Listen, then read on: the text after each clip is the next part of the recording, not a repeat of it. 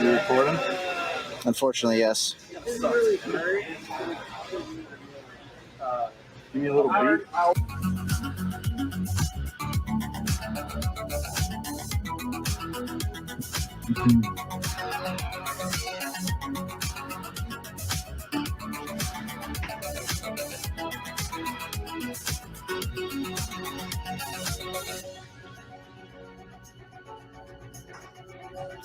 You all better be ready for tonight.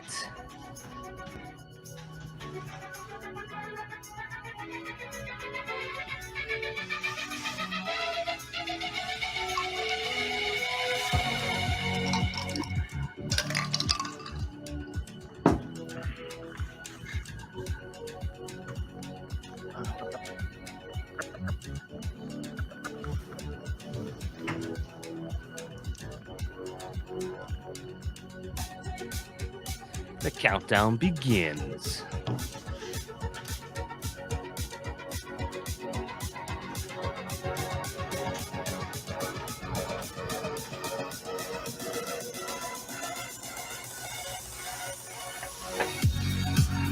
Oh boy.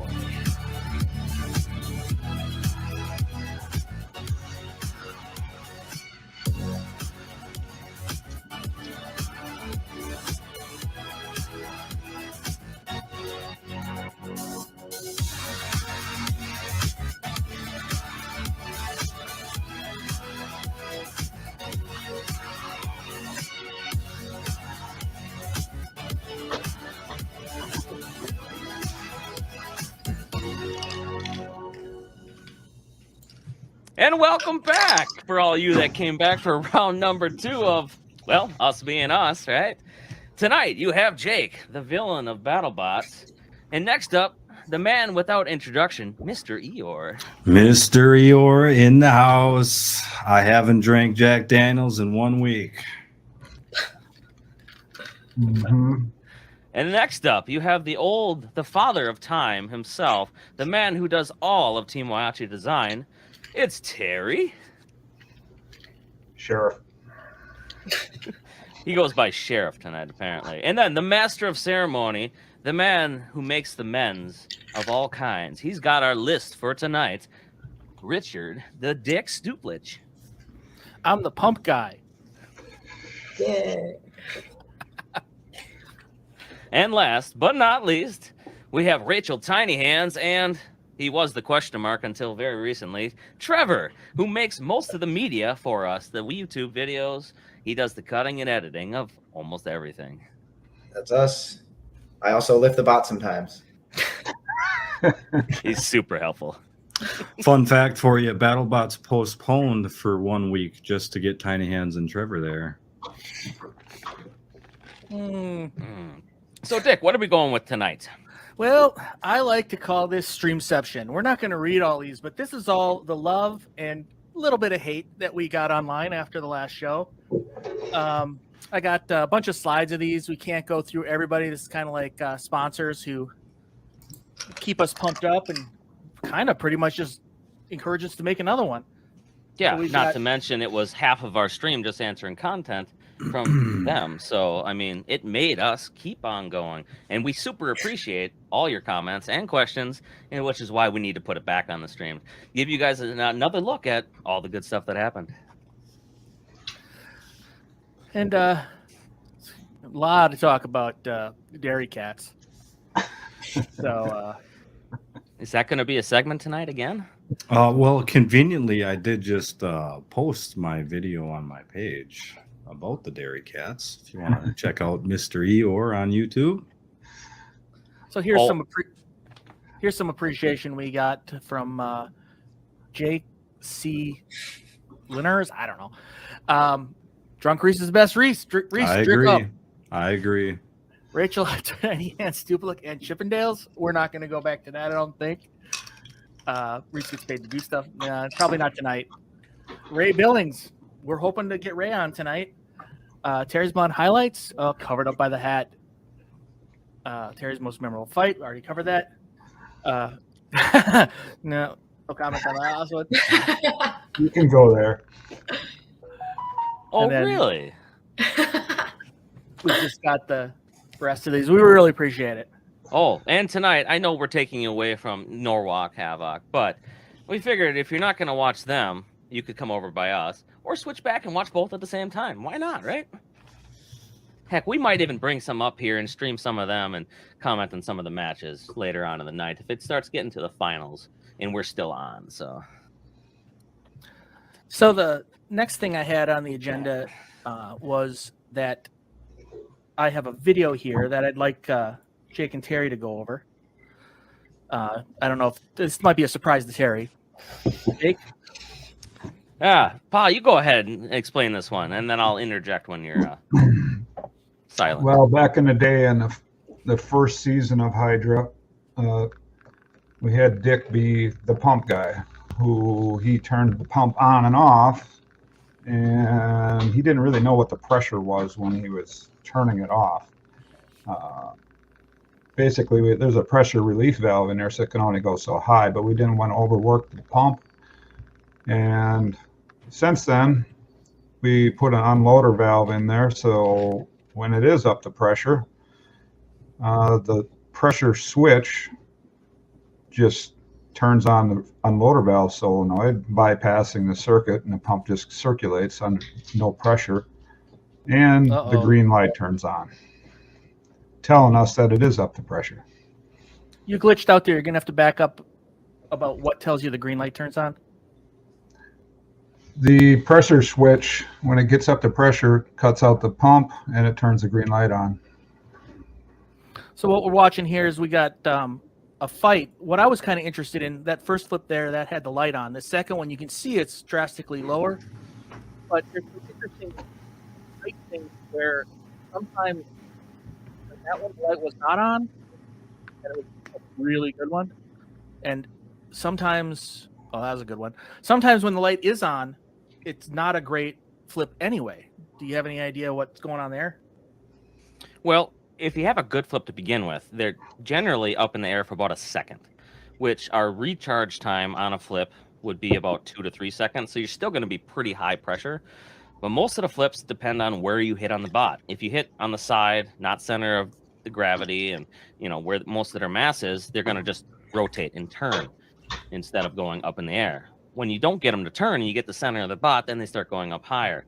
Now, the green light in general means we're up to full pressure, but it could still be really close to full pressure if they do go up in the air high enough and come back down. You get a little bit of time between flips then and still get a pretty massive secondary flip coming in.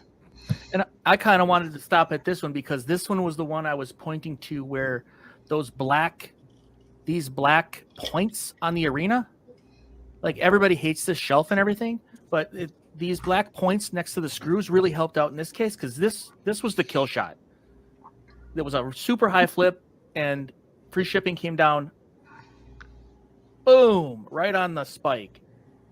I mean, the floor is half-inch steel, but even compared to those corners, the floor is still spongy. Those corners are like rock solid. So it is one place to put people and try to, knock them. And then this is the last one here. And that was a small one. We put the green light in at least this year because we didn't know what we were. And watching it back, now we can actually see what's kind of going on with the flipper. Because when you're watching it with no indication of pressures, because we don't have monitorization on there, it's a little bit difficult to figure out, why a certain flip didn't happen or why it was. But now with the green light, it also helps the show. It's like green light, you probably don't want to be on the flipper anytime soon. So it's a little help there. So this might be a good time. We're talking about flippers and height. We got a excellent guest, excellent get. We've got Logan and Brady Davis. Hey, wait, which bot do they have? Do they have Sub-Zero? Well, they had Steel Rain. This Logan Davis, I like to say, is the youngest old schooler that I know. Logan Davis can use the phrase "back in my day." I can. Why don't you introduce yourself, guys? Yeah, hey guys, I am Logan Davis. I am the team captain, builder, driver, Sub-Zero. This is my dad, Brady Davis. longtime sponsor of Shenanigans. And yeah, we've been doing this over 20 years. Yeah. 22 years. 22, 23 years. Has it been worthwhile? Absolutely. No, not at all. At least you're honest about it. It's been a fun waste of time and money. Well, you go deeper into this, right? You've sponsored and gotten robot combat into areas that originally did not have robot combat. Can you tell us a little bit about that? Didn't you run some events and? Yeah, that would be a good one for my old man to answer here. He's the EO, the event organizer. Oh wow! So, it goes back to the original BattleBots Classic when it left Comedy Central here in Dallas. There was kind of a want to play, and a bunch of the local people got together, and we started SWARC, the Southwest Alliance of Robotic Combat. And that was, just like a year or so after BattleBots Season 5. And then, that went on for a little while. It had a break, and then we brought back Dallas Area Robot Combat, which turned into Texas Robot Combat, and had, like 4 great years of fighting over 1,500 fights in 1 pounder, 3 pounder, and the ferryweight class. Yeah, never quite got back to where it was in the old SWARC days when you'd put together like an event for big bots up to middleweights. True. That's actually where we like started driving Sub-Zero. That's right. Yeah, you drove Sub-Zero for the first time at in Dallas. In Dallas at the Mike's Hobby Shop. Mike's Hobby Shop in the old Toad Tank. Yeah, that came from the restaurant. I remember right. Yeah, the old Robot Bar and Grill. So Fuzzy was also a sponsor of the local group here too. Yeah, like the whole robot community has just been so great for the decades we've been involved. Like it's always been everybody helping everybody, except for Dick. Wait, what? Oh man, nah, Dick's been great. Did I get dragged? But like it's our meeting, I think it started a little rocky, didn't it? Oh, I don't think so. Oh. I remember it well. This is a really interesting. I was just doing the research because I knew I was going to have you on, and the number of times that we have fought in a weird, like a single elimination tournament. Like, what are the odds that 2 of your fights in a single elimination tournament were with us? So yeah, I kind of warned you that we're gonna have to do this. These are edited down, so we don't have to suffer all the way through them. But was this your first robot? No, this is our second. And I don't think, have you ever seen this fight? The new cruelty fight? No. The video from it. Yeah, right? No. I remember the fight. No, I like it was quick. I'm sorry. It happened quick. No, it wasn't that quick. Part of the new cruelty. Table 253. So Is that where the name come from? that's where the name came from. Yeah, it's I not know. that important. So I did edit a lot of the audio out. It is the age of steel, and here to rule us all is Steel Ray. Mark Bureau. Yeah. Got more cheers than I did. Oh man, you sped it up, thank God. Yeah. Darn push bots, right? Yeah. Oh, hey man, we had 2 weapons. Do you see how far ahead of the curve we were? Yeah. And it doesn't light on fire. That's right. There it is. Oh, don't worry, neither of them worked. Those spikes were so sharp. Regular. Because we were impaled on the, sideways on those spikes. Didn't they have to like crowbar us out of there? Yeah. Well, no, I cut this out. I shouted over to you, "Are you stuck?" And then I freed you, but then of course you didn't move, so then I pummeled you some more. But I did say it's not in this because I cut all the video for copywriting issues. But right here, I yell over, "Are you stuck?" And you kind of indicated you might be. So then I pulled you off, and that's how it ends. There you go. Good guy. That is the first and last time I ever offered to free someone. You picked the right. You picked the right ones. Yeah. you pick the loser to make the winner. Well, it's the risk is so high at single elimination. Oh, dude, it's unreal. It's unreal. But no, I mean, like the old Comedy Central days were so great. I mean, I know you guys remember it probably a little differently, but yeah, for us, you know, you build a robot, you go out, meet cool people, lose your first fight, and then have a vacation. Or, as I say, stuck in a warehouse. So this is the Son of Whyachi fight. This was the next year, correct? Yeah, yeah. Well, 6 months later. 6 months later, yeah. So we fought each other.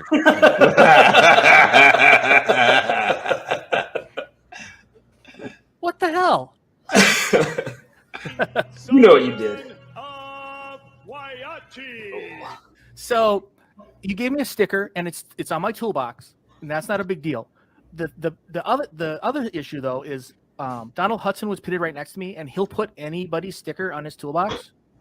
So at this event, I had that sticker like 3 feet from me, like for the entire event, practically. It's just like, good. And I get it, you know.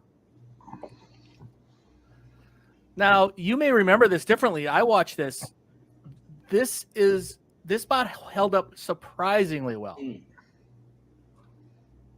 Yeah, no, it was a wild fight. Like when you're so close to the glass, like this was the first time I'd ever been like peppered with parts of my own robot. Like, there was a lot of showering going on in this. Shrapnel. I don't know what. You must have just had a million bolts welded to the side of it. It's just shrapnel. I think it was mostly Lexan. We borrowed some arena cutoffs and strapped it all over the robot. Didn't help. We should make cool bots like that again. Yeah. I think it did help. It's the side shot that finally gets you. Yeah, it is. Yeah, it binds up the back wheels. Yeah.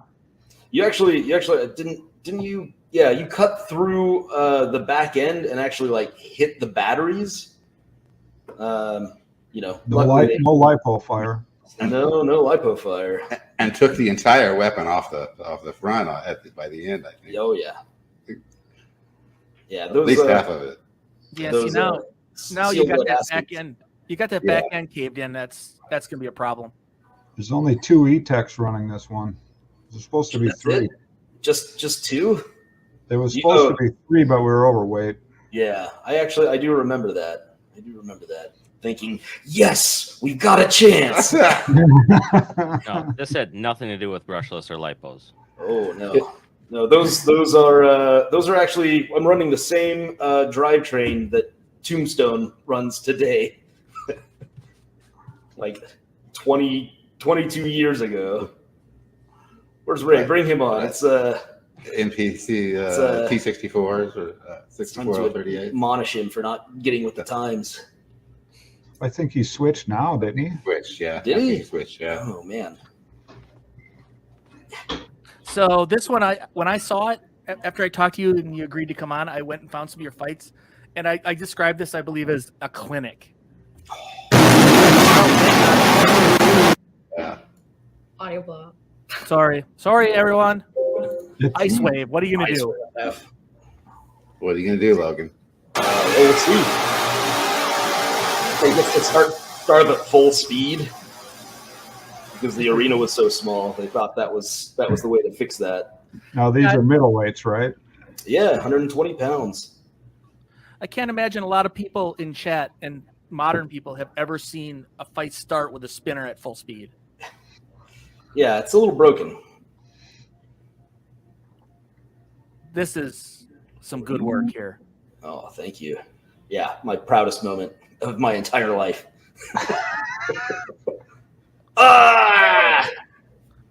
And now explain that awesome cloud. Oh man! So the original Sub-Zero ran. It was called Sub-Zero because it ran CO2. So liquid CO2, very, very cold. And every time you fire this cold liquid into a relatively warm cylinder, it just explodes. You get massive power and these beautiful plumes of white frosty condensation, and it is a spectacle. I miss it, but I think we get a lot of consistency moving away from it. What was your record with that middleweight? It was, I think, like the number 1 or number 2 ranked middleweight, like as long as Builders DB was like up and running. Yeah, it was pretty dang high, way better than modern Sub-Zero, like night and day. Yeah, should throw a spinner on it. So you should come back as a multi-bot with middleweights. There you go, man. Where were you like 10 years ago on this? Yeah, I'm encouraging you to spend more money. I don't know if you can do this trick now, Logan, but you did a trick with your camera, a shocking revelation about what you have in your apartment. Man, well, this is actually my house, but yeah, I'll show you. I don't know if you can see it. I got the lights out a little bit, but we got to hang on. We'll match these here. At my desk, to the right of me, I keep my original super heavyweight. Oh man, yeah, you can kind of see him over there. Just a square box. That's where we started. 320-pound square box of steel with tiny little spikes. And then the next year we built the one that you saw on the fight against Dick. But you can kind of make out, I've got my other Steel Rain version over here. Looks a lot better. Yeah, we definitely made like leaps and bounds in just a year. But yeah, that's my desk. It's my little workspace. And just so everybody knows, he did not set that up. He just was like, "Oh, I can show you," and it's like, Yeah, he does that. What?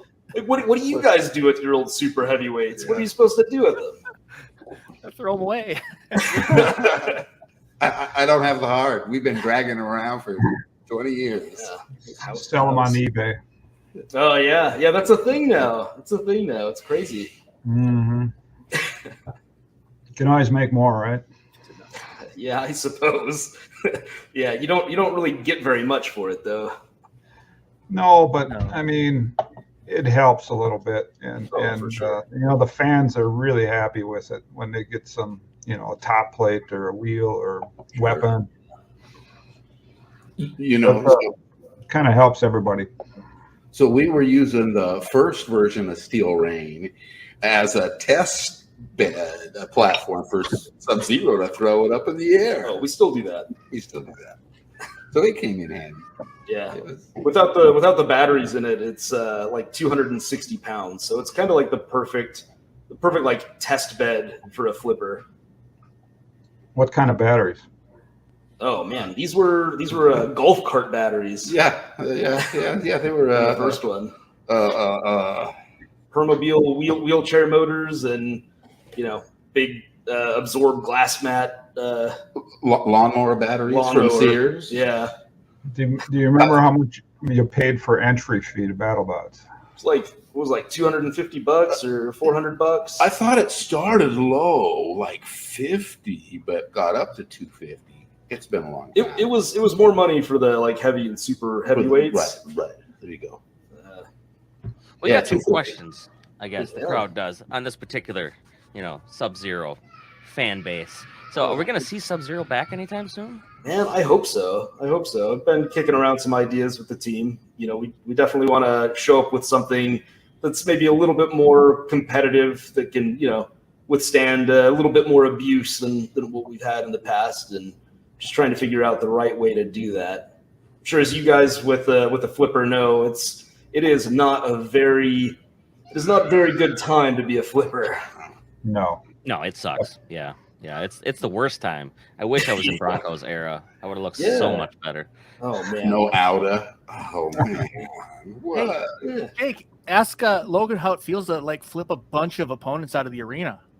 Oh yeah, was it a lot easier back in the day to be able to do that? Or?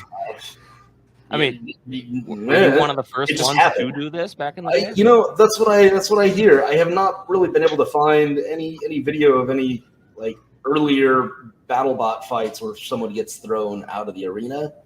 You know, it probably happened like early on before there was a big glass arena like season 1. But I don't know that it counts when your arena's like made out of plywood. I don't know that really counts as an Udder. Ray! Oh man, and I think I got to answer this one. Sub-Zero is definitely one of my favorite Mortal Kombat characters. You can't have just one, man. Like I like Smoke, I like Sector, I like the robot ones, and absolutely I love Sub-Zero. Hey, did we see a Sub-Zero on the casino game slot machine? Yeah. That is wild. It is so wild to see that thing there. He's on the building. Like I was in Vegas last year with family, and I like threw my grandma in the car. It's like, come on, we're going for a trip.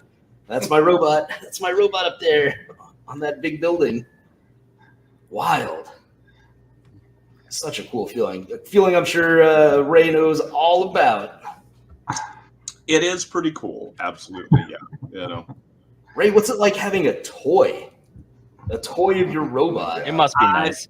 You know, the first time I walked into a store and I knew it was coming. It's not like it was a surprise, but I actually see it on the shelf was kind of a bit of an emotional moment. Actually, it's kind of like this is really cool. You know? Yeah. It was in Target, so I walked over to their garden section and brought a chair back and sat it in toys, and just kind of sat there and stared at it for a minute. You know. Man, I'd love to throw some shade or judge or something, but I usually like wear this hoodie and I just go like walk around that section of Target, waiting to get noticed. But never happens. I went to Target out at the last taping and bought a Rusty for David. I brought it back to him and gave it to him, so he could use that in the box since he wasn't getting his other one running.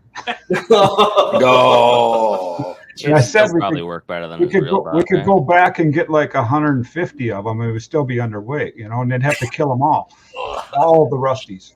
He was fighting with that horribly at that event. He was having a rough time with it. Yeah. One-man team's hard. Yeah, it's impossible. Yeah, I don't know, man. Like I certainly couldn't do it. Very hard. Oh man. Yeah. Is this the one where I won or the one where I lost? Well, since you're both in here, we might as well have a fight with both of you, right? I don't think you won this one, Ray. Yeah. This is one where we bounced off the ceiling, if I remember. Yeah. Oh, taking some hits on the front. That's dangerous. Oh, okay. God. Yeah, that arena was so low, and we actually hit the ceiling was wood at that point in time, and we clobbered it on the way up. Came down. Yeah. Thought it came down a little bit. No. No, it was that was good. What year was this? Oh my gosh. Rumble Games 2004, 2006. Somewhere in there, yeah. Mid 2000s. So Ray, I'm gonna have to do this because you get this. I'm sure people say this all the time. Okay.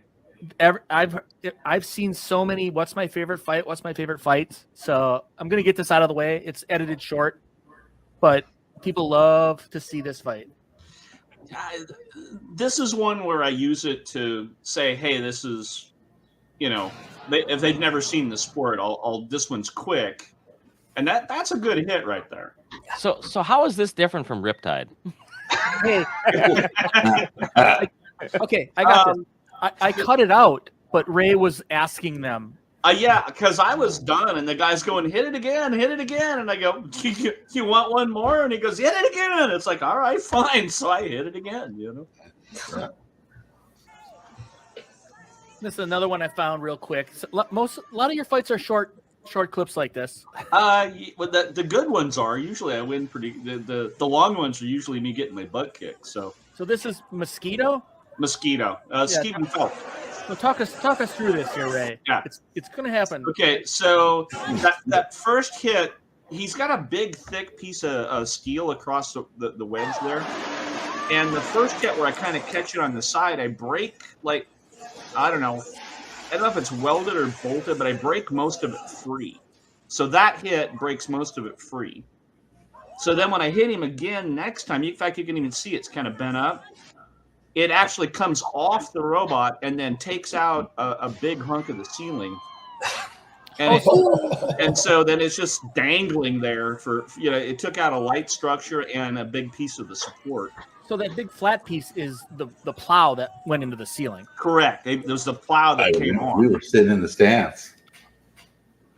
Yeah, and I mean, it went up with authority. It came off of there pretty quickly because it kind of like, it kind of sprung into the robot. So when it left pretty quick. And it took him, I don't know, 20 minutes to kind of zip tie all that dangling stuff out of the way so he could continue. And then they let us continue the match. I mean, I did beat him. He had no wedge then, but Stephen Falk doesn't get a lot of success, but I'll give him credit for the fact that his robots are pretty tough. You really got to wail on him to knock him out. Just going through the chat here a little bit. What? I don't know. That sounds sus. Ray never lost to the blue bar. I don't know why people get so excited about what color. But is it true? It's literally, it's the same bar. It was painted red one season, then blue another season. It's just whichever can of paint I grab on. Damn it, Ray, answer the question. I think that's it's like the perfect name for that question. Tiger Rock. Tiger Rock's something you sell someone to keep away tigers. Yeah. Maybe I should battle at some point to see who is the better villain. I gave him the award. He's a better villain now. Yeah, I'm the only one there because you're not there no more, right? Well, yeah, okay. Let's see what happens when you try to cut your finger off. All right. No, I'm gonna hope not to do that, but there's an up and coming villain. I think I might have to start doing some shenanigans with. So there's that. Hand is still working, still attached. I mean, well, you guys are going. You're going to Robo Games coming up here soon. Right? Robo Games is in a couple of weeks. Yeah, I've been living in the garage lately, trying to get stuff ready. So, is it more or less stress than BattleBots? What's that? Is it more or less stress than BattleBots? Well, it's different. When you're gonna do BattleBots, I probably plan a little better and work a little more organized. And here I'm like, it's no big deal. I'll do it next week. And I waited too long to start panicking to get everything done. And so now I'm like way behind. So it's self-imposed misery, What weight classes are you going in there? The one I'm actually serious about is the middleweight. That's the one I've been doing all the work on. I'm throwing together a heavyweight, but it's just it's a collection of junk. It's just there to put on a show. It's not really there to be super competitive. Are they still at 220? He upped it to 250 because there were so many of the robots that didn't get on BattleBots that wanted to come, and so he just sort of went with the 250 weight category so those guys could come play. Who's all expected to show up there in the heavyweight? There's a Vasquez is going to be there, so that I think they have both of their robots. Scorpius is going to be there. Gigabyte's going to be there. There's Bunny's going to be there. So a collection of names we're used to seeing. Rick? Yeah, Rick will be there. Okay. Ooh, Killdozer. Oh, yeah, this was a good one. Yeah, one of the people in chat said that there was a good fight here. This is debris filled. So, man. I don't know if you remember the old SteelCon Arena. They had that little disco ball thing they had in the ceiling forever and ever. and one of the pieces of debris I sent up there cut it off the ceiling. So that little disco ball, Steve Judd gave it to me after the match, right there, that guy. And so I've still got that hanging in the garage. I've still got that little disco ball I cut off the arena. This hurts because it looks like a Sub-Zero fight. Ugh. What was really funny about that one is the guy's main power switch was in one of those front corner pieces I cut off. And so that's what killed the robot, is it pulled that free. And when the match is over, they send the guy in there to turn his robot off, and he's wandering around the arena away from the robot. And the guy goes, "Well, did you turn off your power switch?" And he goes, "I'm trying to find the piece that had the power switch in it." You know? I think it's off.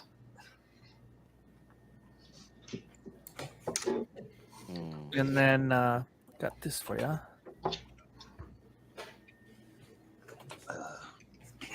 So Logan, Brad, you guys got any competitions coming up for you?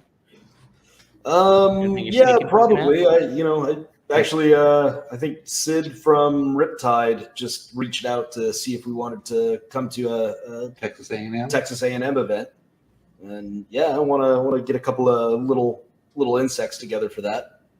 I don't know why I'm doing this right now when I could be watching NHRL, but I really need to be finishing up my 30-pound flipper for it.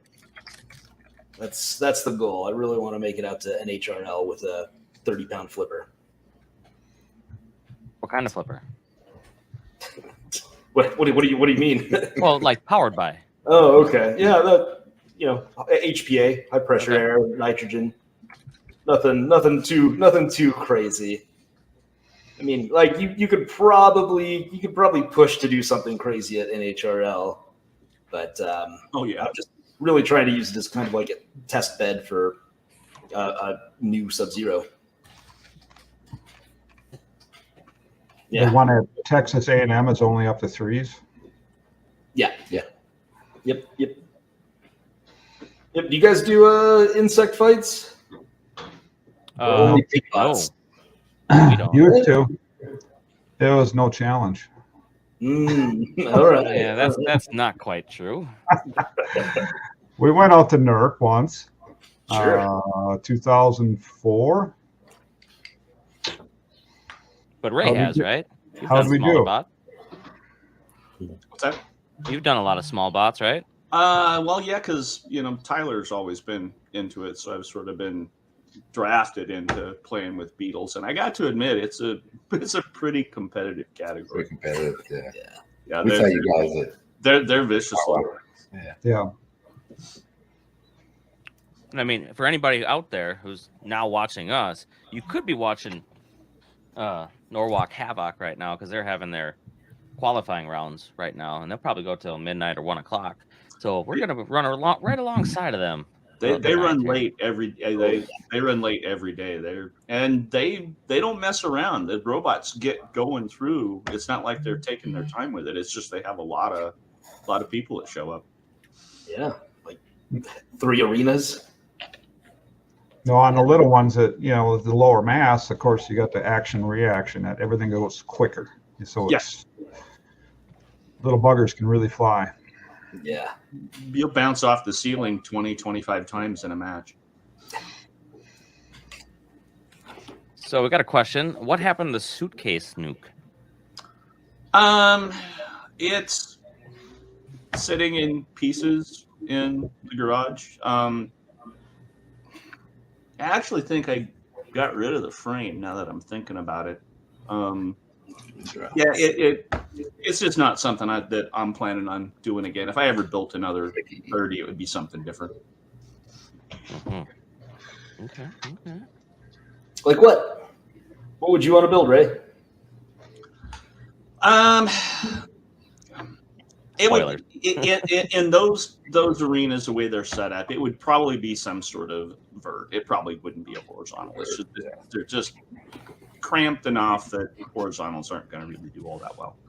And you could step up with just a bigger version of a beater bar, kind of like the one that everybody runs in the 3-pound. Actually, thinking probably more like a not a full drum, more like a drumette, something that's a little shorter in the center, and something where I could really put some mass in the thing. It would be fun. Ray's thoughts on Triton. You know what? It's they've done a lot of really cool stuff on it. It's very quick. I like the way it drives. It's got good speed to it there. Takes a little too long to spin up, but when it gets there, it's got a lot of power. For a first season, I think they did really well with it. If they keep debugging it and keep working with it down the road, it could be a pretty serious machine. Yeah, yes, it's sitting up as a demonstration bot in front of the Destructathon right now, for when the audience walks in. It's one of those bots out there. Cool. It is cool looking. Tiny Hands, you still alive? Yeah. So, has anybody else driven Tombstone other than you, Ray? Justin's driven it a couple of times, and we're actually discussing we may have him drive it next season. Oh, cool. Well, I promised him he could drive last season because I was figuring I was going to be kind of out of the, and then the schedule moved around and I had to end up having surgery and we just didn't go. So he was like all excited because he was going to get to drive, and now it's like I feel like I'm pulling the rug out from under his feet sort of thing. So we haven't made a decision yet, but there's a possibility he may drive Tombstone next year. Who can drive it better?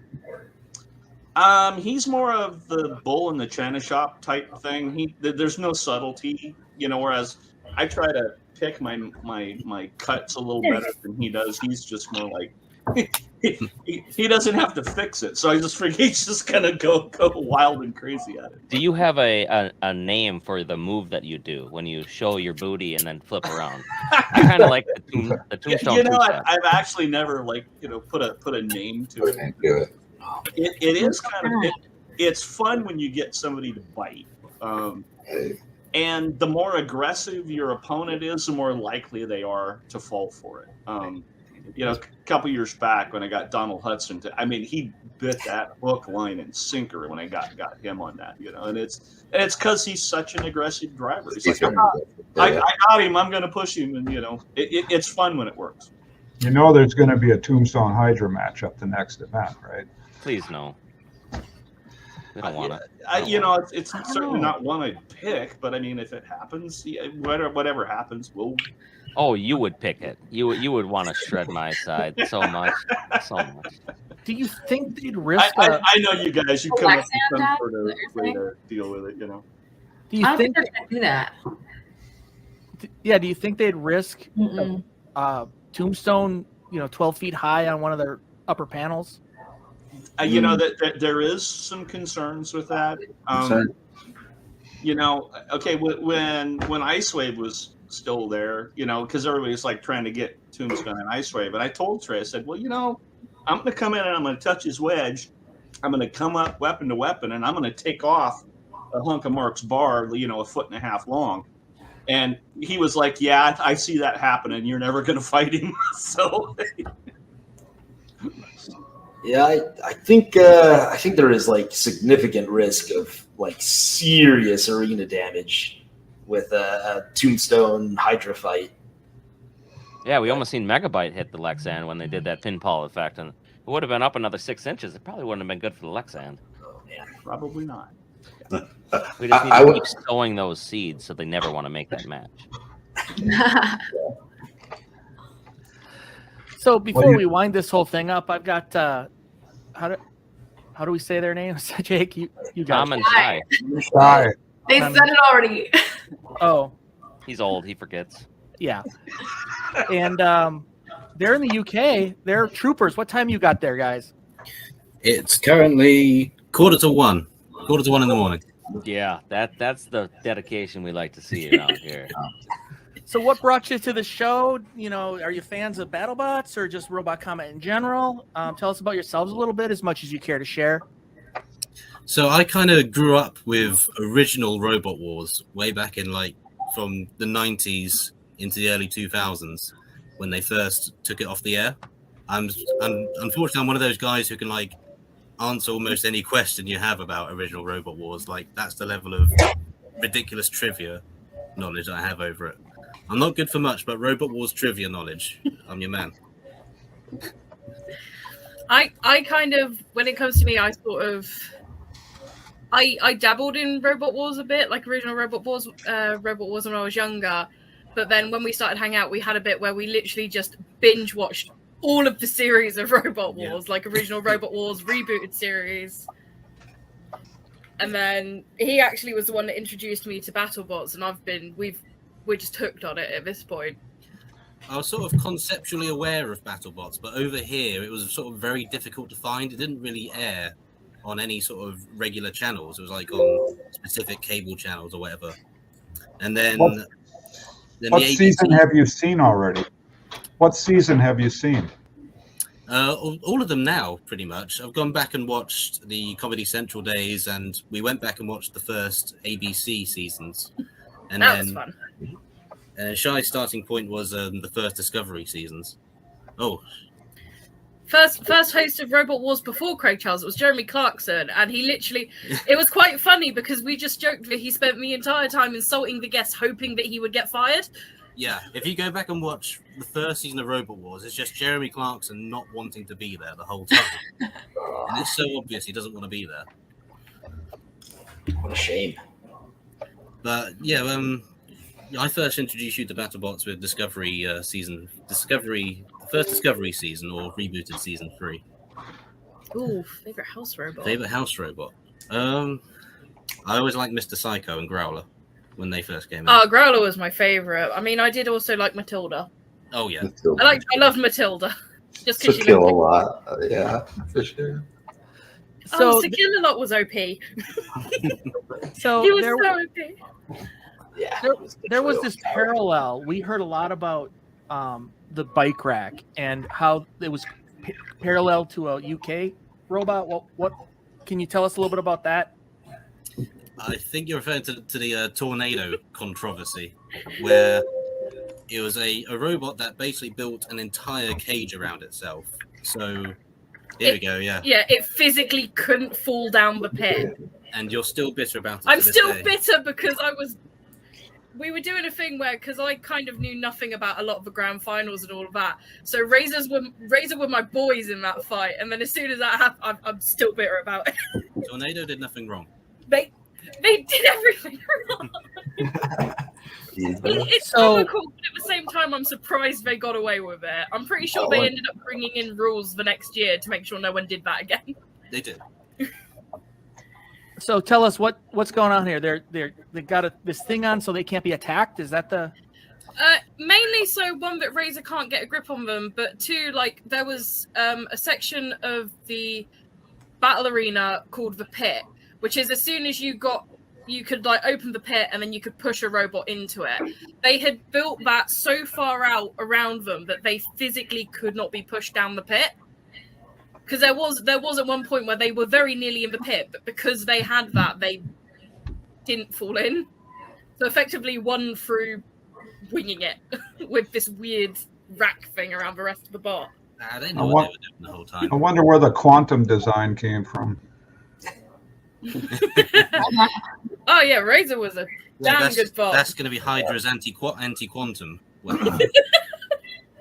Yeah, you better believe I'm coming with some kind of rack.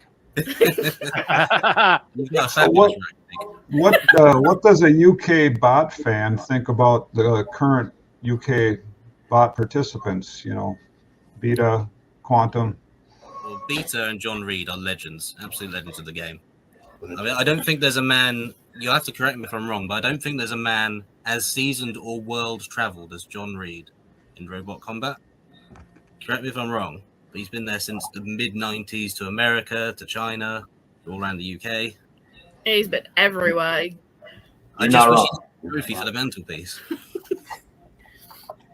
At 4.0, Logan, did you guys look inside at any of those bots that they had there? They were running, I think they were running CO2 no regulators, weren't they? At Are BattleBots?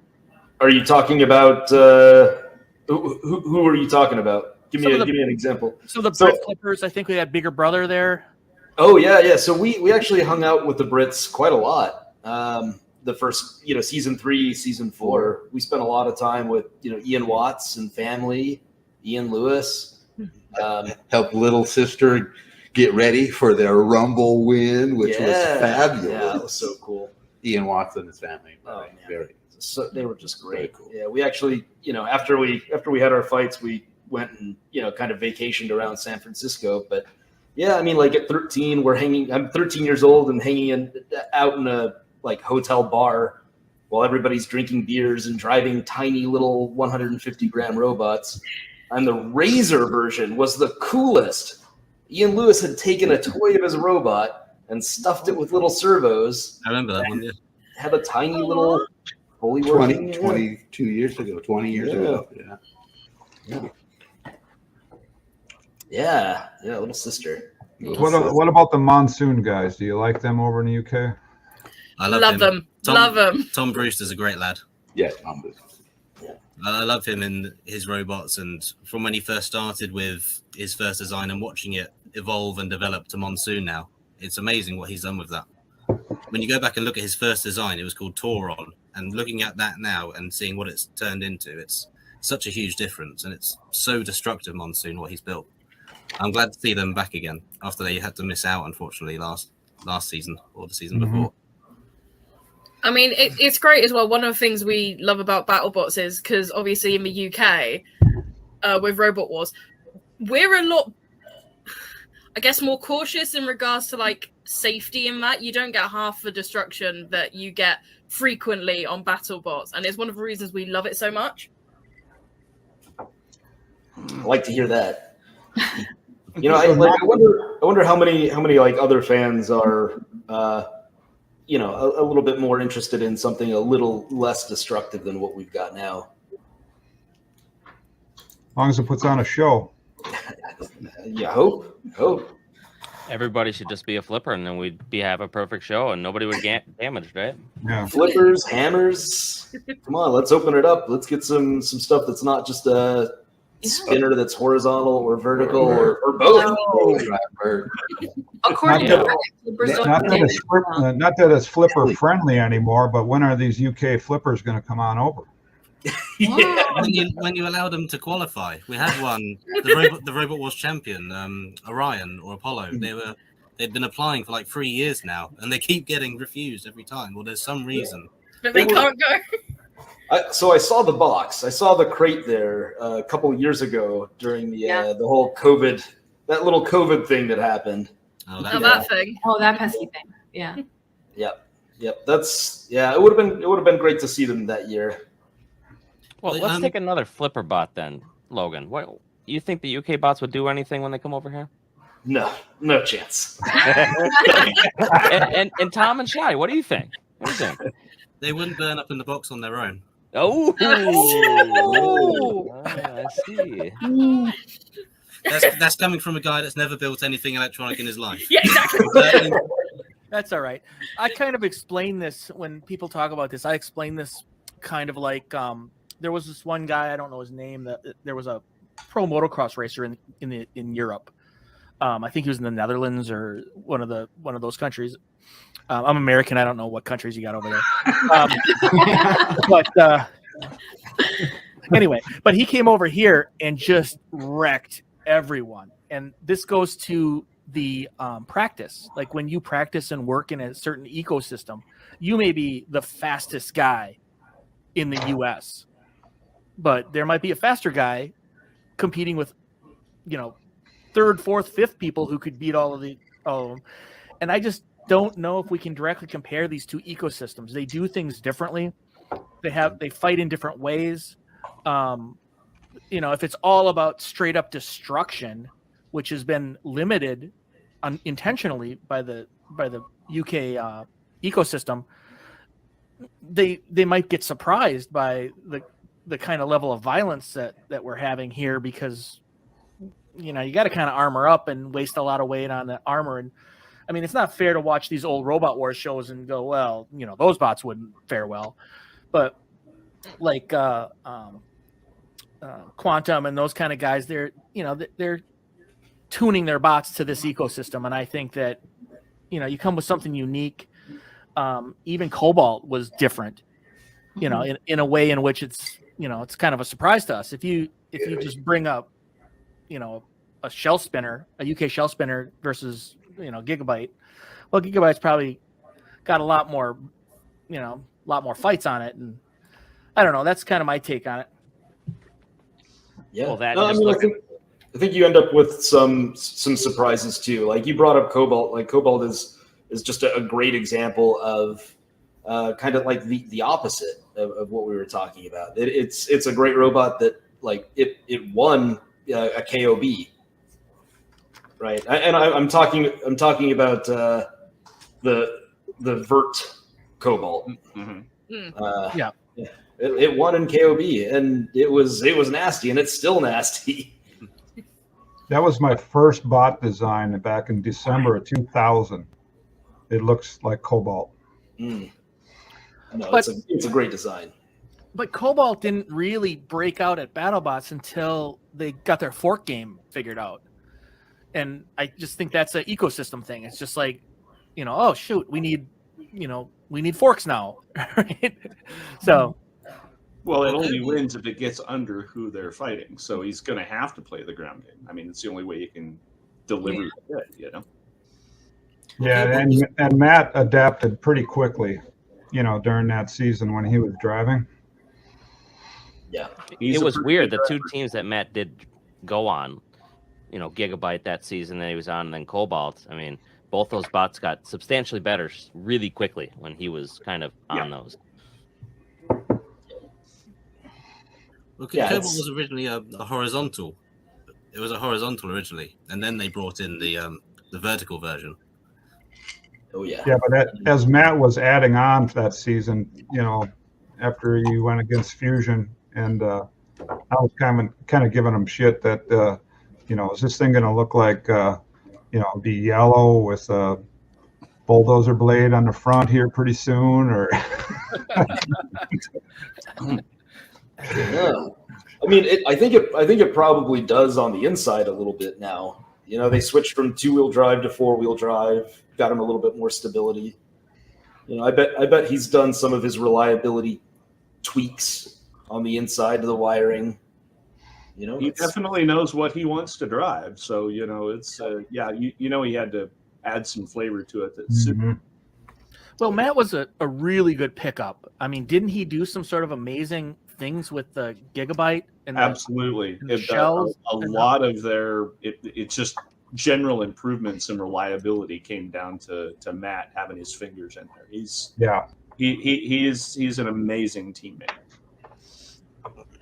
Yeah, he was busting ass in the pits there in Long Beach. I mean, we were pitted pretty close to him there. And well, he doesn't have a slow speed. If he's working, he's working his butt off. You know, if he's awake, he's working. And that's not a skill base. That's not something you teach. It's either you're that guy or you're not. He's a workaholic. Yep. He's got to be the second most aggressive driver to Daniel Freitas. You got to have the right bot though to be aggressive too, right? Daniel is one with that bot. I think I don't know. I mean, the way he can flip it over, he's modulating the power on the drum, because you're like, oh, he just flipped back over. Yeah, but he doesn't flip over every time he turns. So he's doing magic tricks. Right. And I mean, honestly, it is a bot that's kind of simple to drive. I mean, other than the gyro, which is a big deal. But I think even if you talk to him, it's like, yeah, I hit him. Right? That's kind of what he does. And, you know, they're not afraid to go weapon to weapon. I mean, I love a bot like that. I mean, that's what, you know, I'll always mention to people when they're fighting Jake. I'm like, you know, he'll flip a weapon. You've seen it, right? I mean, he'll just flip it. He'll flip right under the Ribot disc. He won't care. Tell us a little bit, Terry and Jake, about the strength of that arm, because there are times when you're like, "Wow, Gigabyte just hit that arm." And Yes. Tell us about this. Titanium is magical. How hard do I have to hit it to bend it? Apparently, a long ways. The nose comes off pretty easy, but the arm itself. I don't know if it's that much. It's been tweaked a little bit already, but it's pretty sturdy. Yeah, it looks pretty sturdy. It's kind of made to flex a little bit, so as you fire the weapon, your tongue, which is S7, is sticking out, comes in contact with it. But as it's firing, that titanium in the arm itself is evening out that load on them, so we get a more consistent throw. Most people don't understand how springy titanium actually is. It's its own version of the shock mount. You know, it actually helps quite a bit in those things. Yeah, the modulus is about half of that of steel, so it's got a little springiness, as long as you don't go over the yield strength. Well, I like to explain it to people who are just like, "Oh, how does Hydra flip so high?" or whatever. Is the whole nose of the robot compresses under the flip. And it's trying to keep the tip in contact, so it's got some compression, and at the end of the throw, as it's letting go, it's releasing, and that's where you get that kind of like spring a little bit. Mm-hmm. But on a good flip, the big ones, it's throwing it like a baseball more than hitting it like a baseball bat. Wild. So I mean, we're still excited. We're still excited to wait to see it bring down a light fixture at this point with another robot. We just want to see it shoot. How about a camera instead, or a camera lens? Cameras are much more expensive. Oh, Tom's talking about the ledge again. The ledge comes to mind. Yes. Oh, we've seen the ledge. I mean, there's at least one bot there that can get it above the ledge. Hey, ouch. Terry, Jake. I mean, I know you're in here, Logan, but ouch. Come on. I can do it. Okay, you're coming back. Even the last Sub-Zero could make the 8 feet. Space race, man. First robot on the ledge. Yeah. Trey would love that. You cannot talk about intentionally throwing a bot on the ledge. Not talk about that. Accidental. None of it's. They should protect the cinema camera that's just in the box on the ledge. Then I'm sure it's just in the arena. There's like a $200K camera up there, like a $200,000 camera on top of that ledge. Yeah. They're not down with that. That's the 200 grand. They should protect it. If we get close to looking like Hydra's going to throw a bot up there, they just stop the fight, and you might see that. You might see that this season. Disqualify. Yeah, I mean, like I don't understand why it's not protected. It just like a stray piece of shrapnel could hit it. Just anything. Oh yeah, I think it has before. They've broken lenses on it from other things hitting it. But. At least up to like where the lens is. Yeah. So Terry, what's this? Why isn't Hydra at the Destructathon? What the hell? Why isn't it? Yeah. It was. Well, why shouldn't it be there permanently? It should be there permanently, yes. It should be retired from active and go to greener pastures. What? You're selling my bot? Always the last to know. Hey, Terry. I'd rather have a big weapon on front. This is important. I was going through some forums, the old Delphi forums, Ray, and I found a post from 2003 where you suggested Steam for powering a flipper. Can you explain, please? Explain yourself. Steam. Everybody knows the power of steam. Your Teslas are run by steam in a way, just converting one energy to another, from coal to steam to electricity. Yeah, I mean, your steam is just crazy powerful when you get, especially if you get it superheated. So if you had a way of a flash boiler to inject under high pressure a small amount of water through an electrically heated flash boiler to instantly flash it to superheated steam and then run that into your cylinder. That was our second choice before pursuing the hydraulics. That's wild. And why was that?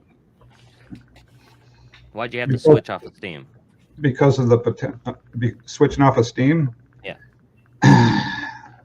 We couldn't buy a flash boiler. Well, you couldn't buy that hydraulic block either. No, but you can buy the valves, and the rest is fairly simple. So you're saying it's simpler making a hydraulic than it would be Steam? It's going to take a little bit of R&D, like a lot of it. Well, how much did Hydra take to get the first one in there? It was about 3 years. On and off, I as got far a as 2003 post that's talking about hydraulic flipper. It's the Okay, same- well, right. That was the thought, but there wasn't any intense, calculations or design or testing, until 2013. So you're 14? saying 19 years ago you said there was going to be a hydraulic flipper? He mentioned working That on it. has potential. Yeah. Yeah. It was listed in the Steam powered. It sounded as silly as Steam at the time. For the UK people, you cannot use accumulators on your hydraulics. We've talked to a lot of the UK teams where they're like flabbergasted at how Hydra's so fast. So we're allowed to use an accumulator on the back end so we can move the fluid fast. Kind of like the cars that jump. You probably don't have that silliness there either, but where the cars. Oh yeah. Oh, yeah. I know what you mean. On that note, I've talked with the guy from War EZ. He actually built a flipper for a Houston competition, and he runs he runs a chassis shop making those kinds of like Impalas, and he can make Impalas jump 5, 6, 8 feet, like crazy heights. And he said the way he gets them that high is with helium and airbags. So that was kind of something he was looking at. Helium's a lot lighter. It's a lot faster.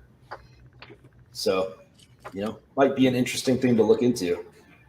So you're going to do that one then? You're doing a helium bot? Yeah. Yes. I typed in jumping car and I've got rednecks jumping cars. What would I search for this? Yes. God bless America. What would you search? What would you search for to find? Is it lowriders or like jumping lowrider? Hydraulic cars, I think. Yeah, I'd search lowrider. Yeah, I think it was an Escalade. He said. Which bot did he have? War EZ. Okay. John Perez. That was the fusion fight. Didn't Fusion make them cry or something? No, it was driven by I believe there was a child on the team. I don't think the child cried, but okay. That was the second robot that contributed to the Reese beats up on children. What was the other one? The bowl haircut. The Mormons. No, it was Rampage. Yeah, it was Rampage. that lovely family. Rampage. Rampage. Yeah, Rampage. Ooh, that bot started up in the battery area. Oh, Yeah, yeah. there's a story. Tell it, Rachel. Okay, so Weasel went over this last episode. We fought Rampage, but this is a brand new, funky, fresh perspective. We fought Rampage, and we were out by the battery area, and they were just sort of standing there, and the weapon is like twitching. It's like doing little moves and stuff like that. We don't know if we know for sure they left their transmitter out in the sort of the battle box area. So we don't know if it got knocked over or someone like flipped something when they were bringing it out or what sort of happened. But the weapon went live in the battery cooldown area and everyone's jumping away. And Pat, the battery guy, really in total spite of his safety for life and limb, jumped in to start cutting wires. And I remember the Rampage team was sort of frustrated that he was cutting wires. It was like, your weapon's live on the concrete, ladies. Like, let's not worry about a couple of wires. But I remember they shut it down. The transmitter got to them. But what was doubly strange is that we went immediately to the test box because we were still having tons of fire issues. And minutes after that fight in the test box, Fusion also completely lost control. it started on fire again. So there was some weird Bermuda Triangle stuff that season. A lot of people had commented on it that very strange behavior was going on. Transmitters weren't working. Bots were losing control. There was a particular test box that was going wonky for people. So there was some weird juju happening that season, for sure. So That was who's the last Long Beach one? I mean, we know Reese, who was he not here? He's had plenty of battery fires, but is everybody That else one was weird. Logan, have you had a battery fire? Oh yeah. Oh yes. Yeah. Our shatter fight was our last battery fire. Yeah. For 2 hours. Yeah. Oh, it burned like all night, man. Yeah. He did the what was it, like the Death Star trench run, like right in this little gap of our armor, and nicked a battery, and one went off, and then another went off, and they were throwing blankets over it and cooling it down, but in the end they were all cooked. Battery box was jammed, stuck in the frame, And it kept burning. all night. The window picked up. It's surprising how many lipo fires we haven't had on our team. I mean, the one with fusion against emulsifier actually took damage. Otherwise, I don't think we've ever actually had a lipo fire before, which is like strange. Right. Someone knock on wood right now. So is Fusion's fires not lipo? Those are all like ESC. Yep. Yeah. Yep. Speed control. Apart from Well, sometimes ESC fire. Sometimes the ESCs take out the lipos, but it's not the lipos that are a problem. They just go off like a rocket. They make this popping sound like a gunshot, and then they like, spew fire out like a jet engine. Well, it's interesting you should say that. I had this prepared because this is physical damage to a Tesla battery. That is the sound of a Tesla catching fire. Is that where Reese parked his car? In about 30 seconds. Alexandra Topple sharing this cell phone video with us, telling us she saw the electric car crash into a building on Friday after the driver was trying to park near Scottsdale and Frank Lloyd Wright. I got out of Dip my it in car, salt water. The mom take Quick. the water from the driver's seat. Well, this is and she interesting was because bleeding we've quite a seen the bit, exact same everything, thing but that we happens moved here her, in bots. from Just the check this car out. to the ground. Getting the teen driver who suffered some burns away from the flames. I was just so thankful I could be there in that moment. The mom didn't Well, there's the have a hero. cell phone to call anybody or anything like that, so it was a really scary Look at moment. that. Not long after that scary moment ended, another one began nearby. The same Tesla bursting into flames a second time, this time on a tow truck. The car was then lowered to the street. Yep, I've seen that. You think the bot's out, right? And then you're out in battery, and all of a sudden it's like, oh, there's a battery fire here. In the UK, Tom and Shai, do you see those battery fires, or is that a different technology? Do they not allow these lipos? Yeah, we got them. It's not something that's generally happened very often. Usually once they got ripped out by a spinner, they would just be engulfed. But it's not often that I can remember any spontaneously combusting like that. Yeah, here at BattleBots, they shut it down. They put a asbestos blanket over the bots. They take them outside to let them cool down in the hot Las Vegas sun. And then when they start to burn again, Pat usually gets in there with a wire cutter and cuts the batteries and pulls out the good ones. Yeah, the battery cool down area is on the south side of the building in August in Las Vegas. So you have to put under a blanket. They put an asbestos blanket on them. But yeah, Pat saved a lot of our batteries by just pulling them out. Yeah. So Pat was supposed to be here. Yeah. Oh. There he is. He's here. Captain Battery. All right. All right, who's this? How do I get in here? Pat, we're just singing your praises. How do I get in here? You are in Okay, here. Boomer. Your camera's just not working. Is he a boomer? We can hear you. Yeah, Turn the light he's on. one of the worst boomers to have to deal with. How do I get the video going? Turn I don't your know. camera on. Rachel, what fight was that Pat saved us from that spinner? Rampage? Yeah, Rampage. We were just talking about how was incredible. You cut the batteries out of Rampage to keep us from killing all of us. Okay. Okay. You are live on the internet. We can hear you. No, we spent Sorry about days that, and days guys. getting cameras ready for this, and then you come in and you're not ready. That's how well he preps, folks. Yeah. This is the battery guy. The guy who's supposed to be keeping it safe. Hold on.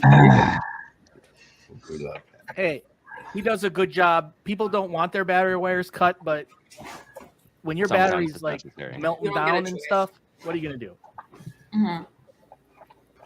And they don't like their $200 packs taken away from them either. But Yeah, tell that story. The battery inspection story. Anybody have any experience? Everybody use good batteries? All of my batteries were fine, but boy, Yeah, same with me. I thought Martin Mason was going to explode that one time. Yeah. He was in the battery tent screaming his head off, and he's always so loud and boisterous to anybody. I think we were all just kind of ignoring. They were thinking it was part of him doing his personality again, and no, he was really mad. He was really upset. Wow. yeah, Yeah, I think no, I haven't. Oh, I think they were using Turnigies, and they were a little puffy. They're puffy, okay, and to be fair, if you abuse them for a little bit, they'll puff up, and they'll still work, and they just don't want to use them at all because they were puffy. And so, I mean, I kind of get both sides of the argument, but he was losing his shit. He was really upset. Yep. They want to know why he was upset. Do you know the exact reason? So he had a lot of packs that they were not going to let use, and they didn't have any batteries then to run the robot. They weren't going to be able to actually compete. So they just refused to certify the batteries he had there. And he's like, they're all working batteries. There's no reason for it. And, they stuck to their guns and said, no, you can't use them. I mean, he was not a happy camper. Well, it can become quite expensive if you get your batteries taken away that you personally think are good to go, but the safety guy paid to know this. Terry, you know him from what season? You guys go way back, right? He helped us out in season 4 of Comedy Central days, November 2001. Wow.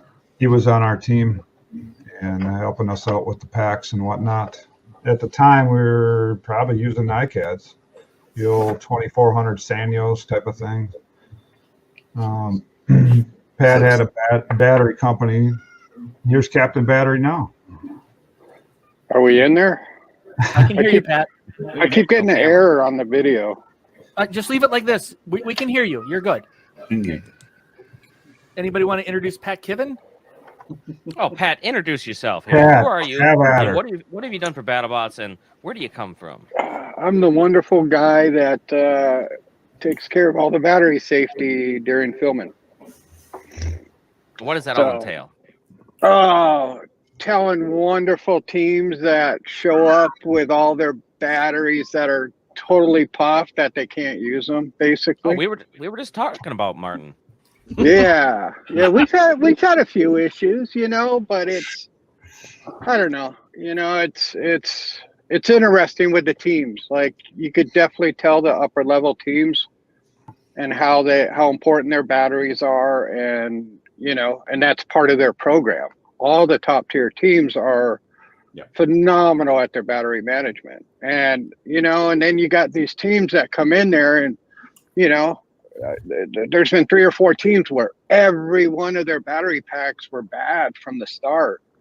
And, that's the part I don't understand, because I'm a competitor, and, it's all the packs are puffed. And of course, according to the teams, they're just fine.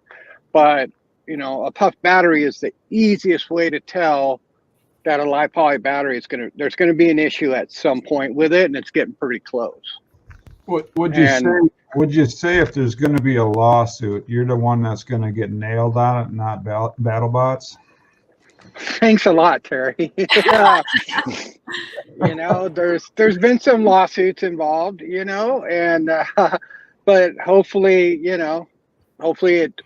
fortunately, we've never had an accident that was battery related, you know, and honestly, man, I can't think other than maybe Bunny crashing the last time that we had paramedics, you know, take care of a competitor or a team. Yeah. Well, we got a question here for you. Well, what's the most absurd battery pack that a team tried to pass off as good that you've seen? Now, you don't have to name names, but just the state of the battery. Oh, okay. So, No, you know, a lot of a lot of teams will, you know, they might be running 2 packs in parallel in series, and so they'll just take those 2 packs and connect them, and you know, now it's 1 battery pack, and you know, they put it in their case and so forth. Well, this particular team had many, probably 95% of their packs were puffed. And so, you know, I couldn't approve them.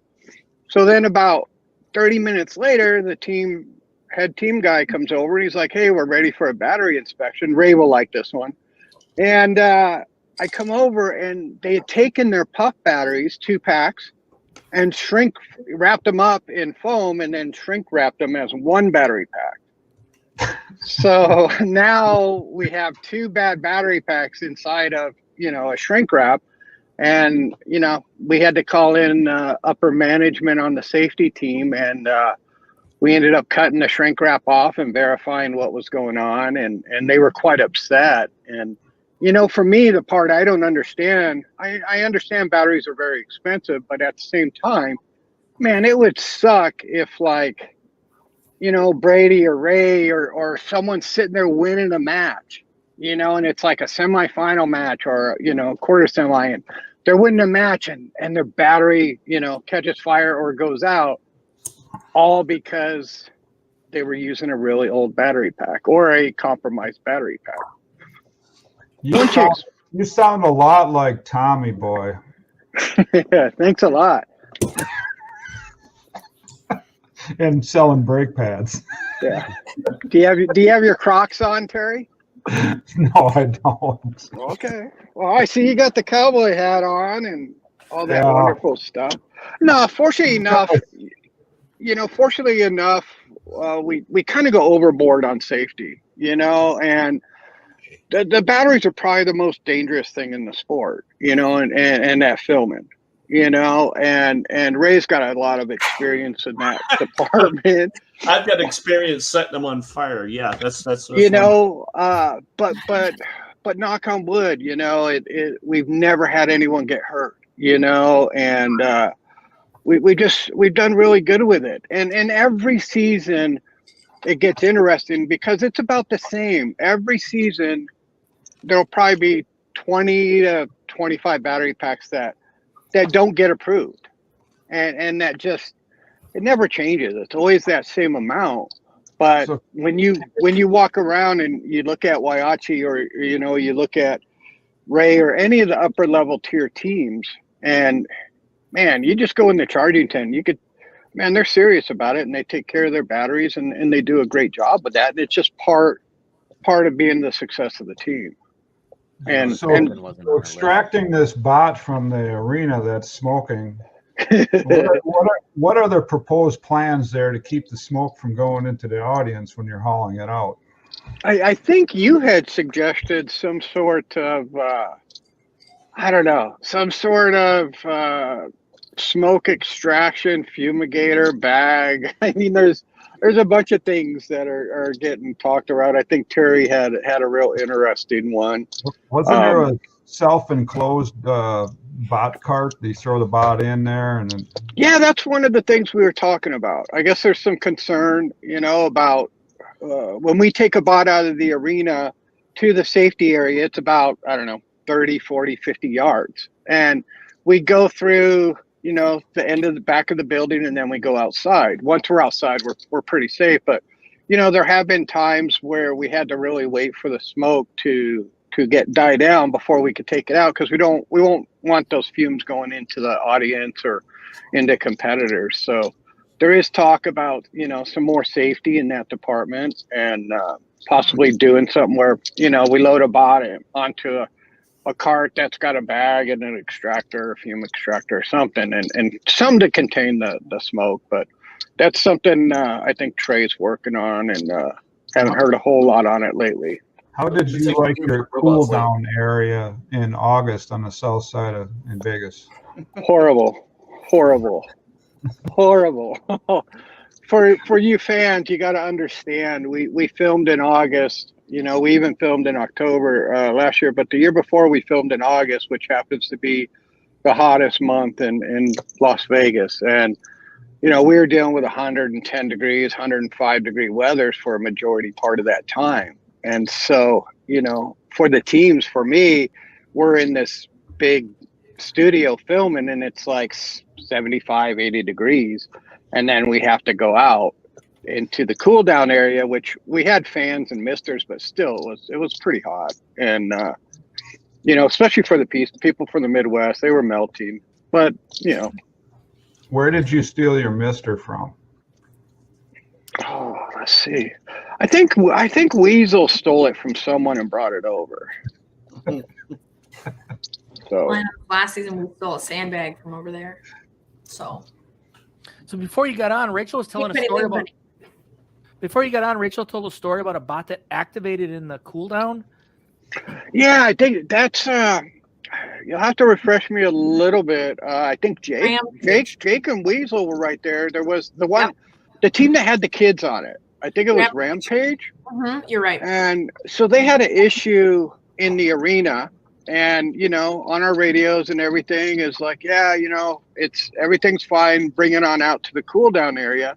And for your fans, we have a cool down area where, you know, we bring the bots out after the fights. We check the temps on them. The teams remove the battery packs out of it, and we kind of give it a safety check, and then they can go on. So they spend 10 to 15 minutes in a cool down area, which is outside. And at Long Beach, we're just out there. And I believe Hydra had just had a fight, and we were sitting there doing an inspection and dealing with Hydra. And all of a sudden, out of the corner of my eye, I saw the other bots' wheels start moving, and it turned out it was a live bot. The weapon was live, the drivetrain was live, and you know, we're fortunate enough no one got hurt, and fortunate enough I kind of know some of that stuff, so I just reached in and cut the wires on it. But that was probably the scariest moment I've had in BattleBots. Well, and I think you're selling yourself short a bit. Full live weapon, going full speed, no hesitation, reached in. You know, I just thought, what would Terry Ewert do? And then I just did it. Listen, Pat, we're big fans. I was sitting right there. I saw the whole thing. I think you said, what would Pat do? How many times did you need a couch to take a nap on and Tiny Hands was on it? Not enough. Not enough. Yeah. My napping's extremely important to the safety. I think I only interrupted one nap to tell him to get his shoes off. He was making black marks on the couch. I think the best napping station we had was at the last Long Beach filming, the COVID filming. Where was your secret spot? In your guys' oh, at Long Beach? At that Long was Beach. the car garage. That was the car garage with the futon. There you go. Yeah. But at Long Beach, Ray will know this one. So there was like these empty rooms in the hangar that we filmed at in Long Beach. Yeah. And I found this room that was where it was kind of barricaded in, where they were storing all the crates from the teams. And I found this room, and I found cardboard boxes, and dude, that was for 3 years. That was my napping station in Long Beach. No one knew where it was. Boxes like a bum? No, I slept on top of them. Midden pile. But it was the best part because I was right there, and then if someone came on the radio, I could, jump up real quick. But the nappage, as Terry and Ray know, is extremely important. Yeah, we don't get that enough. No, As you get older, you need that little, little recurve,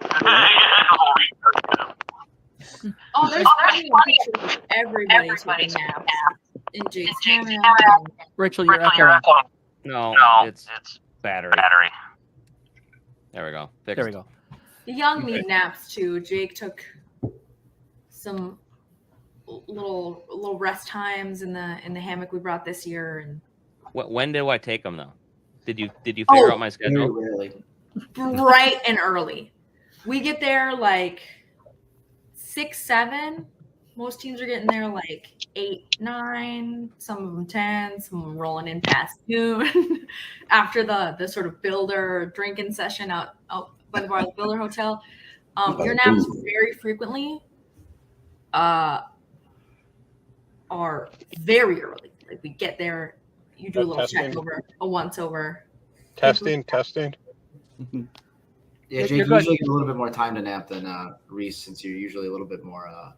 So Pat, walk us through a day of the staff. What time you start? What time you get out of there? Pat, you there? So to add on to this, every BattleBots, I have been like, this, I can't do this. This BattleBot sucks. I can't be here. This sucks. And this last season, they let me bring an office essentially. And I had an office chair, I had a desk, I had a fan. Okay, explain bring though. We didn't let him. He just made it. He showed up and cut a hole in the crate. I mean, fair enough. That's what he wants. The dick hole. Fair enough. The dick hole. And okay, that's okay. I'm back. And everybody, what's my rule at BattleBots? Find a chair. Sit in it. Exactly. So sitting down more was like. Pat, you there? It goes a long way. Go I for came Pat. back. My mic messed up. Hey, walk us through a day of the staff at BattleBots. When you start, what kind of things you do all day, and then when you get out of there. How nice is Oh the boy. food? We're the ones that have to open up the pit area. And so usually the pit's open around, 6 or 8 o'clock or something? That's 6. I think those first 3 days, they open up at 6. Mm-hmm. And so we get there. Luke's my boss. And we usually have Jim Snook or Robert and Michelle. There's a core group of 4 of us that are the safety team, and then we bring in some assistants from like the Las Vegas area, probably 4 or 5 guys from that. So the first 3 days we're just wide open. We're getting battery inspections done, which that's all my department. And then every bot has to get inspected internally. So, depending on the teams and when they're ready, we'll inspect them. And then those are done in the first 3 days.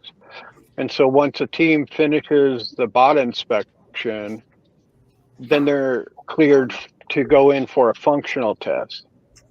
So we have a couple test boxes, and the teams go in there and they test their radio, their weapon, and everything functions.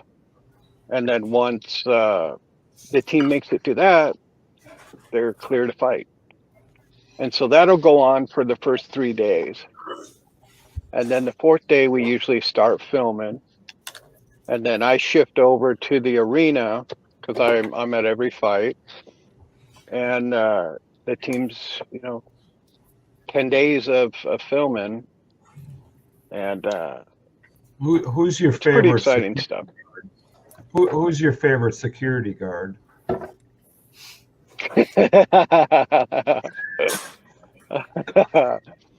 I decline that answer. All right. No, it's great. It's the teams are really good to work with for the most part. I understand it's a competition and they get pretty intense, but at the same time, we're there to make it safe. And like I say, I've been involved in a lawsuit where a student lost part of his vision because a battery exploded at a high school robot competition. Wow.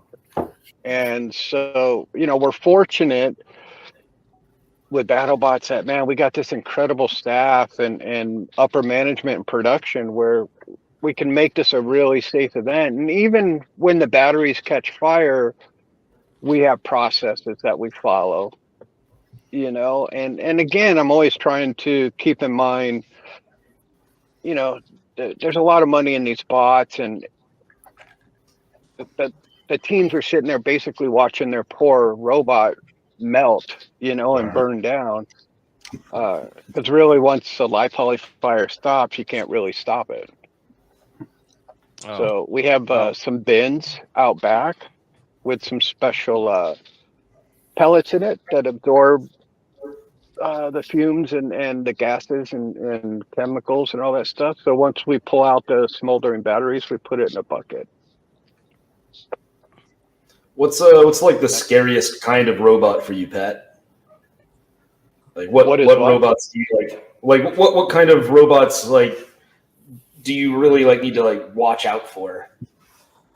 Is it like spinners like Ray with a ton of batteries, or?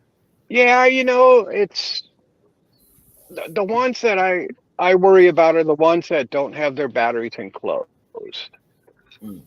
That teams that just have like, hey, here's where our battery's at. And it's right next to the speed controllers or next to their electronics and stuff. Where like Logan and Brady's team, you know, they have them enclosed, and Ray has them enclosed. And so when their batteries do catch in fires, it stays in that compartment, and it doesn't burn everything down. Like we had a bot at Long Beach. God, Terry, what was it? Was it Kingpin? The one that was like a bowling team? Yeah, they did burn to the ground. And I remember. yeah, and so it was like a T, and their batteries caught fire, and it was like up on the one corner of it. And we brought it outside. We removed some panels, but it basically went from every compartment and every part of that robot and like burnt it down to the ground. And the poor guys just, all they could do is just sit there and watch. Are their lipo fires increasing every? You know what's interesting is I keep track of all that stuff, and we're pretty consistent. You know, it hasn't really gone down. It hasn't really gone up. We just kind of maintained, especially in Vegas with the heat, because everything runs a little bit hotter when you're in Vegas with all this stuff. But pretty consistent, you know. We hope every year that they go down, because that's a good thing. But at the same time, I think the teams are pushing the limits even more, and that just creates more issues. Pat, doesn't one of the Brazilian teams run their batteries in the lipo bags? Yeah. Yeah, I mean, we have, like, can I use your bot as an example, Ray? Sure. So Ray's in Tombstone, he's got like this room built into his robot where it's all steel, and his batteries go in that area, and there's a lid to it. And so if Ray catches a fire, it stays within that little metal room. But if you don't have that, it just burns everything. And so we've seen a couple teams, I think Minotaur does it, where they're actually putting their battery packs in live poly bags and then putting them into the robot. What are we looking at here? This is an old Tombstone frame. He's talking about this compartment in the back. Yeah, that's the compartment there. The start of the heavyweight I'm taking to RoboGames. But Yeah, Ray, explain yourself here. What is this? Explain yourself, Ray. It's not a four-wheel drive vert, at least. No, this is a collection of crap that's in my garage. So it was like I felt like throwing something together for RoboGames, and every piece of this, with the exception of the disc, I had that specifically made at one point in time. All the rest of it's just leftover junk from other robots. Hey, we got a new attendee in here, Clint. We should get some introductions. Say hi. Hi. Yeah, tell us a Hello, little bit Mr. about Clint. Not sure if the mic's working. First time trying, just on a Yep, laptop. you're good. Falcon captain. Haven't partaken in BattleBots in 2 years, but staying up to date for the most part, just through the family business, I guess. So. You mean trash talking people online? That's kind of your main goal right now, right? Yeah, I'm just snooping. I lost something. You're okay, Pat. Big old glass of wine. So. You're okay. What kind of wine? There we I go. don't know. It's sweet. I don't like the dry stuff. Same. What is everybody drinking? Oh, bourbon. Party and Coke. I just opened it. I got Coors. White Caribbean rum. I just got out of dinner, so I don't have nothing. Gas station vodka. Yeah. Keep it a cheap, huh? Are we pulling fire? How do you drink that? On the rocks? What did we see a gun check? Did somebody ask Yeah, for a gun check? I think Show so. us a gun check. Gun check? I'm clean. I got a little guy now. Yeah. Well, Oh, Springfield, yeah. not Oh bad. no. Gun check. We don't have guns over here. We do knife crime. Oh yeah. Please, no, huh? Fast knifing's on the subway. This isn't for We women. won't talk to the That's UK people impossible. about knifing Knives are anybody. banned. Yeah, Tom, I expect some sort of large bladed weapon. Gun check? Are you alluding to These are drop the only zones? guns I need. Yeah, this is the gun show. Cool. Yeah. I got the. Oh, Clint had to get up, loser. Yeah, this is embarrassing. Not cool. Oh, Well, my. now we got to just keep going. Then we got to have my favorite one. Is my Oh, cool. my 226. That's my favorite gun. Hello, Logan and Brady. I've got a P220, and it's. This is like a really cool machine. Here, check this out. Raven 500 crossbow. You probably Oh can't my have this in the UK goodness. either. Put that on the next fusion. Is that it? super, Holy super shit. impressive machine. Holy. Whoa. Careful where Dude, you you're don't have to do nothing to Whoa, hunt hey. with that thing. Terry, is that cocked or uncocked? Is that thing legal? That's uncocked. See, that's uncocked, everyone. It doesn't go any Is wider. it illegal? No, it's legal. Yeah. It's just how small the What do limbs you are. take us for? I shot a 10-pointer at 98 yards with that thing Oh this year. my. Ooh. My dear. 98 yards. 8 yards. 100 yards. There we go, Clint. You should have been able to do that with a regular bow. No, that's Yeah, like this. Yeah. Clint, I thought you were just going to go like this. yeah. Well, that would be Reese. He would do that. I'll carry around. Yeah, there you go. These are my lounging clothes. So tell us about this Falcon. Falcon people is are dismantled, asking. contemplating being sold by the piece. That's about it. Long-time troubles have been the ERPM issues for the VESC, which I was told by the company that I bought them from would be compatible with the motors that I bought them from at 12S. It turns out they can only run at 8S safely, so I was pretty much kicked in the balls from the beginning trying to run 12S. And the reason for the two weapons, fail-safe mode and shut down, and that explains basically every problem that it had in all the matches. So is it getting changed and coming back? I don't know. I don't even know if it's wanted there. You know, there's so many other vertical spinners and drum spinners to begin with. There's a lot of bugs to get out right now.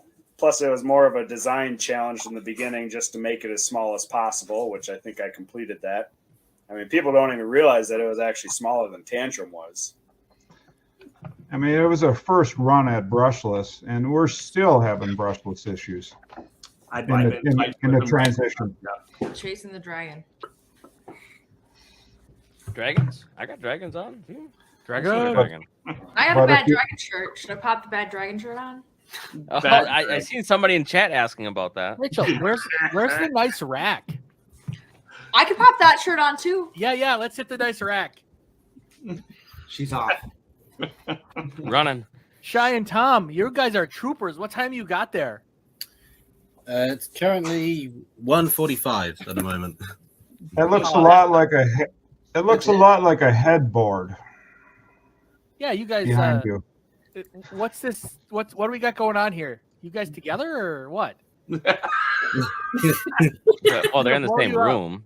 I'm gonna blow you up. I've had a few. So no, you said earlier that you play video games and something that happened during the pandemic. You connect over the internet mostly. Yeah, so basically what it was is because during the pandemic, especially over here, they locked down everything to the point you literally couldn't leave your house to even like walk your dog or anything like that. And because we're best friends and we used to sort of hanging out pretty much every weekend together, and we live, well, to us it's a ways away, but I suppose in America it's like nothing. But we live like hour or so by train away from each other. So we started doing a thing where we would just sync up videos on our laptop separately while also having a video chat, so we could still watch all of the stuff that we wanted to watch during the pandemic or play video games. That's kind of how I watched BattleBots at one point. Just both hit play at the same time. And hope we can get synced up properly. Well, that's fun. What's your game of choice? I wanted to add on the earlier discussion about safety. I wish I could say that original Robot Wars had the same safety standards that BattleBots does. Oh, yeah. There was I remember one particular incident back in 99, I think it was. And they had a robot backstage and they were carrying it, and they dropped it. They accidentally dropped it, and it was a robot with a yeah. We went to Robot Wars. Keep going. Sorry, yeah. They had it backstage and they dropped it, and it was a pneumatic spike robot, and it fired and it went straight through somebody's leg. No. Yeah, I mean, you had clips as well of people to try and show off like the motion of their weapon. They would literally physically spin it and then nearly have it just go straight into their leg or their arm or anything, and we're kind of cringing the entire time. Holy shit! Yeah. I don't think I've ever heard of an actual injury at a robot fighting event in the United States. Has anybody heard of anything? I mean, I threw my back out trying to lift Fusion up this last Hey, none of that. Yeah, I mean, you get the normal somebody cut their finger or smash their hand or something like that while they're working on it, but to actually have a weapon hurt somebody, I've never heard of that. There was a close one though.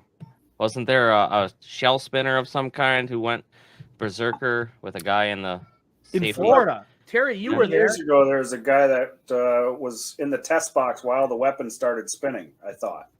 Terry, yeah, you were at this event in Florida when a spinner went off on the table. Do you even remember this? This was the Steel Conflict, I think. Steel Conflict was in L.A. No, then it was the Florida event. You were there with I fought you with YU812. Yeah, that was in that arena that was built up with I-beams all the way around. You had to lift the bot over the I-beams to get it in, right? Yeah.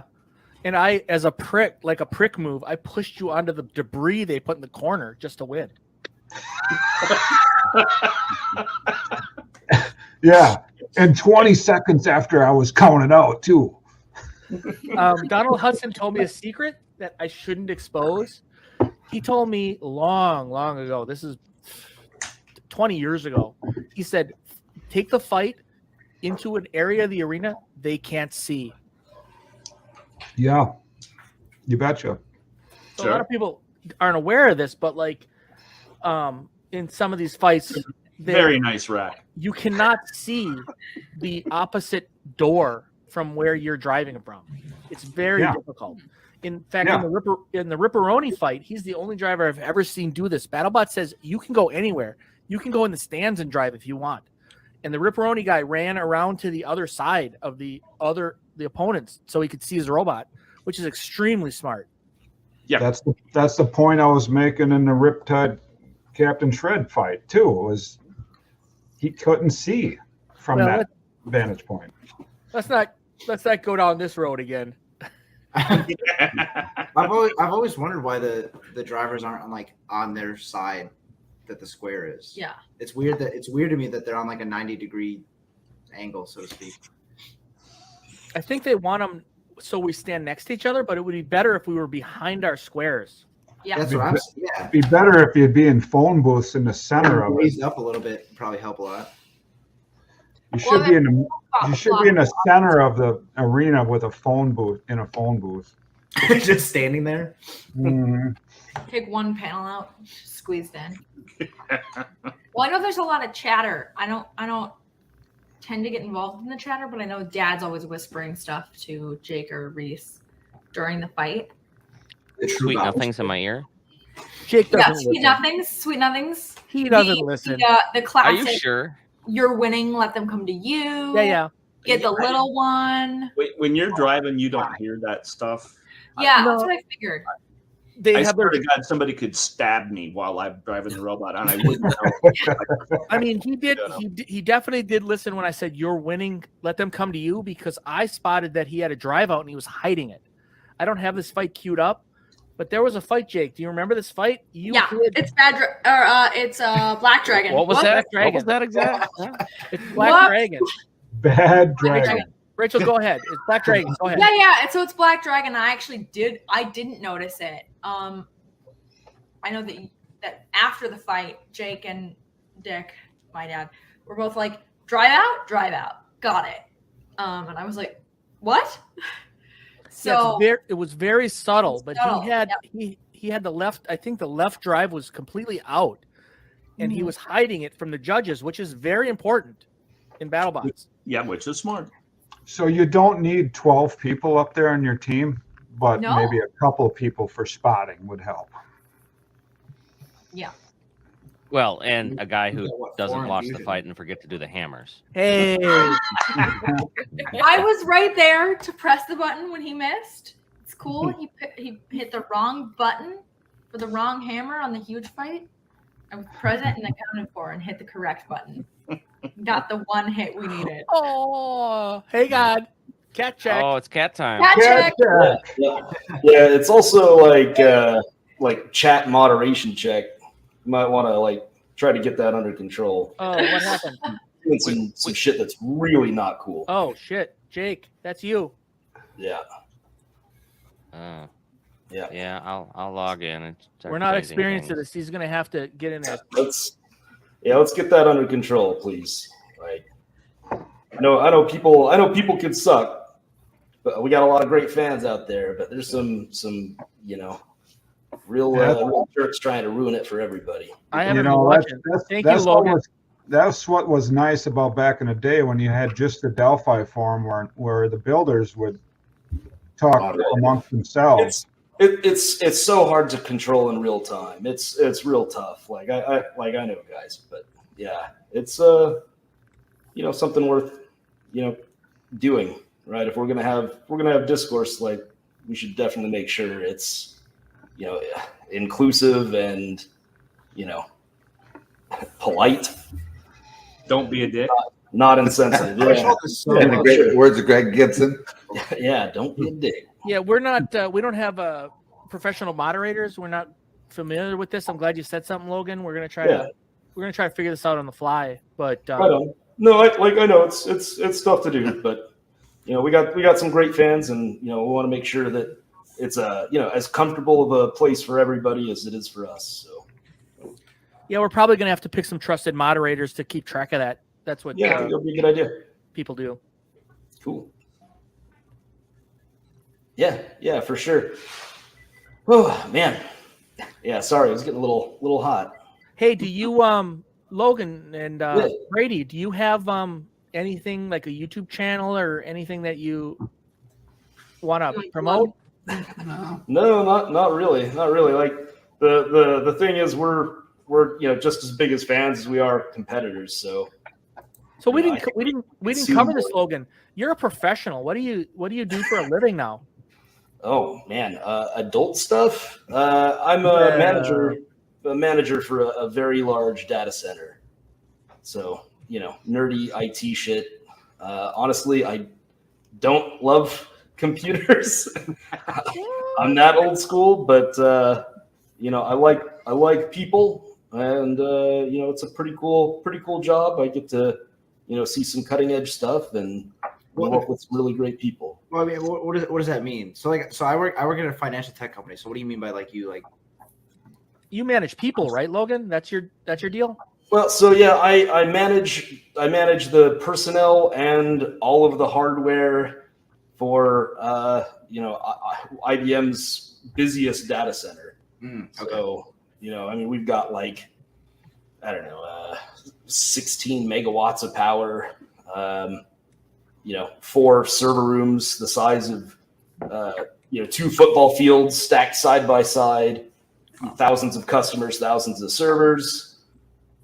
So we, that as a manager, I just try to make sure everybody has the tools that they need to do the job to keep the servers going so we can keep the internet up and running. So you're the one keeping AI going. Yeah, sure. Why not? Yeah. So, I mean, we don't really host Watson at my site, but yeah, I mean, as part of IBM, sure, we can talk a little AI. You can put a little bit of blame on me for keeping the servers running. So when the internet's slow, we can email you and complain, right? Oh, sure. Everyone else does. How big is this data center? How physical size? It's massive. It's like a quarter-mile walk from the parking lot to our offices. Like I said, we've got 4 rooms. Each room is like the size of 2 football fields stacked together, and those are just the rooms that we have in that location. There's other rooms. And is this powered by green energy? Yeah, sure. We all like to say it is, right? Green energy, right? Yeah. Clean coal. Clean coal, everybody. Yeah. Well, they'll pretend Intel's got a big solar field on site where I used to work before I retired. So they can say, look, we've got the solar field right there. It was like a minuscule part of their power. I mean, they're still pulling it off the grid, but they can have a straight face when they say, look, we support green energy. Yeah. What about when you used to work at Folsom Prison there, Ray? We didn't have any green energy there. No. Great stories. No green energy. Yeah. I mean, when you were there, was that the time Johnny Cash was there? It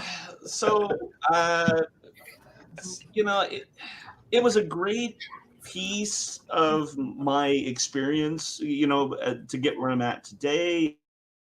A good income. I raised a family on all of it. It'd be unfair of me to speak poorly of that job now, but I'm glad I got away from that. I really am. It's still a viable prison today, right? It's still going? No, it's still there, and will be. They're going to continue to lock people up, so it'll be there long past all of us are gone. Are they?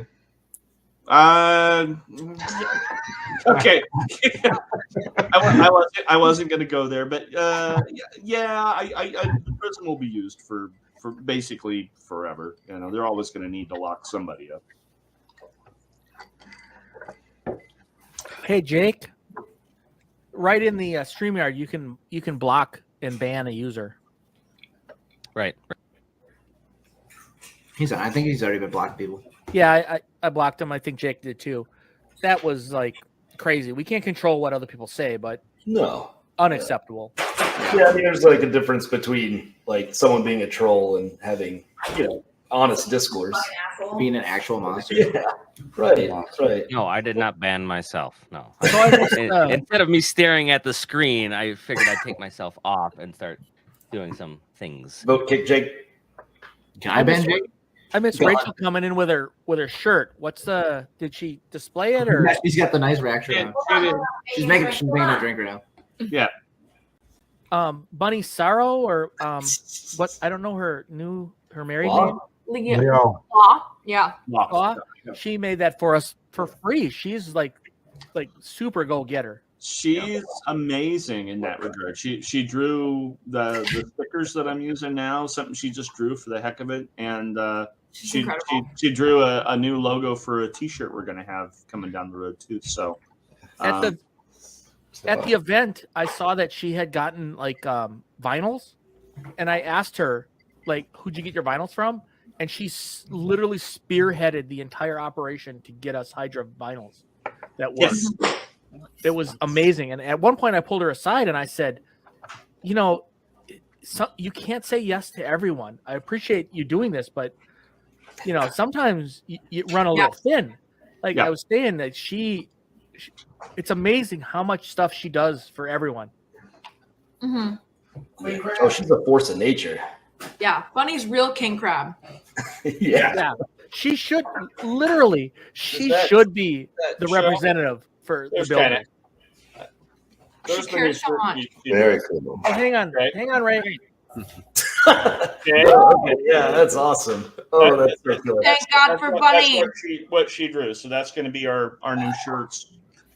You know, going forward. Bunny, queen crab. Yes, please.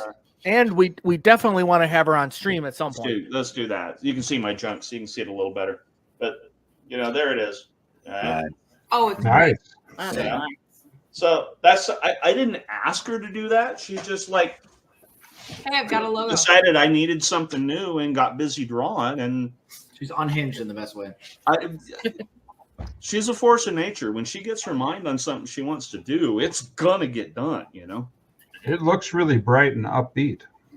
Yeah, where's the I kill everyone vibe? Yeah, maybe she's too sunny for a tombstone. Needs to look a little more grim. A little more And poor Bunny had that running with the scooter too. Yeah. Oh gosh. Poor thing. Oh, Pat's not here. He knew something about that scooter crash. Yeah. So she, What's to know? She crashed. So she shows up, and I'm like, "You better have a good story, or your husband's gonna end up in jail." And she's like, "Yeah, they security saw me crash on my scooter." I'm like, "Okay, you're good." But I'm not gonna post it. That's her story to tell. But she like crashed a scooter like straight to her head. Yeah, right to her face. She was, you know, I was walking out of the event back to the hotel, and they were just walking back from the hospital, and her and David. And right away, I looked at her. What in the hell happened to you? You know, and then I said to David, "So did you get blamed for this?" Yeah, I didn't. Man, it was a bad fall.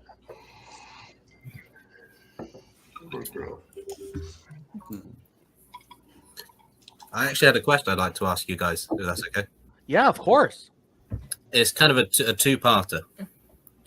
So we have a little joke between us. Skill for years and years in different events. You win that game, and you bring a weapon to the fight too. It's pretty amazing what they can do. I mean, Paul, I don't think he was overvolting anything. I don't think he was running anything to the max. He was running brushed motors and just, I mean, making people look stupid, which is what I always said, you know, that's the goal. If you can go into a fight and make the other bot look like they couldn't do anything, you've totally dominated that fight.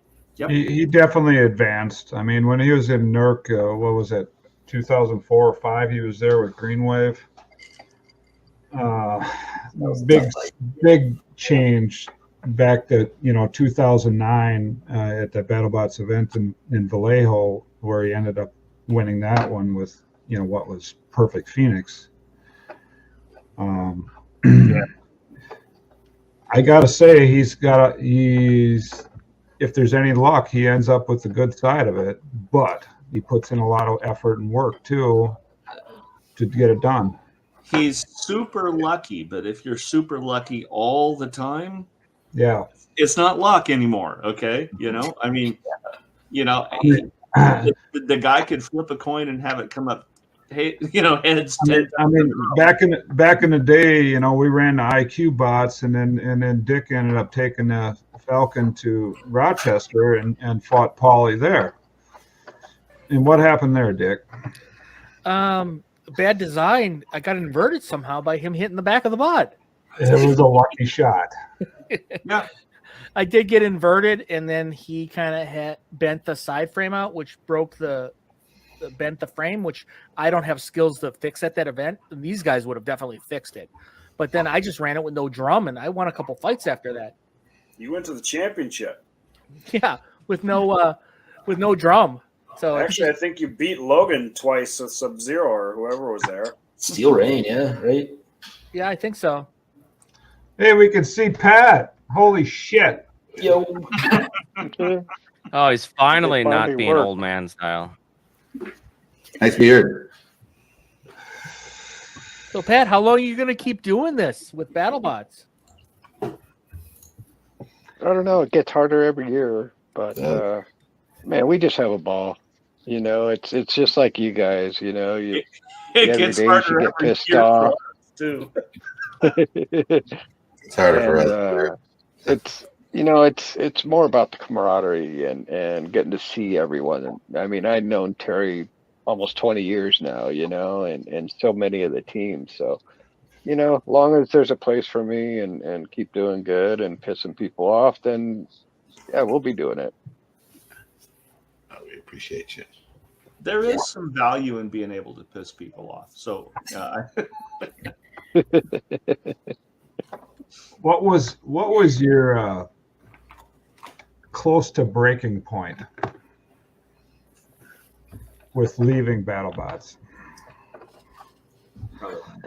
We had an incident this year that really crossed the line, and it was unfortunate. I really can't say much of it publicly, but it's just you try not to take it personally, but it's BattleBots has changed a lot in the years, and it's these teams are putting out massive amounts of money to fix these robots, and the destruction every year is huge, and I see that. I'm the guy that gets to escort every bot out of that box to the cooldown area, so I see the damage and everything, and it gets a little intense at times, but it's, man, about the time we're all sick of it, it rolls around and we're all excited for it. Oh boy, don't start this one. The Bill story from the casino. Who knows the Bill Dwyer story? Yeah, I do. I bet it's Weasel story. He almost got us kicked out of the casino. That was hilarious. Oh, Ray. Ray knows it. You tell it. Story. Yeah. Okay, so we're all in the casino. We're having a good time. We're doing a little bit of gambling, and Bill Dwyer's there, and he's getting louder. Okay, and keeps getting louder and keeps getting louder, and so at one point in time, I forget, he said something slightly off color and at the top of his lungs, and we had somebody from some security come over and basically tell him he needed to knock it off or they were going to make him leave. And the part that would made that funny was the security guy that came over and talked to us was 5'3" if he was wearing tall shoes, right? I mean, he was this little, not quite midget, but almost. And, it was hilarious because he come up and he was very serious about it. You need to knock that off or we're throwing you out. And it's this little itty bitty guy that's threatening Bill Dwyer at the time. And we were yay close to getting tossed out of the casino just because he was. So it was you, Bill, and Reese. You were playing what, electronic roulette or something? Yes, it was roulette. John Remar was there too. And John. Yeah. Oh, it was funny. It was funny. Yeah, I mean the store we got out in by the pool area where all the builders usually sit was Reese came back from the casino. It's like, we just got kicked out because Bill Dwyer was yelling. They came up to me because I look homeless. they did. Security stopped him and kind of they thought he was homeless and they were giving him the whole rundown. Well, who are you? Where are you at? Well, Security Yeah. always stops Reese. Reese looks just Hobo this side Jesus. of Hobo Jesus. So Yes. they were like, hey, you're all yelling. Clearly this is Reese's fault. You're all getting kicked out. Yeah. And Reese comes out drunk as a skunk, we just got kicked out of the casino That's because great. Bill Dwyer. Yeah. Well, and yes, Reese had more alcohol than the rest of us, and none of us were sober, but he was clearly having more fun. That may or may not be Trevor and I's fault. We may or may not have gone to the strip. It may or may not be relevant. It's Vegas, baby. Everything's okay in Vegas, all right? Relevant. That was the same evening that sitting by the poolside area, Trevor and I are sitting there. Terry comes by. He's like, I'm going to the casino. And I said, Terry, very seriously, very drunk. Terry, I love you. And he makes this like very Terry face at me. He goes at me and then walks away. No reciprocation. Like, okay, cool. We have an understanding. Got it. Cool. Was that Fremont Street night? Yeah. I remember Fremont Street night. Maybe a little differently than you guys. Yeah, we went to Fremont Street. Trevor had rum and Coke in his little water bottle. We all downed that before going. It was very absurd. It was a Halloween night. We heard them play Zombie by the Cranberries, which is about generational trauma, like as though it was like a fun Halloween party song. So that was very bizarre. We went through a bunch of casinos. We're like, we're going, we're leaving. Yay! There's no such thing as a normal. Typical Midwest people coming out west. That's just it's always. If you say Fremont Street, you know it's a weird experience. There's no such thing as a normal. It's gotta be bizarre. Halloween, like it was. Yeah, fully like the Halloween celebration. It was not Halloween night, but it was the day that they had decided to celebrate Halloween at Fremont, and the weirdos were out in full force. I can't say we weren't the participants. I was in the gonna say, weirdo I think behavior. we were part of that group. We were part of the weirdos for sure. I never really truly believed that Reese got like recognized in public for being the guy on BattleBots. I just didn't see it. It didn't register for me. Boy, did he. People had been like, hey, just saw the fight, just whatever, like you're from BattleBots. Nothing for anybody else but Reese. He strikes a chord, people recognize him. Seeing these guys walk in public around Vegas during the shows was very bizarre. It's crazy. They're like, oh, Jake. Oh, Reese. It's like, how do these people know me? Yeah. Well, the thing is, they'll come approach you like you've been friends for years. Yeah. Okay, and that's the weird thing. It's like, I've never seen this person before. I have no idea who they are. And all of a sudden they're, hey, Ray, how is, and they'll start asking questions about my personal life. And it's like, I don't even know who you are. They've known you, but you don't know them. Exactly. And I mean, they're engaged fans, and more power to them. I mean, the fans are great. I love them. It's just, it's weird sometimes. Do you have any negative fans? Get a few. Not in my face. Usually through email or messenger or something like that. Then I'll get some interesting negative comments. No death threats. Some vague ones, like I'm going to find where you are and I'm going to get you, sort of things. It's like, well, I'm not hiding. Come by and say hi. I mean, it's but yeah, in person they've always been completely positive. Yeah. Where'd you get the hat, Terry? Country Fest.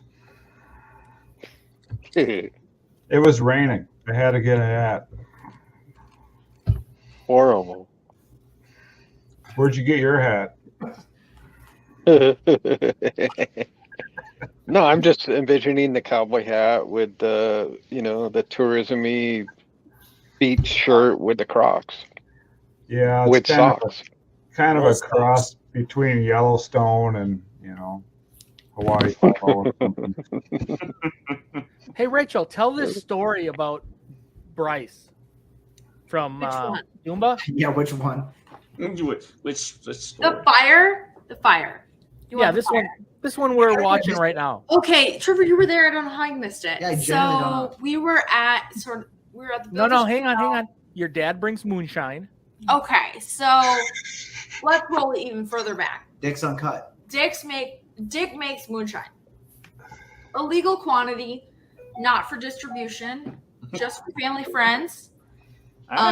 In the basement of his home in Wisconsin, and that moonshine Just is give him his address. Yeah. not. Listen, if they did, he'd have 40 cameras surrounding the home. Someone The came. revenue should be after you. So he makes 160 proof, double the percentage of a normal alcohol. That's watered down. And that's cut, right? He tries to prove it to the number to the highest percentage he can possibly get. He makes it sugar, yeast, as clean, pure as possible. He runs it through a Brita filter 6 times to make it just delightful. It is, you pour one shot in, trash the whole evening. It's fantastic. He sent us a bunch of stuff to go to Milwaukee. We don't have any in Atlanta. That's a problem for us, but nothing we can do about that. We bring 2 liters of that stated shine to BattleBots. We're sharing it. The Brazilians have a fun behavior where when they show up to the builders party, they just start offering other people's liquor. So they're offering it. People are drinking it. People are pouring it. People are not Team Whyachi. And some ends up in a really classy, tasteful martini glass. Bryce of Team Roomba lights it on fire, up in blue flames. Genius, very cool. He blows it out and sips it. And he's like, that is very hot. Because it had been on fire. So he lit a little moonshine on fire, drank it out of the martini glass like an absolute G. I'd say about 2-3 ounces of it. So a significant quantity of alcohol for the moonshine in particular. So Bryce is trashed the rest of the evening. This is the video in question that we captured of the moonshine in fire. We're burning for quite a while. Yeah, that wrecked everybody that particular evening. I think we were sitting there with Reese and I drink a lot of that. I think we were sitting there with Bryce from Dumba. We were also with Gus Collier of Banshee this year. And Philippe, last name unknown. I'm sure it's French in nature. Oh yeah. Philippe Voyer. He was also present during this moonshine consumption. He's also on Dumba, right? Also on Dumba, French Canadian. Harold's from Quebec. But he still has guns, right? After I made this short and sent it to Bryce, he sent me the original video he took of the flaming martini glass. So this is before he blew it out and drank it. Before he blew it out and drank it. He did, in fact, blow this glass out, drink it. So the important question is this coming back next time? Because I want some of this. Oh, I will definitely BattleBots moonshine. Yes. Only 2 liters for the people that want it. Maybe 3. It's A shot. I'm incredible. happy. Just a little piece. Yeah.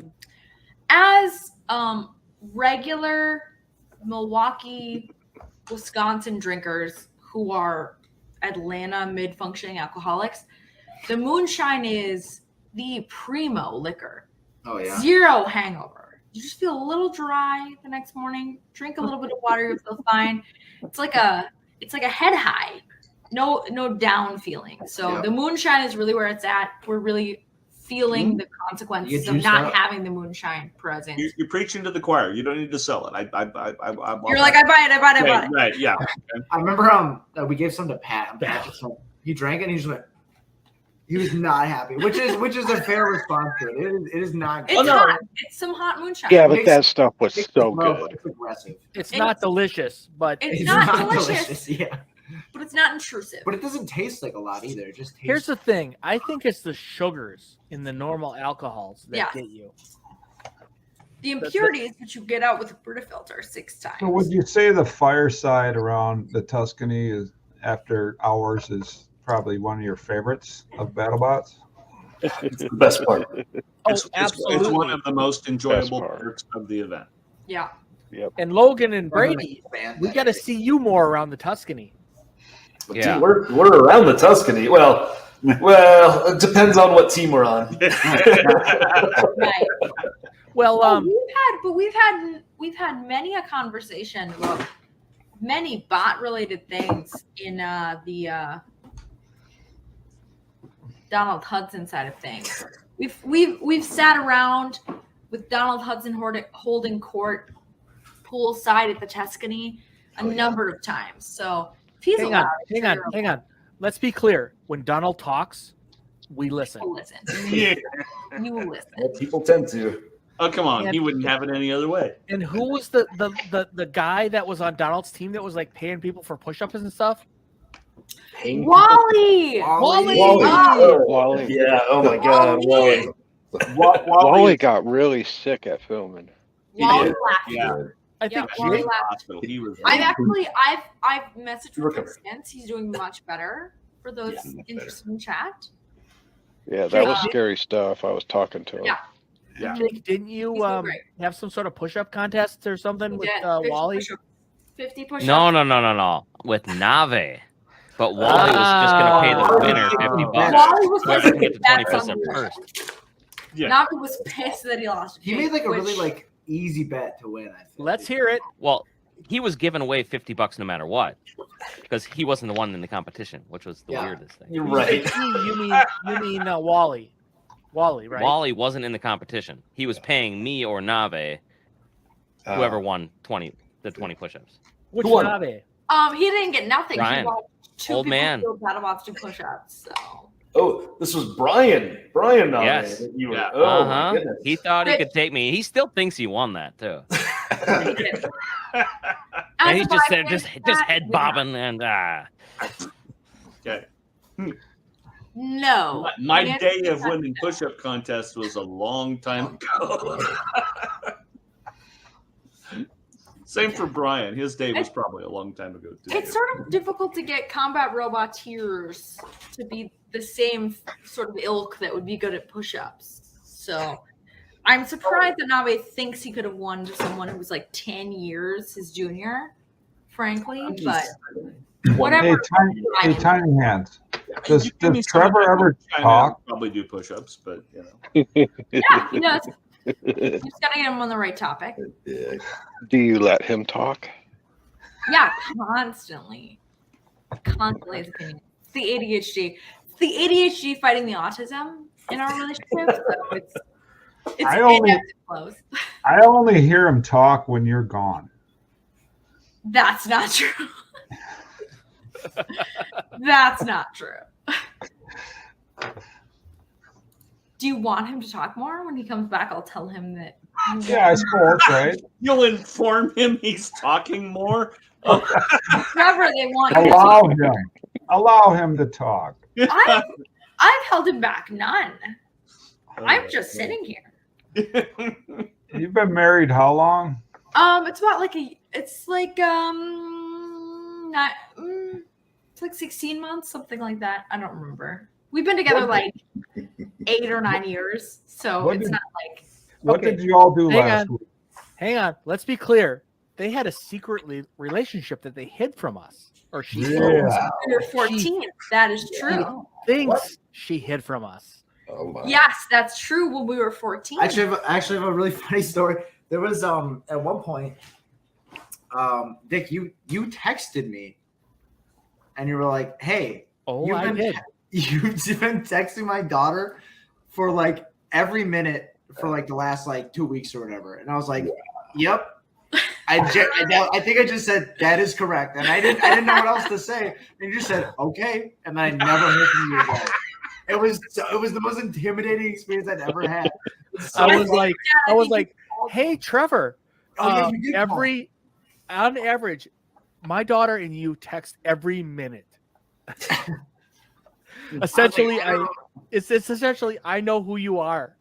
Yeah, it was like, and you were like, T, okay. This started when you were I don't know what to 14. do. He found me. We didn't communicate for about 4 years, and then I went to the restaurant he worked at, and he texted me, and I was like, "Well, all right." And then we entered a relationship. At that point, rest is history. Full marriage territory. Ooh. Hey, there's Logan and Wood. Yeah, who is that, Terry? Terry, who is that? That's my cousin Wood. Oh, wow. My goodness. It's a long time ago. Yeah. I've spoken so many times. I've spoken more than you, so. Yeah, it's like young Logan. Young Logan. That's weird. Young Terry. So, Tiny Hands, why did you leave Dick to move to Atlanta? So Trevor went to film school. He wasn't making enough shine for us. Yeah, honestly, it's that Dad was not supplying us enough shine. We lived tried to bribe us we not lived to in go. Milwaukee. Yeah. Graduation. Trevor went to film school. I got 3 degrees. One of them is film studies, so not quite film. And there's just no work in Milwaukee. And there's work falling off of trees. There's work being pushed over balconies Hey, you in trip and Atlanta. fall and you fall into a job. You trip and fall into a job. So Trevor's already had a film job in Atlanta. That's why we moved to Atlanta. To address chat, thanks, Speedy, for the question. Tiny Hands is I have the smallest hands on the team, and Fusion is very cramped in there. So when Reese drops Bolt, it's Tiny Hands, fish this Bolt out. But since I first joined the team, and they also got a little magnetic tool, so he doesn't really need me anymore. So Tiny Hands is kind of a misnomer. I also don't have particularly tiny hands. I have the smallest hands compared to the team. Can you compare them to Trevor's hands? Oh, yeah. Yeah. Okay. They are smaller. I but have they are not tiny. I have Okay. seen her hands covered in lipo-fired goo. Yeah. And Stinky now hot I'm goo. realizing Pat's not here, or is he? I don't know. Yeah. We should probably have gloves on, right? Yeah, just a second. We should Hand probably not be There we go. rubbering our hands on that lipo goo, should we, Pat? That No, shit is no. so nasty. Only if you're a coward. Yeah, you don't want to be messing with that stuff. Oh, we mess with it every season. Yeah, but there was only like one where it was lipo stuff. Most of it was exploded APDs. Yeah, it's usually the APDs. We get this like epoxy 2-part sort of coating on it that we have to spin while it cures. That melts into this horrible black peanut butter. Yep. Then we have to scrape Well, out of the pot with How Scotch. long does it take Ray to clean out his bot? I am still scraping shit out of that frame right now. That's circa. No, you just gotta paint it. You just gotta spray paint it. Once it's clean enough, you Yeah, spray paint it. actually, Dick told me that the other day. It's like you scrape what you can scrape, then paint over it, and you know what? It makes it a lot easier to do. Oh. I'm There's- happy with that. Yeah, There's, Dad and I there's a picture of Luke and Reese back in 2002. Wow. 2002. Oh, wow. Sow driver and fusion driver. That's season 5. Luke actually drove a bot that season. It was It's a red square.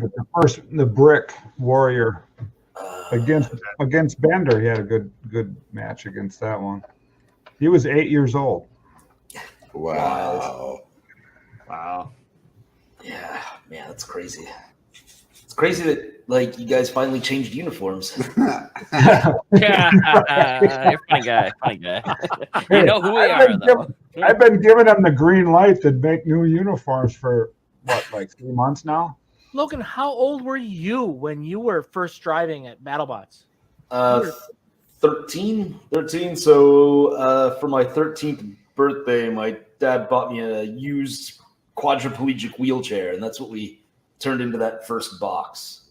So, and that's after Logan watched Robot Wars on TV and said, "Hey, Dad, I want to do this."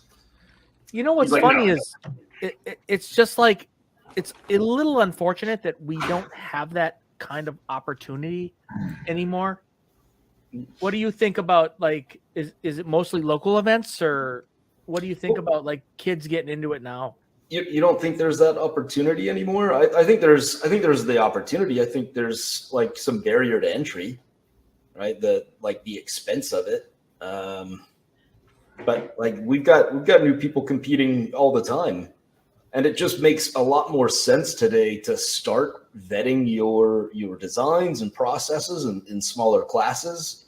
You know, get that experience, and get that knowledge, and then when you feel like you're ready to jump into the big leagues, do it. So you don't think starting out with a 340-pound super heavyweight is the way to go? Actually, when I built for that class, I researched the weakest class, and Us that too. was the weakest class with the least robots, because at BattleBots it was single elimination. That's why. That's very harsh.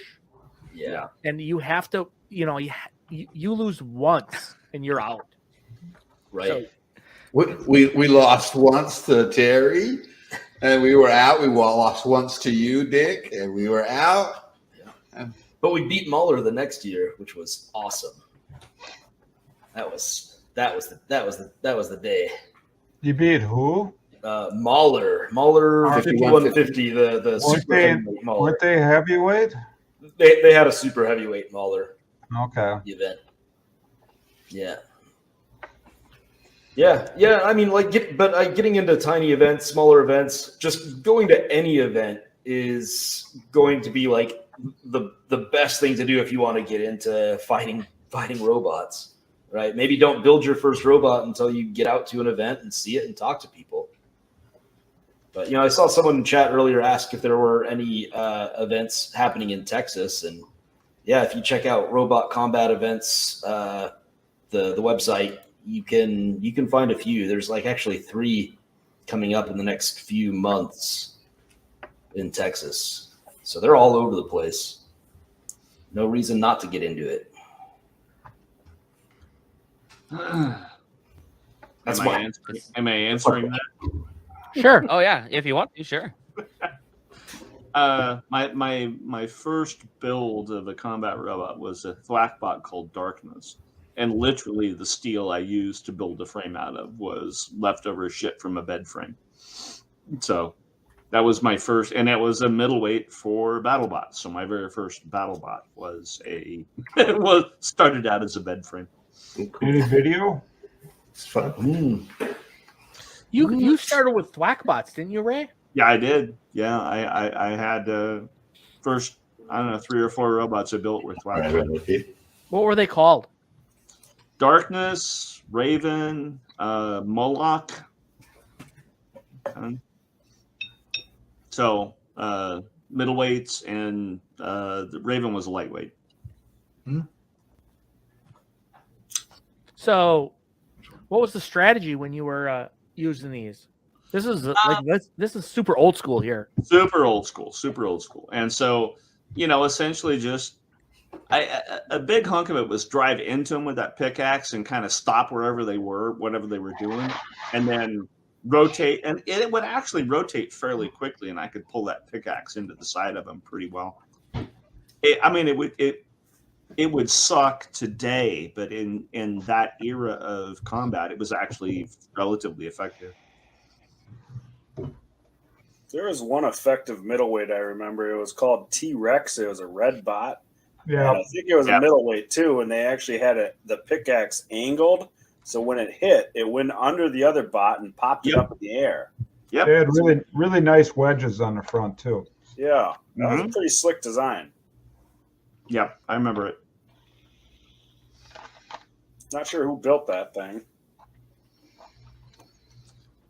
We've lost a lot of people along the way. They didn't just stick around, and some of them were cool people that would be great to have around still. They wised up. Yeah, and we haven't. Yeah, I know. I won't argue with that. Oh, so here's a question from somebody. Between Logan or Ray, what do you guys do with Vex and First Robotics? You guys contribute to that or have any local things next to you that ask for help?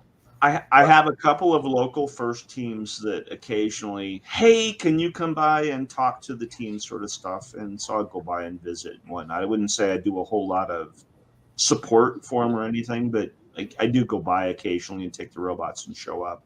I think First is a great program in general. Yeah, absolutely. Yeah. I think you've helped out at a few events, right? Yeah.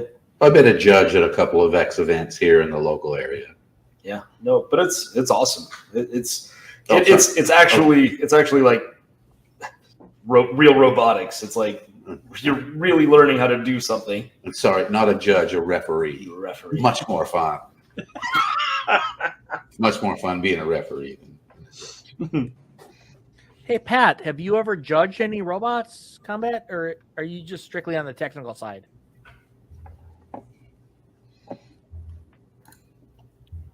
Oh, did we lose her?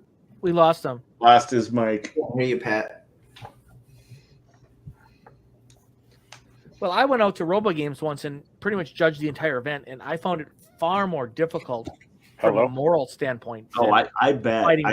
I wouldn't want to judge. I wouldn't want to do it. I've never judged. Yeah. Would you be up in the balcony like the two old Muppets guys? Oh, exactly. Yeah. Yeah. So there was that one match where Terry and I were sitting up and we looked like the two old Muppet guys up there, up there in the COVID booth. Yeah. I was hoping somebody would have caught that picture because that would have been funny as hell, but nobody did. You know, now that you kind of mentioned that, when we got to stand in for the crowd during COVID, I actually thought that was kind of cool and that they should do more of that. Yeah, I was disappointed. Yeah, that was pretty cool how they handled that. That was pretty cool how they handled 2 years ago, and they didn't have that set up, and I was really bummed because I was excited to go watch all the fights like that, and they didn't have that. So it'd be nice. I think the crowd would like it too, like to see all the builders up there. You know, The thing also was, being hyped up. it was cool that they had us do it. It sucked when they said, "Hey, we need you in the box so you can go be in the crowd." And it's like, I'm working on the robot right now. I can't go out there. And, Yeah, and sure, that happened a lot where they were coming to try to drag me out to sit in a box, and it's like I'm busy right now working on the robot. You go away, and so Production needing you at an inopportune time. I can't. yeah, and it's like. I remember telling one production lady, and I almost made her cry. It's like, listen, I know you guys have made me be the bad guy. You're going to find out I'm the bad guy here in a minute. I'm going to start yelling you. Go away. All right? You need to leave my pits now. Okay. Now that was for us. It was rough. We had like 7 or 8 fights that season. And so not only were we just working our hearts out, but trying to accommodate production too and going. It's rookie numbers for these guys. That's rookie numbers for these guys. And it's important that you work with production. I will bend over backwards to make their life easy as much as I can. But there are times when I need to tell you no, and when I do, you need to listen to me. You know.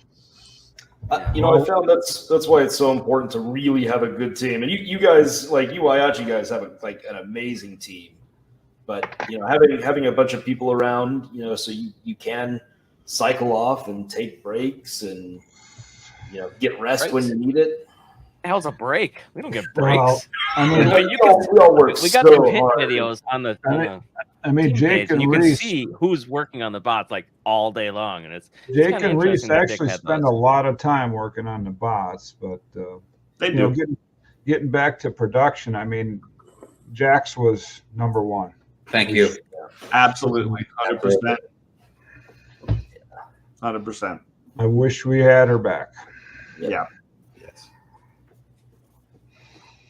Yep. Maybe one day, I hope. I'm not holding my breath, but No, she won't be back. But I mean, it's She's got a really good gig now. no, good for her. That's awesome. It just kind of feels like everybody's expendable, and it's unfortunate. Yep. Yeah. including I think we all saw of that this year. That's the weird part. Yeah. And production as well, Pat.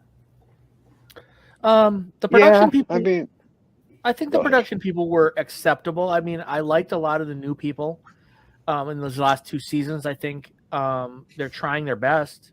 They come with a lot of experience, and they spent a lot of time with us, mostly trying to convince us to do what they want. But they were very personable.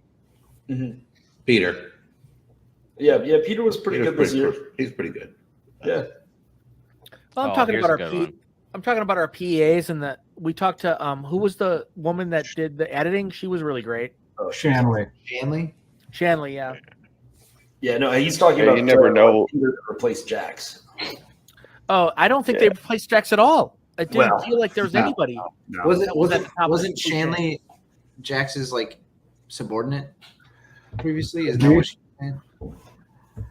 It didn't seem like there was a queen bee at all this season. Yeah, there was. Yeah, Right. They supposedly brought in that guy from Ninja Warrior and stuff. He was the God. He had the gay guy with the multicolor hair. Really, Peter. It's Peter. Oh yeah. Peter. Yeah, he was supposed to be the quote unquote new Jax, is what we heard going into the season. But we barely saw him. We saw him quite a bit. Yeah, we saw him a lot. Oh, really? Yeah, he was nice. He was helpful. He answered questions and to make shit work. I never saw any issues with him. I just feel like the couple times that Whyachi needed something, we would usually have to go find him. It's not like he was hard to find either. He was over at his desk, just kind of doing whatever. So. Yeah, I mean, he'd make his rounds. He'd come by and chat with us over at the Lockjaw pit. But yeah, I mean, like, it's impossible to replace Jax. Right. Yeah, that's what I was gonna say. We all were so used to Jax and that vibe and everything, and no one can replace that, And I know I miss her tons.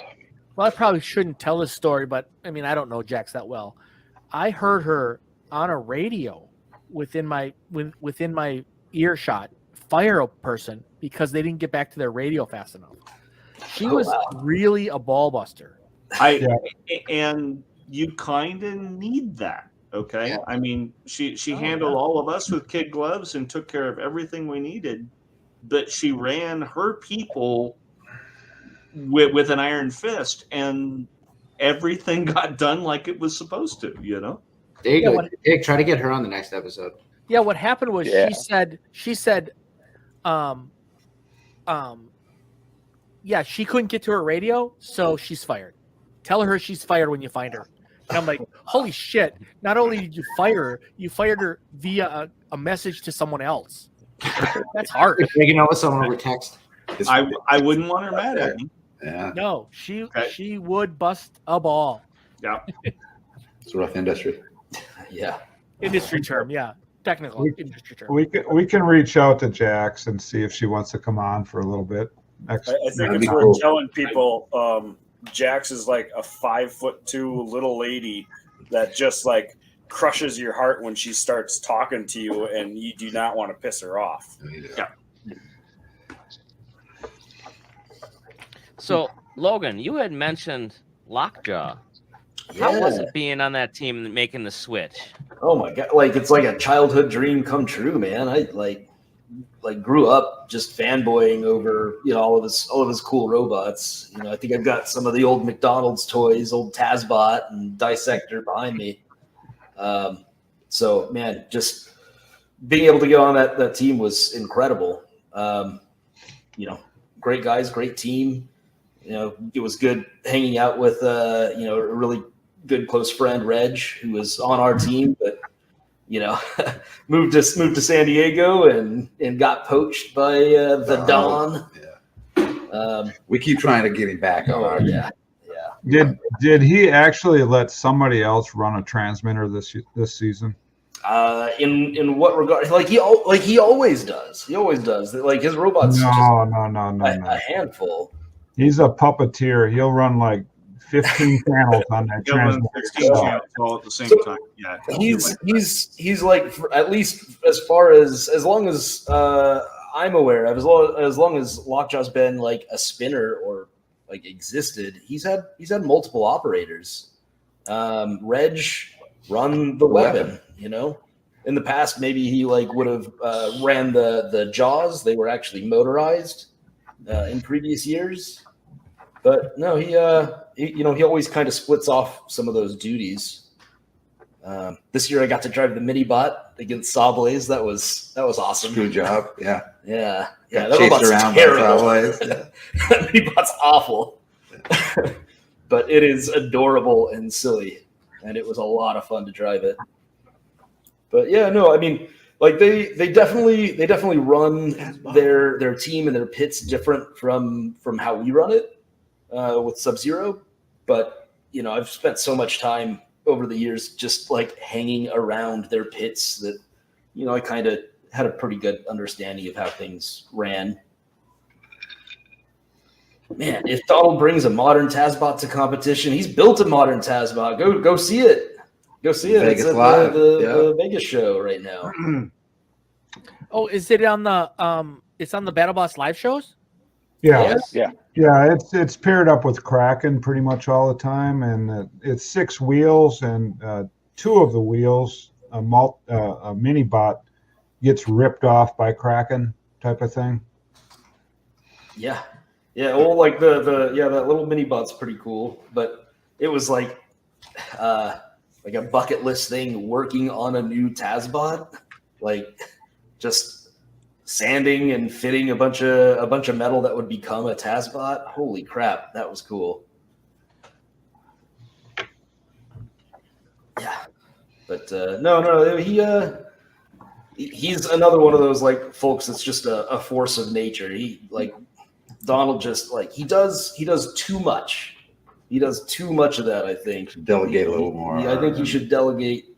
I think he should delegate a lot more. Like I know, you know, when you're sinking that much time and energy and effort into something, you want to make sure that, you know, you do it your way. And you know, sometimes I'm sure he builds up like a kind of like a pre-fight. What would you call that? Like he's got a ritual. He's got a ritual that is all of the little things that, you know, I'm able to rely on my amazing team to do, like get the batteries charged, get them, you know, installed the right way, and prepared and zip tied and going through and, you know, tear down. You know, just takes so much of that on, and you know, it's tough. And you know, I might be like the youngest of the old guard, but man, like we're all getting older, and it's just too hard to do it all by yourself. Yeah. So I actually have a good story about Donald Hudson at BattleBots 4.0 when I came in and I was in what I call the low rent district. Kind of at BattleBots 4.0, for everybody who knows, the people who would skip the preliminary rounds and go straight to the TV rounds were people who did well on the last season. So they were all pitted up front. They were and I was way back. And I was going fight after fight. You got to win every fight to get through this tournament. Nobody came and looked at the robot except Donald Hudson. And I take that to believe that everybody else was just like, oh, it's just a guy, new, bunch of motors, and don't have to worry about this guy, right? Donald Hudson came over and he looked at it, he evaluated it, and I mean, he ended up losing, but it was I give him a lot of respect for, you know, taking that time to come over and really evaluate his opponent. Yeah, crucial. Yeah, it's important. You know, yeah, it's kind of a diss if you don't do that, really. I mean, and it's you need that intel no matter where you sit. You know, if you think you got the greatest bot ever and whatever, you know, you need to have intel on the opponent. Your most dangerous opponent is always your next one. Okay, it's not everybody else in the tournament. It's when you're fighting next. That's your most dangerous opponent. And it's nice to have friends and allies that know things that you don't, that they share with you. Yeah, I can do a little spying for you. That's what Dick Dick's for. actually loves playing the spy. I mean, I can remember, I think, season 2 reboot, going over to Ghost Raptor and checking him out. Oh, we don't bring that up anymore. We went over And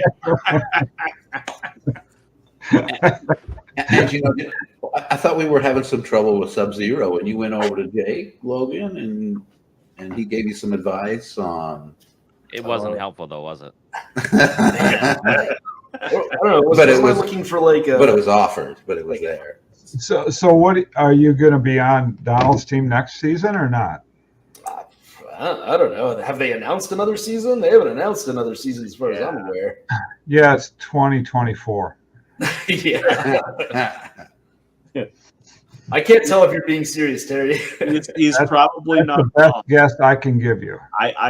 I'm in agreement. I bet we happen after F1, and so it may be January of 2020. It's going to be damn near impossible to have it this year. I'm agreeing with you. I don't think it's going to happen. Do you think Tombstone could fight in F1? He doesn't have a chance against you. It's just carbon fiber, for Christ's sake. Yeah. Okay. In that matchup, I guarantee it costs them more than it costs you. If this car is standing still, Tombstone wrecks it. Well, they're both in the arena, so they gotta. Oh yeah. Yeah. Ray wrecks them. It's just not even close. Every time I touch him, it's what, $500,000 damage. Something. Yeah, millions of dollars. They've got the money. Don't worry. I'm not worried about any Formula One team's finances. You see the size of the complex they're building on that 36 acres there on Koval is freaking humongous. Yeah. Well, I mean, literally, they're shutting down Vegas for like a month. This is the 800-pound gorilla in the room. Okay. Yeah, I mean, as much as it would suck for it to be off air that long, I think a lot of people would agree that it's like nice to have a break. I mean, I kind of took my break being on Donald's team, but man, after an event, it's tough. Well, apparently Trey's got some things he wants to update on the arena too, and so the downtime of when the F1's happen and gives him the opportunity to do those things. So it's more arena outs. And whether the shelf comes out or not, it can't come out until the arena is ripped down. Right.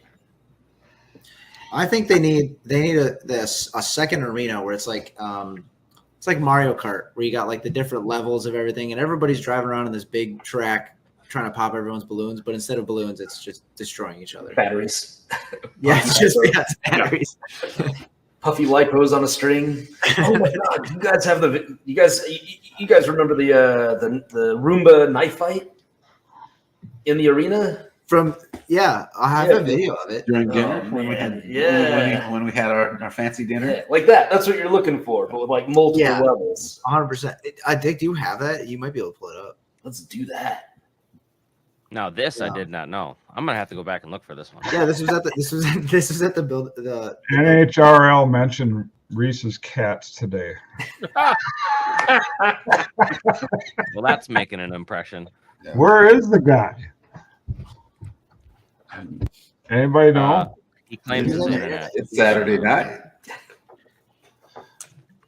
Honestly, let's just lay out the pure facts here. These eWork people, they're in like the middle of nowhere. We're lucky they got this kind of internet. They're beaming it from the shop to people's houses. It's crazy. Awesome. Yeah, remember when Obama said we were all going to have like really super fast broadband? Oh well. Yeah, they all say a lot.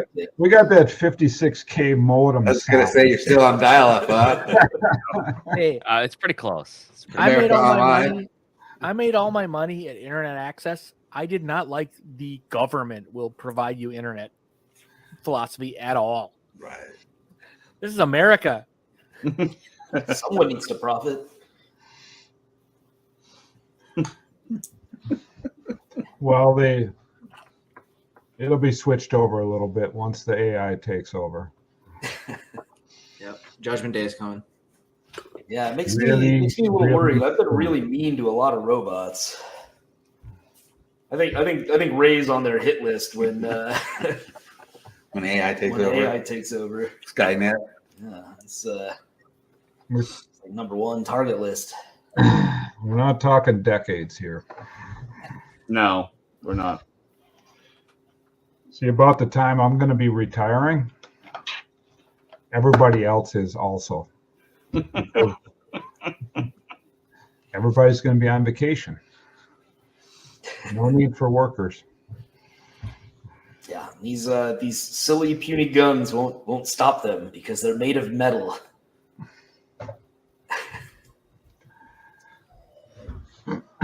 But they have their, 4 laws, right? Yeah, I don't know. Like, that's not real. It's from a book. They don't have any of that if they don't want to put it in.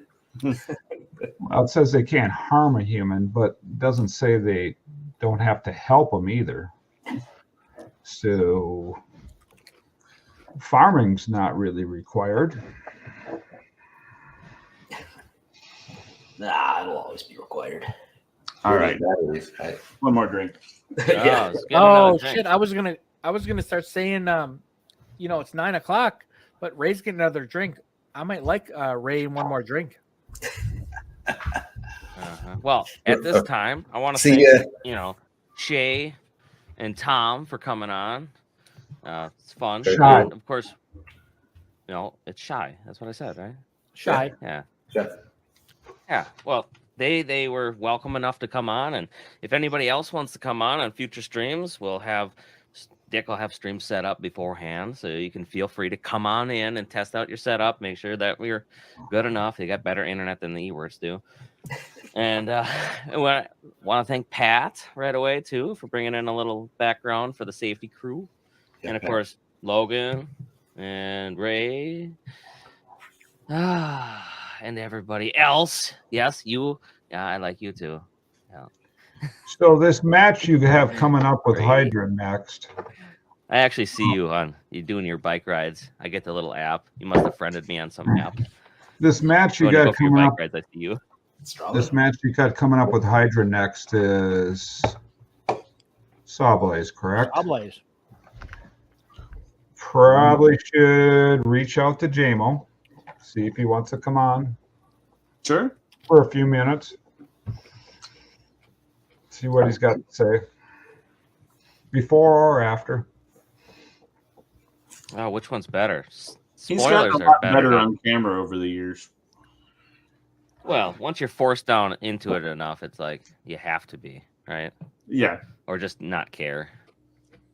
Well, okay, so that's where we're at. You and me are both like, whatever. There's a camera on my face. There's not a camera. I don't really care. I don't care. Mm-hmm. And the first couple of seasons, you could tell JMO was kind of uncomfortable with it a little bit, and he's grown into that quite a bit now. So he's doing pretty good with it.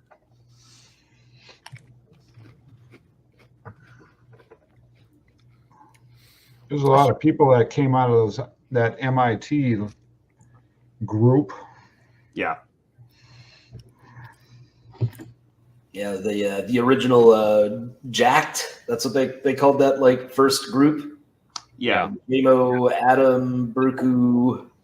Yeah. And Charles. Can't forget about blue hair. Yeah. Who has blue hair?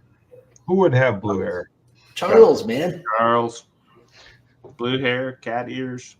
Big Chuck. And if you describe him and then you mention that he's also a very conservative guy, that just sounds weird. But he's actually on the conservative side of things. He's just unique, And then some other up and coming MIT, Uppercut was from MIT. Yeah. And now Ripperoni, right? Yeah.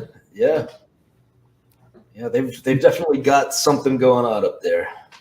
We still use Charles's speed controls. I don't know if anybody else does. Wow, really? We've got some, don't we? Does Charles even use his speed controls? And those are the ones that aren't bursting into flames. Yeah, the last version of Tombstone Drive was Charles's speed control. Rage Bridge. Wait. For Tombstone, you were running brushed, right? So you were running the brushed rages that have. I had the brush rages in there, and honestly, they work really good. Okay. Yeah. Well, I at BattleBots 4, before it switched to Discovery, whichever one that was, I left a burnt out one from our team on his bench with a note, an anonymous note that just said, "Your speed controllers suck." Right. I That's saw where that. we label them rage bricks. I saw that. But once we started water cooling them and packing them in those bricks, and like solving a lot of the heat issues with them, they've really been really reliable. Wait, you guys are running the brushless rage bridges and Hydra? Mm-hmm. Yeah. Whoa! Holy And cow! Fusion. Since it went brushless, it's been rage bricks. Yeah, all Wait. water cooled rage bricks. Why not something with current limiting? Yeah, where is that? We haven't found anything that actually does it. Well, so the Hence fusion fires. Without Benjamin Vetter involved. Yeah. So the old Castle Mamba XLXs had wonderful current limiting. Come to find out, I bought like 4 of these XLX2s. They'll handle 500 amps supposedly, and they'll melt your motors doing it. No current limiting on those. They took it off for not enough room. Some on the reason. EEPROM. Yeah, not enough room on the EEPROM because they wanted to add some other. We're bullshit. still waiting for the Holy Grail, the BB version of brushless. You think that would be the Holy Grail? Be a help. Yeah. Current limiting. A big, high amp controller. That would be pretty awesome. Listen, I have some experience here, but I'm a little too drunk to get into this kind of technical aspects. This but is the perfect time to get into that. current Walk away. limiting is very, very difficult because you're dealing with instantaneous currents versus averaged currents. You Correct. cannot limit on instantaneous current, and that's the problem. A FET dies on instantaneous current, not on continuous. So you can't smooth it out. You need it's about the monitoring, and I've really worked on this, and I haven't found a solution. Well, darn. Well, that was a Just bummer. go back to E-Tex. Well, I talked to a guy out in the last event who just quit his job with a defense industry contractor to make a current limiting brushless control. Simple control. So we'll see if he gets it done or not. We're supposed to be getting some to test. I would love to see what that turns out to be. Mm-hmm. We're waiting.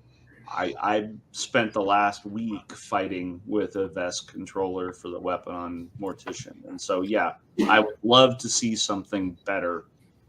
That is the most pain in the ass tool to use out there, and it's all we have. That's the bad part. And get rid of these caps that are just hanging off of every damn brushless speed control, ready to get trashed. Correct. Put some damn circuitry in your speed control that takes care of the inrush current when you first start it up, like industrial controls have. Like industrial controls. I agree. Yeah, the big cap hanging off the end that you know is going to get yanked out from G-loads is not the solution. Have you guys, maybe Ray, have you played with the controller that was developed for Megabyte? Yes, and my experience wasn't positive. And I think they've got really good ideas, but they built it specifically for their needs in Megabyte only. It seems to work really well for them. It works well for them because they built it around what they were doing specifically. Sure. And so I've set 2 of them on fire. Okay. And, you know, the last conversation I had with John, he's like, okay, we figured out the issues. We think we have it sorted and we can try it again. I haven't tried it again. So what it honestly would take would be loading up all of my crap in the van and driving down to San Diego and spending a couple of days beating it up there with them to try to get it out. Because they've built it around their specific needs, and in their specific needs, it works. Sounds like it's worth I'm just outside of their parameters, and it literally, I've set them on fire. So I think it's just a matter of a little bit more R&D, and it's going to take a cooperative effort between both of us to make it happen.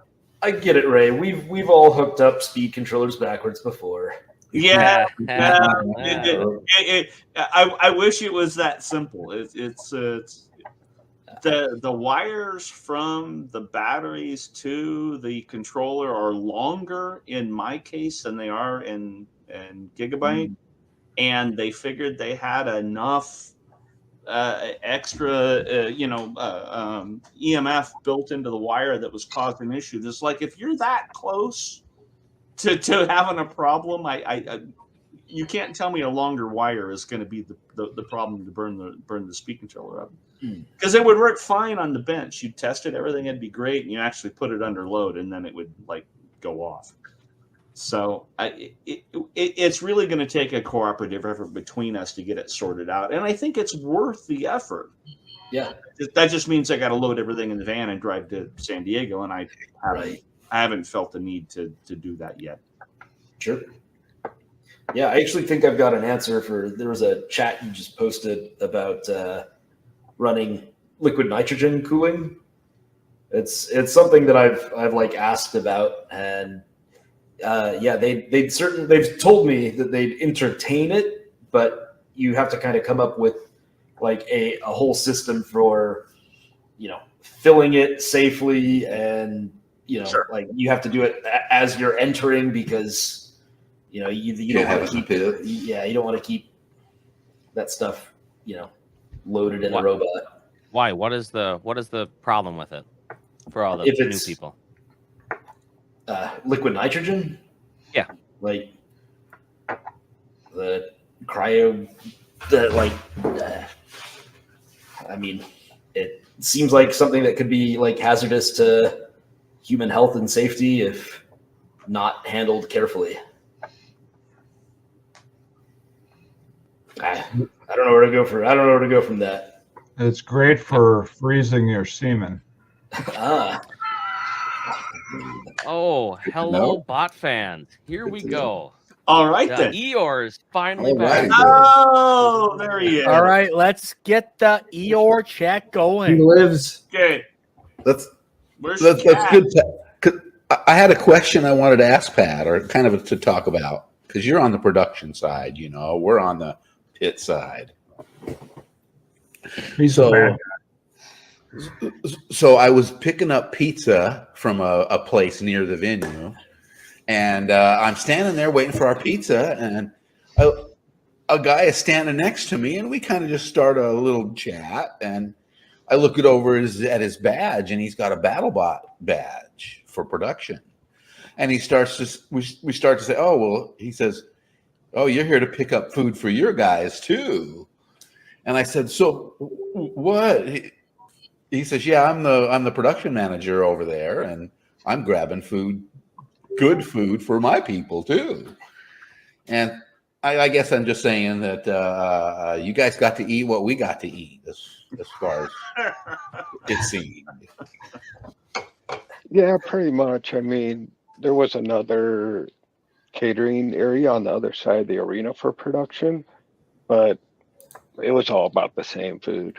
Yeah, that's pretty much what the production manager was telling me. That's why. And there was a couple times our safety team, we all ordered in and had it delivered. Just as you guys know, we get sick of the food.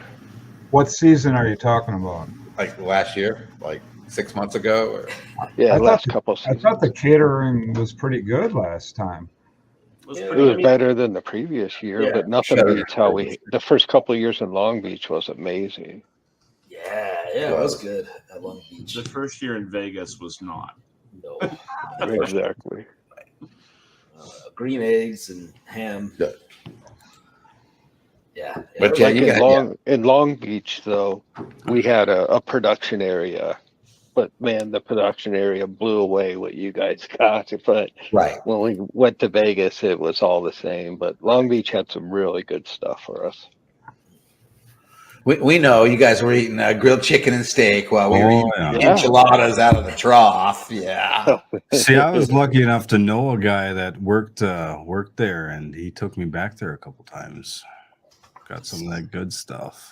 Yeah. He took you behind the building. So, yeah, what's wrong I with guess salads? Hating on those salads. All right, every Reese. day. Where do you get your ideas for your skits? They want to know. Where do you get the ideas for the skits? Well, first off, I'm pretty sure I have ADHD, so I get ideas for just about everything. It's just a matter of formulating something that kind of looks like a skit, I guess. It's mostly just random scatterbrain bullshit, but Okay. makes well, people laugh.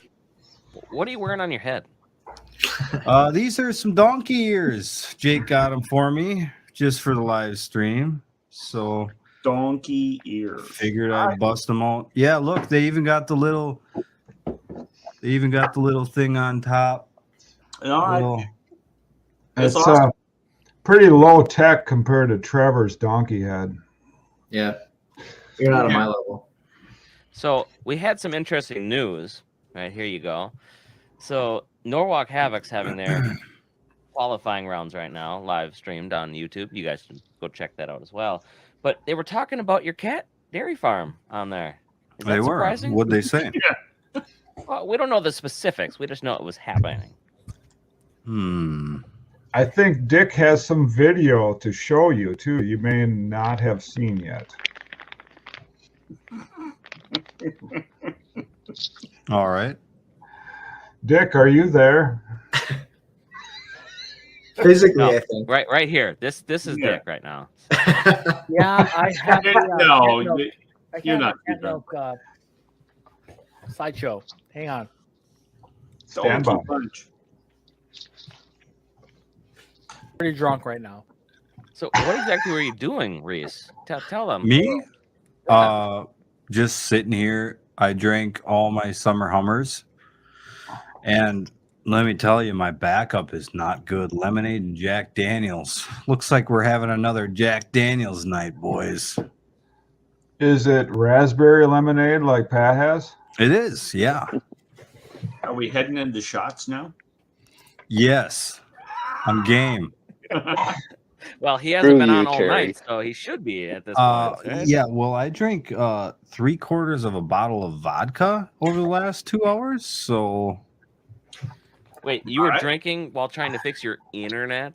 I What can't size fix bottle? it. It's charter. They did the same bullshit.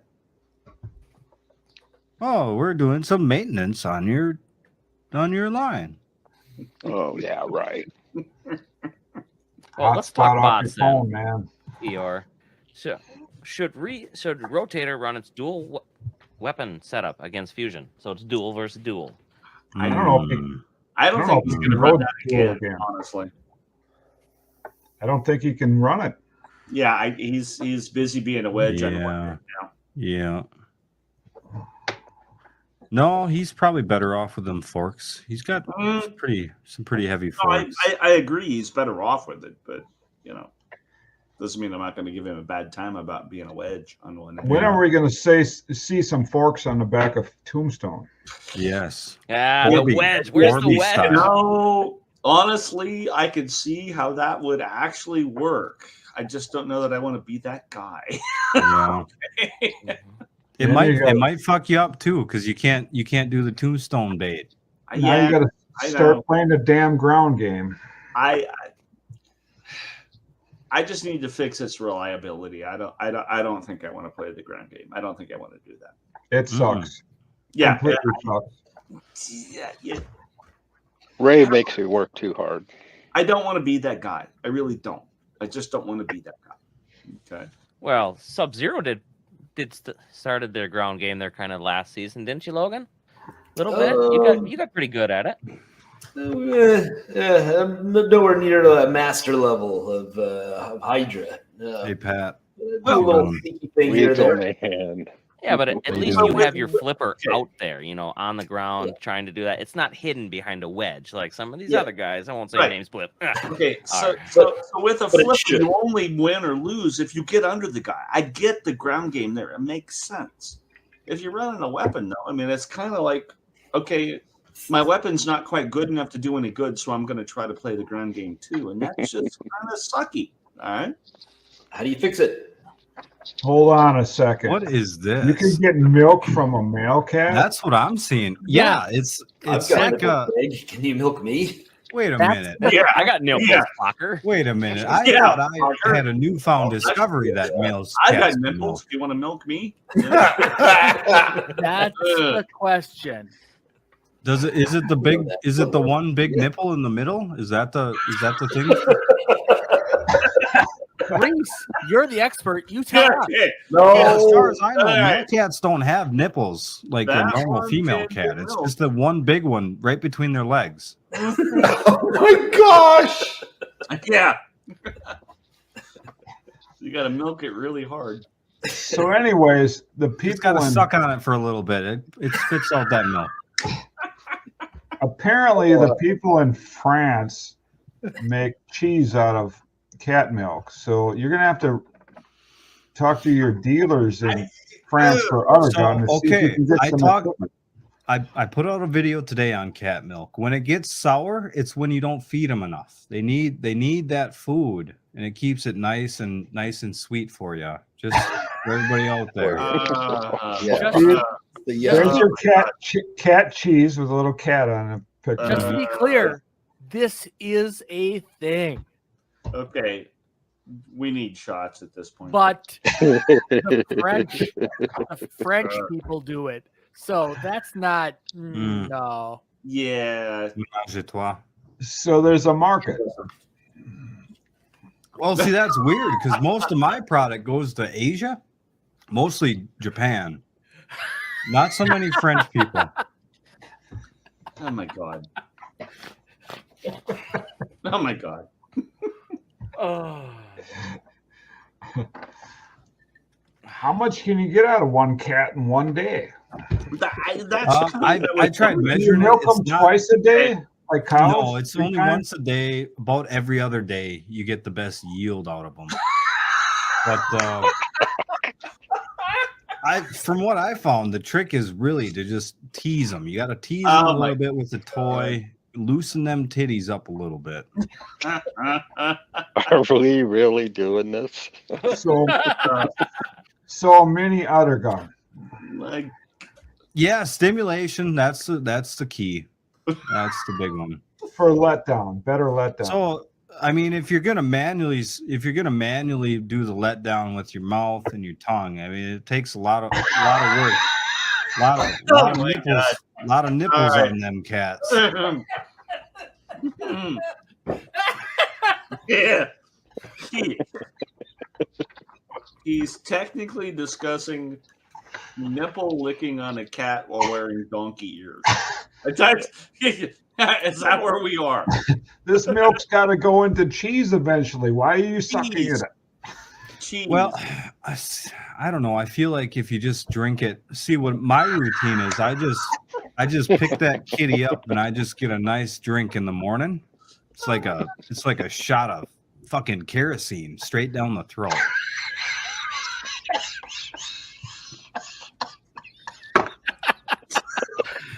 Okay, Logan and Brady. Yeah. Are you sure you want to Okay. stick around for this? Yeah, we're in for a penny. We're in for a pound. We go BattleBots. I mean, we ain't got no sense. Oh my god. How pathetic are we? You got to be able to use that tongue though for manual stimulation. Let me tell you. You have a captive audience, unfortunately. We're gonna need videos for the next episode. Video. I got some. Uh, Oh my god! See, that's the automatic milkers. Those guys got it made. oh my god. I'm This still is in the so olden funny, I days, never manual did this. stimulation. He doesn't know what. You probably consider me part of the Amish cat milking community. How do they do it? Same way, you suck on it for a little bit, and then you get in there and you got to pinch them. Really get them fingers tiny because there's some pretty tiny nipples. There's a new team name, the Amish cat milking community. I don't think they're gonna mess with cats. Oh my god. Kitty Udder Gun. I like it. Trademarked officially. There we go. All right. Ray, you wanted some shots? I'm game. I got some Baileys here. It's not a super shot. strong. Yeah, my normal drink's probably stronger. I have a full bar. Tell me what you want to pour, and I will pour a shot. Whatever you got. He doesn't know anything good, so you'd have to pick Whatever you something. got. I got Jack Daniels and lemonade in here, so don't get too fancy. Hey Pat, what do you know about Weasel and this cat milking? Do you think it's realistic? I already know too much. Dude, this is all new to me. I don't know what to say. Dude, like It's this is so fucked up. Accurate. I think so. I take a lot of pride in my cat milking because you gotta be able to work that tongue, and it's great practice for women. They love that. They love it. Might be a good time to I know. I mean, it's got to be real. Like I totally believe you. I'm with you 100%. You just know too much. The worst part is when you're sucking on that thing, you're licking it, you're little. You get some pussy Did you here. just say it was great practice for women? Oh my! Mm-hmm. We got Ray's not here. Well, we'll save that one for later. Yeah. So this is kind of what happens almost every night at BattleBots when we're there. You get the random people just walk through. Hey, how's it going? You know, and then they sit down and maybe have a drink with you while you're there. And we don't get a lot of talking about cat time to titties. social time. Yeah, or you do push-up contests or whatever it is. I mean, it's just Tuscany at the fire. Really, this is us every night. Definitely with Taco Bell though. You got to have your Taco always. Bell on hand. Sponsored by Taco Sometimes too Bell. much. See if I can DoorDash something right now. You can do that. Get totally loaded and then We're probably DoorDash something. Team Whyachi probably single-handedly funds that Taco Bell in Vegas. Oh, it's the only thing that's open that late for us most of the time. they That's what we kept- have to go to it. They kept Get out of short. there at 11 o'clock at night every night. Although we kept- gotta hit Panda. Though you brought Panda that one time. That was really good. Mm-hmm. They kept short and tiny hands on her chips and cheese. How many push-ups can I do? yeah. 6. It depends. How long? How long do I got? Like in a row, I suppose. What? 5? You get 5 minutes. Let's say 5 No, minutes? no. In a row. You can't go down. 1 minute. In a row? That one minute. Well, What are we why don't you talking? just do it, Reese? 5 minutes or in a row? Yeah, do it right now. In a You wanna row. do it, Reese? I'll do it with you. In a row. No going to the ground. Oh, that's You a might- you probably challenge. win. Trevor thinks he can kick your ass. I literally just said I think he'll probably win. Hey, Dick, do you have this problem here? See, What my problem is I was also working out. On Like, chat. No. Oh, Anybody- Yeah, whatever. I don't work out, so we're even. Anybody who can't eat Taco Bell without getting the shits is a pussy.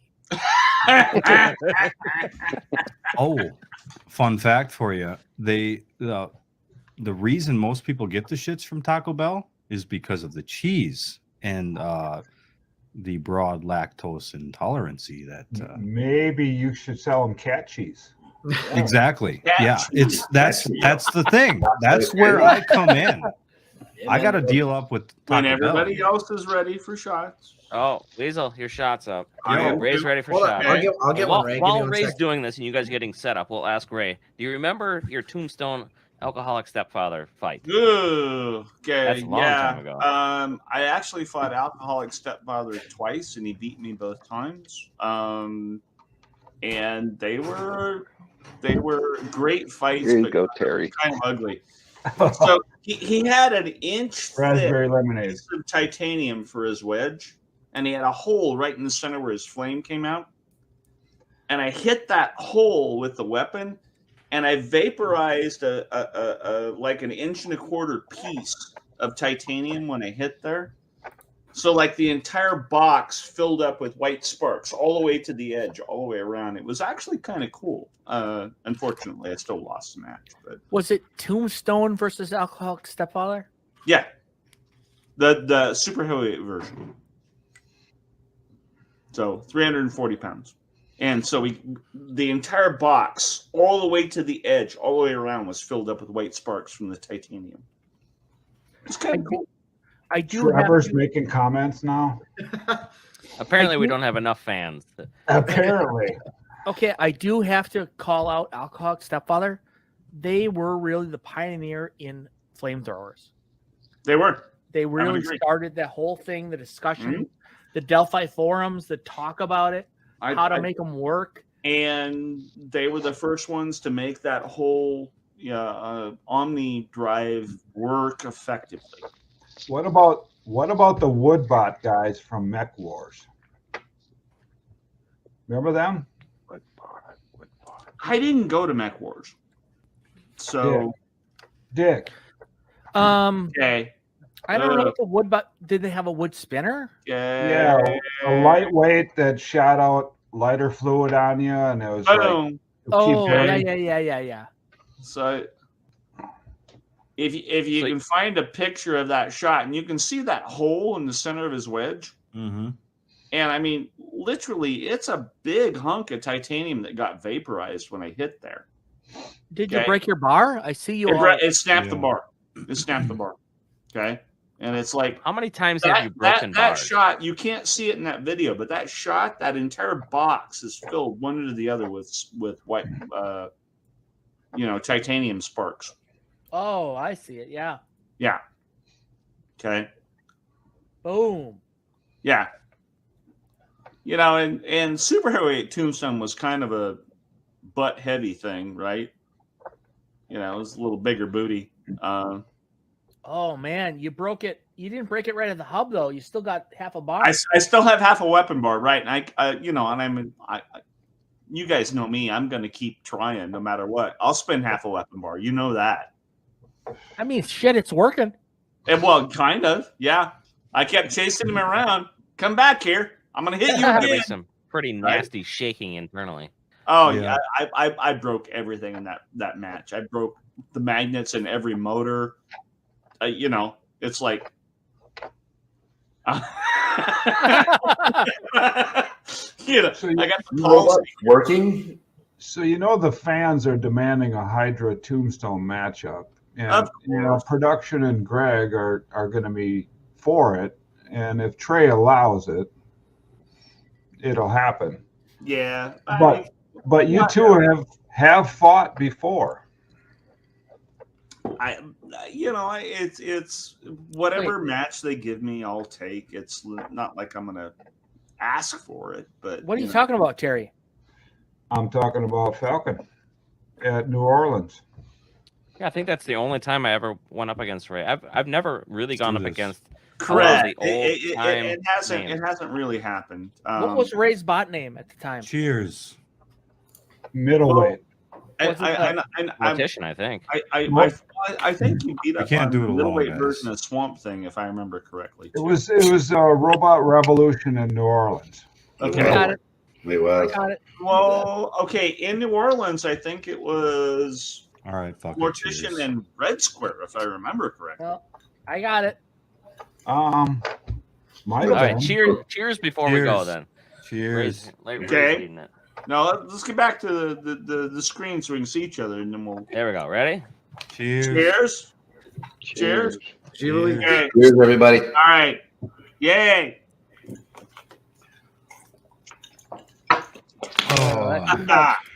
Oh, that Jack Daniels put some hair on that nipple.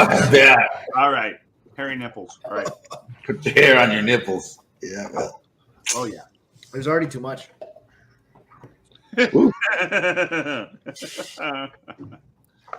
Trevor, where did Tiny Hands run off to? Oh yeah, I remember this one. So this is against Falcon, who won, both BattleBots IQ events that it entered, and then it, of course, got out because it won twice. Yeah. I mean, let's face it, that's not a great matchup for. And look at how well it drives, almost like Hydra. It doesn't get stuck on the floor nearly as much. So is this the first time that this move happened to you? Oh wow. Ah! That sucks.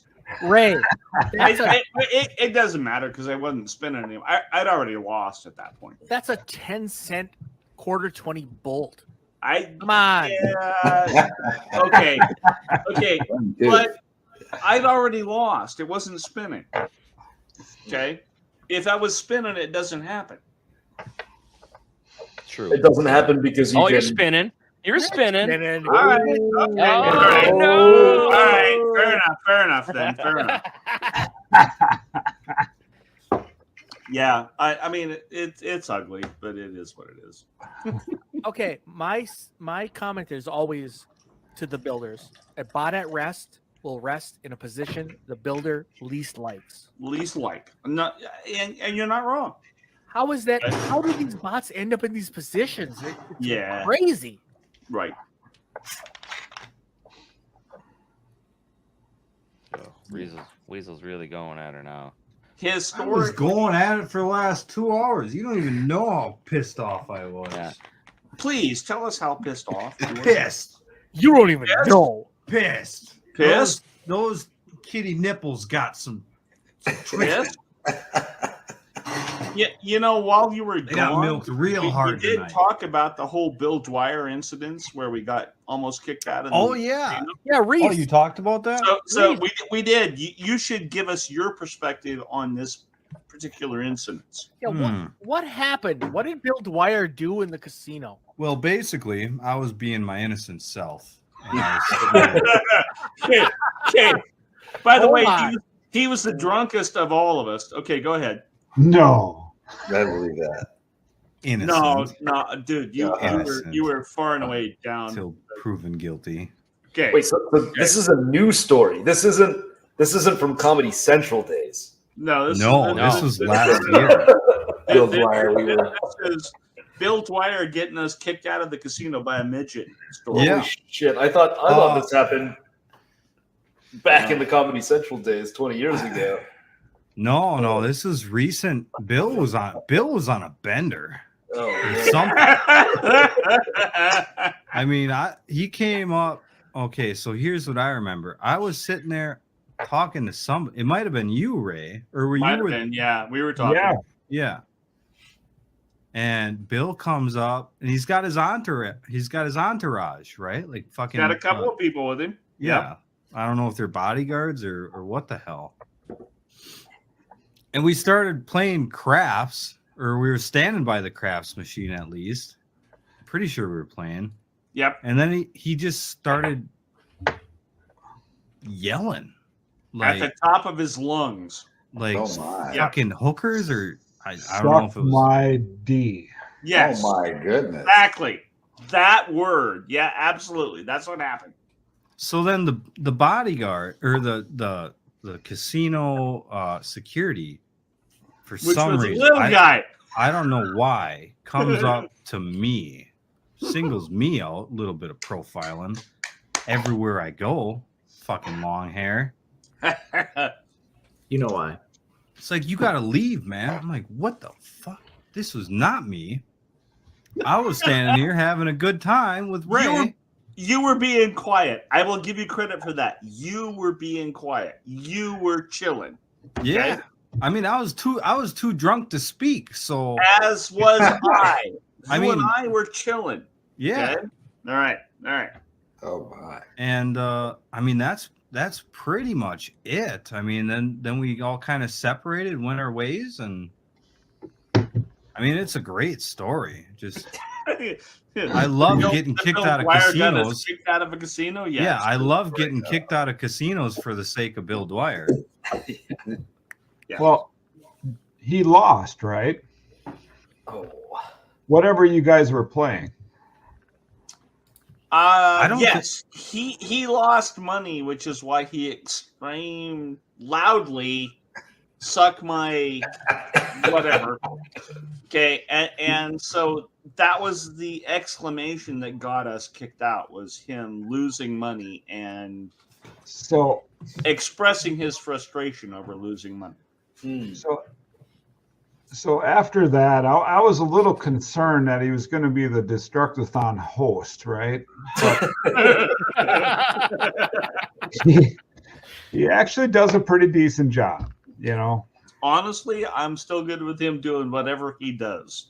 We had a good night. Yeah. It was a lot of fun.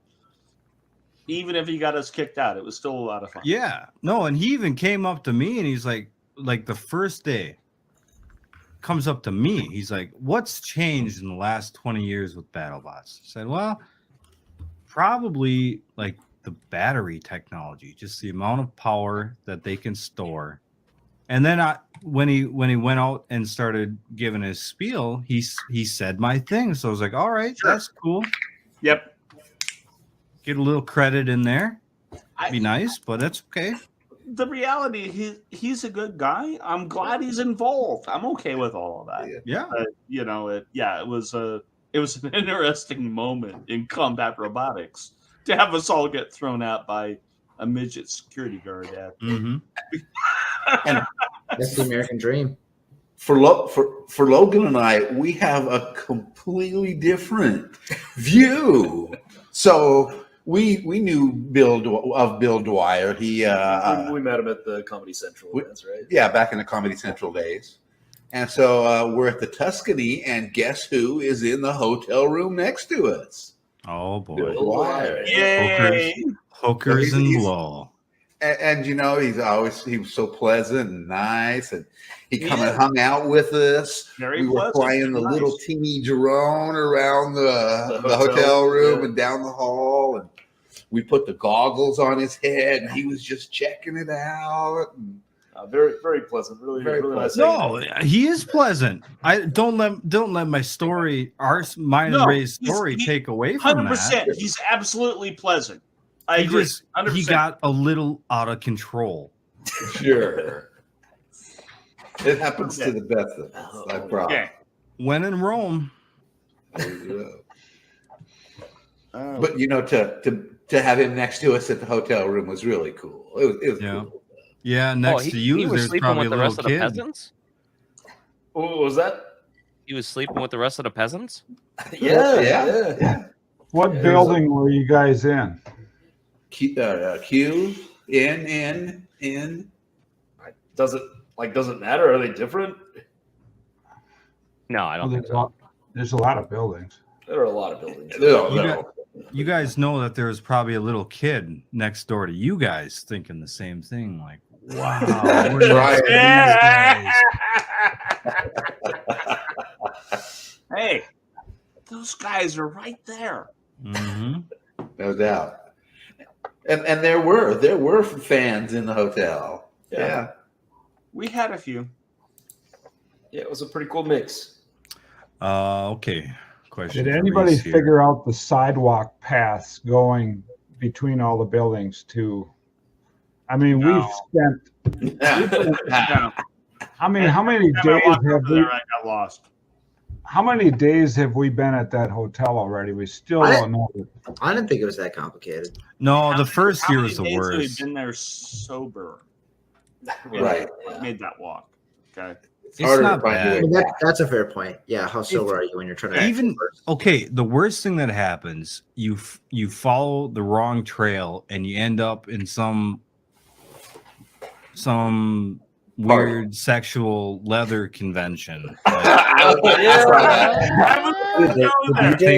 think I ran into one of those before. Whole, man leather Yeah. meetup there that was kind of interesting. And I swear, everybody gave me shit. I was not partaking in that. How much time did you spend there? Donkey years would have been right up the alley there. To be 100% clear, their music was way better than the Tuscany's. That's what I'm saying. And they dance too. Yeah. Not that I would know. Who spent the most time with the bears in leather?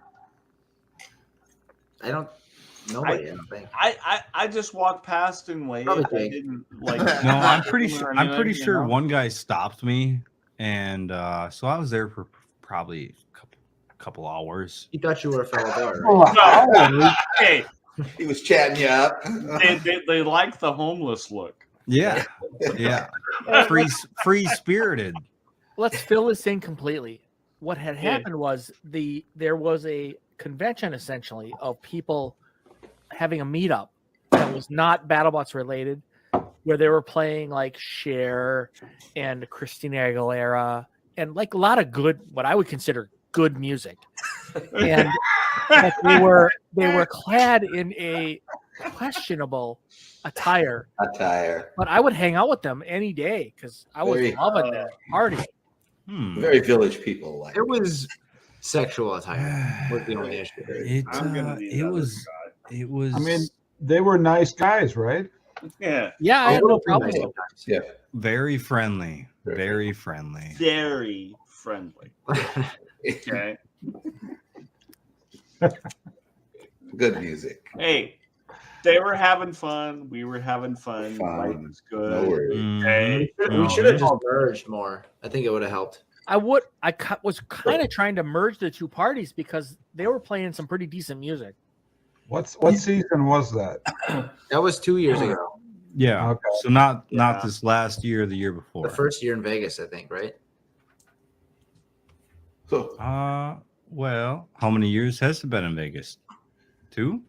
I think just last year. I think that it was the 3? first year. You're asking drunk. Is it 3? I don't know.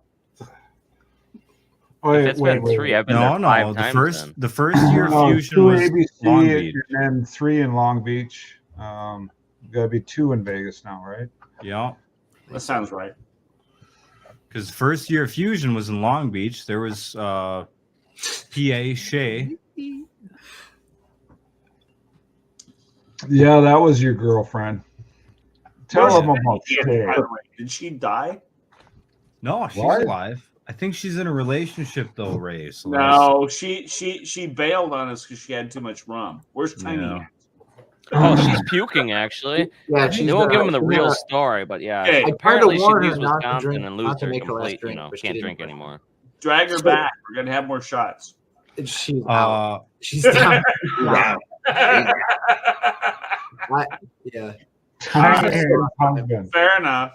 She's a sleepy bunny. It's fine. Okay. It is not because she's tired. Okay. No, I'm sure she's tired. I'm sure she's tired. Yeah. Trevor, That means you know what? you have to drink her shots. You know what I've told you to. Double.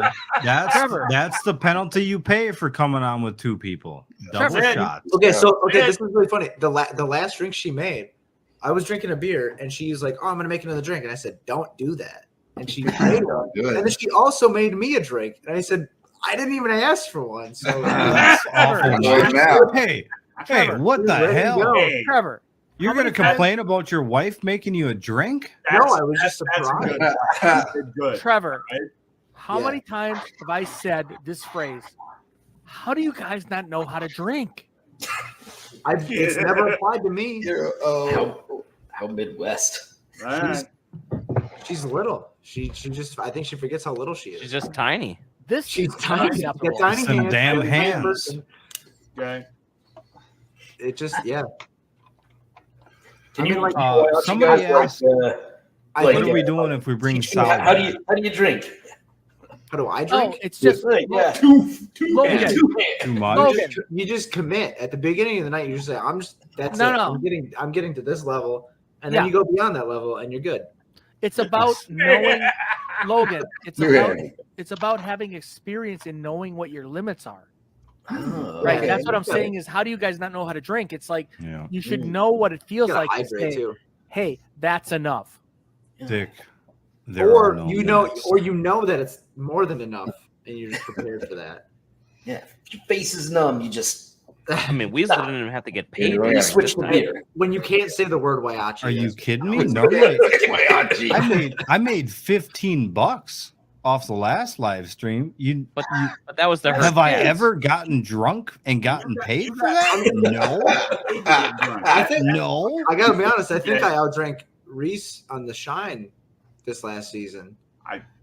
Well, I he think actually it's had to only do work because on I the bot, knew so- what to Trevor, that's expect. fine. You can think that. Well, and then Jake, we had like a 30 case, and we drank some of it. And then the next night, Jake's like, "Oh yeah, you got to finish these 12 beers or whatever in like the next hour." That was, I did it. I did not feel good about it. It was not a victory. You did. It was not a victory. I'll tell you that Oh, much. man. That was a rough one. Jake's a shyster though, because I don't see Jake. Jake doesn't drink very much, but he'll give you the challenge, and you're like, "Oh, I gotta drink." So I can't let Jake think I'm a bitch. So Tiny Hand. Right? Gotta man up. You gotta Man up, man. we man went up. we went out to the Fremont that one night, and you did the thing where you had a Sharpie for no reason, and you would mark it. You would mark it, and I'd be like, "Oh no." Okay. So Comment. Tiny Hand- That's Tiny because Hand, he's how- got some special shit in there. How did it go the first year you were on the team? How did it? I mean, what do you mean? Well, what were you expecting, and how did it turn out? Did they beat the crap out of you? Yeah. Well, I didn't know what to expect. I wanted to be helpful, right? But I'm the least Helpful. familiar with this realm, right? Like I never got a blowjob. Obviously, Rachel has no chance. Being So not that helpful, Trevor. I didn't know what to do, so I said, "Hey, I can like take some videos, take some photos, whatever." So I was more focused on that, and then like they were asking me to do stuff like, "Hey, put these wheels together, do whatever," and then like I'm trying to, and I got Jake reaming me because I'm not doing it right, which is good because that's the only way I'm gonna learn, right? Is if I don't get made fun of, I'm not gonna learn how to do it well.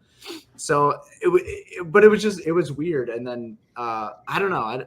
I don't know. I didn't necessarily feel good after the first season, and then I came back the second season, and I was still getting blasted, 90% of the time, but it felt different. It felt more familiar. So it was nice. Friendly I don't know if I jive. was more or less helpful, but I felt more comfortable, which was cool. Mm-hmm, mm-hmm. That's funny. Was she pushing more and more stuff on you? Rachel, no. Like her duties, she was pushing onto you. Yeah, she ended up doing almost nothing, and he just ended up doing all of her jobs. Well, I'll do whatever I'm asked. I'm getting a free vacation in Vegas. I'm not gonna complain if somebody tells me to do something. So, but yeah, I don't know. Except for when it comes to blowjobs. Next Next year? I told you Next year, Trevor. you guys start paying me a salary if that's gonna be the case. Okay. What's that salary got to be? It doesn't have to be It's you. not very high, to be honest. Trevor, it doesn't have to be you. But it could So I just gotta find somebody for you. Yeah. Oh. Well, that changes things. It's Vegas. You can find it. I was gonna say I'll just walk out and yell for somebody. Okay. Yeah. Hey, we got Hobo Jesus needs a BJ. You can find everything for about $10. Okay. Oh, you know this. $10, huh? Yeah, $10. Is that it? Is that the going rate? Are you really bad at You it? can find everything you want. Yeah. What's the quality? What quality do you need, Reese? That's the question. I could get away with one of my teammates' husbands doing it. So the bar is set really low. Pretty I low. was gonna say Pretty bottom low, barrel. Trevor. All right. He tried to get me drunk this last season, man. I don't know. So, another shot? Yes. Ray called it. We have to do it now. Okay. I got to go get it. All right. All right. So somebody asked me if we brought Sal back for the live show. And that was tossed around. That was certainly tossed around. We could make a 350-pound Sal, no problem.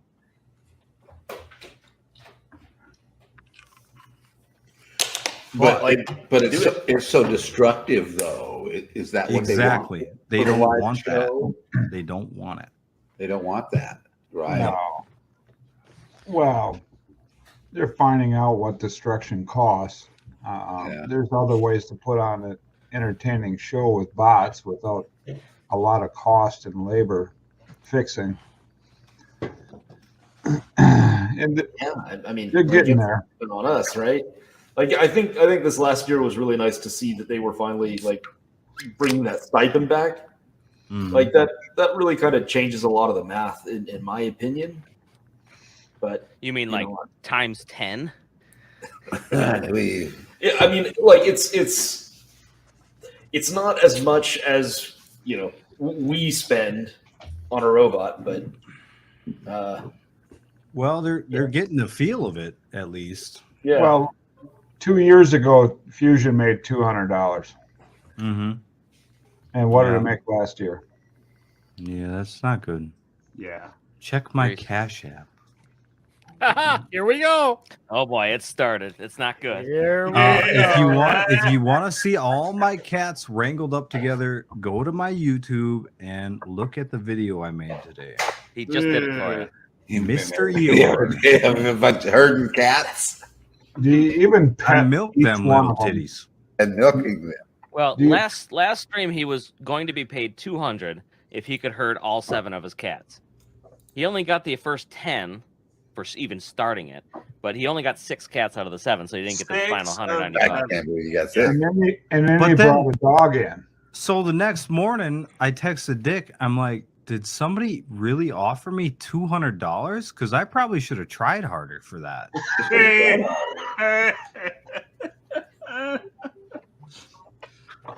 The whole point was to try to see you trying harder because you were enjoying yourself. Oh yeah, I was having a great time. Oh yeah, you were having a good time. Great time.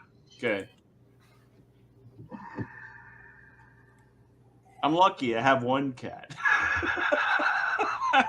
7's a lot. 7's a lot. It's a lot. You can't herd 7. Wasn't it an accident, Reese, that you had that many?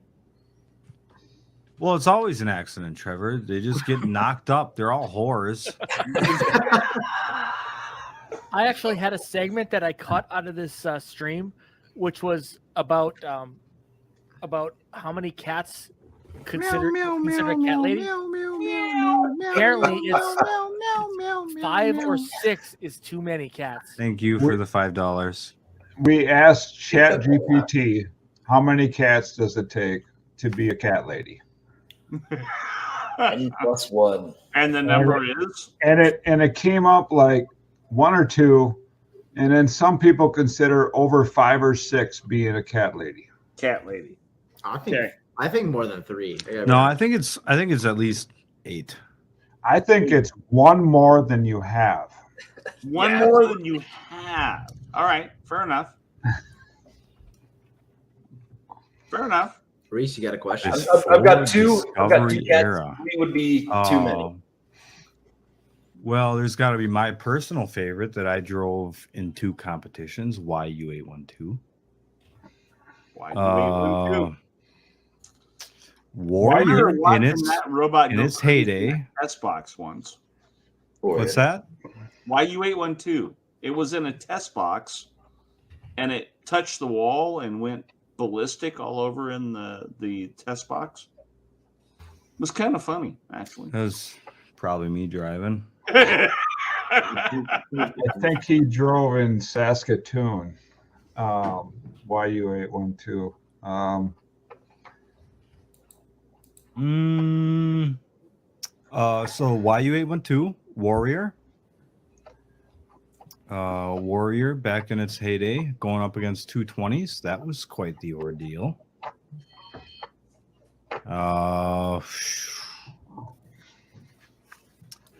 No Sao. I mean, because Sao was pre-discovery. Why do you consider yourself a rookie yet? It's always his rookie Perennial season. rookie. I never have enough experience for that BattleBots. We're all rookies in that regard. Reese, let me drive it. I'll take care of it. It's fine. I told you to drive it. You and Tiny Hands control it. And I'll She just doesn't even let me hit the hammers, dude. What? It's not my fault. Here's the deal. Here's the deal. You have to take part in my interviews. So if I want you to hold up some panties, you better do it. Listen, I've tried. Shit. He's been rookie of the year for like 5 years running now. So Logan, tell us about your cats. You were going on about your cats there. My God, yeah. No, I've got two and your pussy. Yeah, I've got two and like two's enough. Like three would be too much. No, That's hoarding. If you got 3. Yeah. Again, it's N+1. It's always like one more is too many here. You got to get the third, try it out, and see if 4 is the real number. No. I gotta vacuum my house 4 times a week to get rid of all that pussy. Cat hair is horrible. Yeah. Yeah. It's like covering every like everything I own is like a black T-shirt, but it's always like covered in cat fur because they love me too much. No outfit is complete without cat hair. That's right. Yes, I'm coming back next year. Yeah. You have a shop cat, Ray? You have a kind of a feral cat that you're taking care of, Ray? I have a cat that's mine, and I have a cat that has adopted me that lives outside. So That's it? Been feeding it. I have a feral cat. Feeding it. And next week you'll have 2 feral cats. Well, okay, the upside is he's such an asshole. He runs all the other cats away. Yep. So I have an inside cat and I have an outside cat. Yep. He's a big enough prick that he runs all the other outside cats away. Is the inside a female?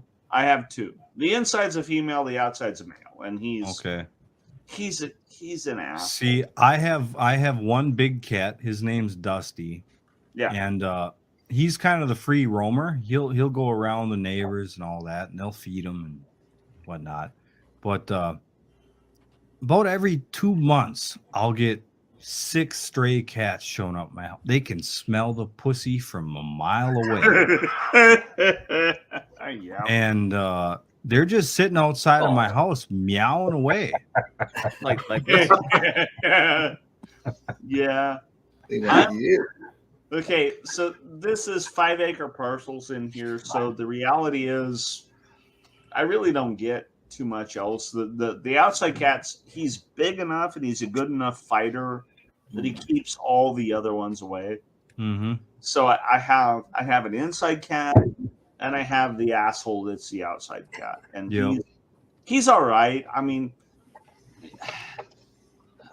he's a prick, but I mean, he's my prick, I guess, at this point. So, you know. That's a lot like mine. I mostly used him for chasing away the other strays. Then I got a dog. I feed him. He's happy. He lives here. This is where he is. That's where we're at, you know. Yeah. So I got a dog, and there was still cats coming around here knocking up all my little kittens, and he just wasn't doing a good enough job. So I let my dog out at these other cats. Yeah. And what's he do? He's been raised by cats his whole life. Goes out, plays with them. That son of a bitch. Yeah. My outside cat has been feral long enough that he doesn't let anything else sit around that property. And He's big enough that he can do that. Yeah. You know, and so it's all good. He's kind of a dick, and there are times when I don't like him, but I still feed him, and he still hangs around the property. Oh yeah, no, I they'll guess stick at this around. point he's my cat. You know. Yep. Got family like that. He's probably hopping between a couple places, but yeah, he'll go where he knows there's food. Like if you're feeding, I mean, there's a saying: never feed a stray cat. Yeah, no, you feed Never him get one, rid of your cat, right? You know. Well, speaking of cats, guys, it's 11 o'clock. It's time for me to feed my cats. Hey, you made All it to right. the 4-hour mark where we made it last week. Thank you guys Time for coming. flies. Yeah, All right. It was great. It was great being here. Great Thanks being for out having us here on. with you guys. Adios. Everybody. Just like being at the fire pit. Oh Yes, yeah, sir. excellent. Great team, having you, guys. Logan and Brady. Yay. Thank you. Okay. Oh, we didn't finish our shot yet, though. You got to finish your shot before Oh we. yeah, you wanna? You Yes, that a boy. Okay. All right. Roast. Thanks, guys. Great seeing you. Mikayim. Bye, Till guys. next time. See ya. Thanks All so much. Take care, guys. All right. Mm. Oh, Hey, Ray's Trev. finishing his drink All right, there. guys. Let's You don't get look into good, ranking. Trev. I don't look good. I'm thinking I like That's how just how it Trevor looks, Ray. and Don't Ray be are mean. looking right now because this makes me want to keep going. I will drink as long as you drink. All right, deal. Fair We enough. got ourselves a 6-hour plenty left. stream, boys. Okay. All right. Well, Hey, I might not make it too much longer. Hey, Just Reese. bad lighting. It's Jack Daniels. Okay. I'm an hour later. It's midnight here. Hey, Reese. Yeah. What we need to do. Oh, I'm really wrecked. What we need to do on these is we need to then switch over to your channel where we go on the late night unacceptable. If you wanna stream it on mine, Actually, that's yes, fine. We'll do that I don't next time. care. We'll do that next time. All right. All right, Ray, you still in or have we worn you out? Whenever you guys decide you're done, I'll What stop. else do you have for topics Okay. there? All right. I got one, but What's- I mentioned this as a back pocket thing. It's Okay. a cat video. Oh, hold on, Reese. Hold on, Reese. Okay. I got this question. I was waiting for somebody to say it. What is the pop filter on your mic? Oh, You dirty dog. So this is one of my used stinky socks. That is how lame he is, folks. Oh my god. It's from last season, right? Never washed. Okay. All right. Fair enough. Not on his foot though. Yeah, it's the Fair other enough. console.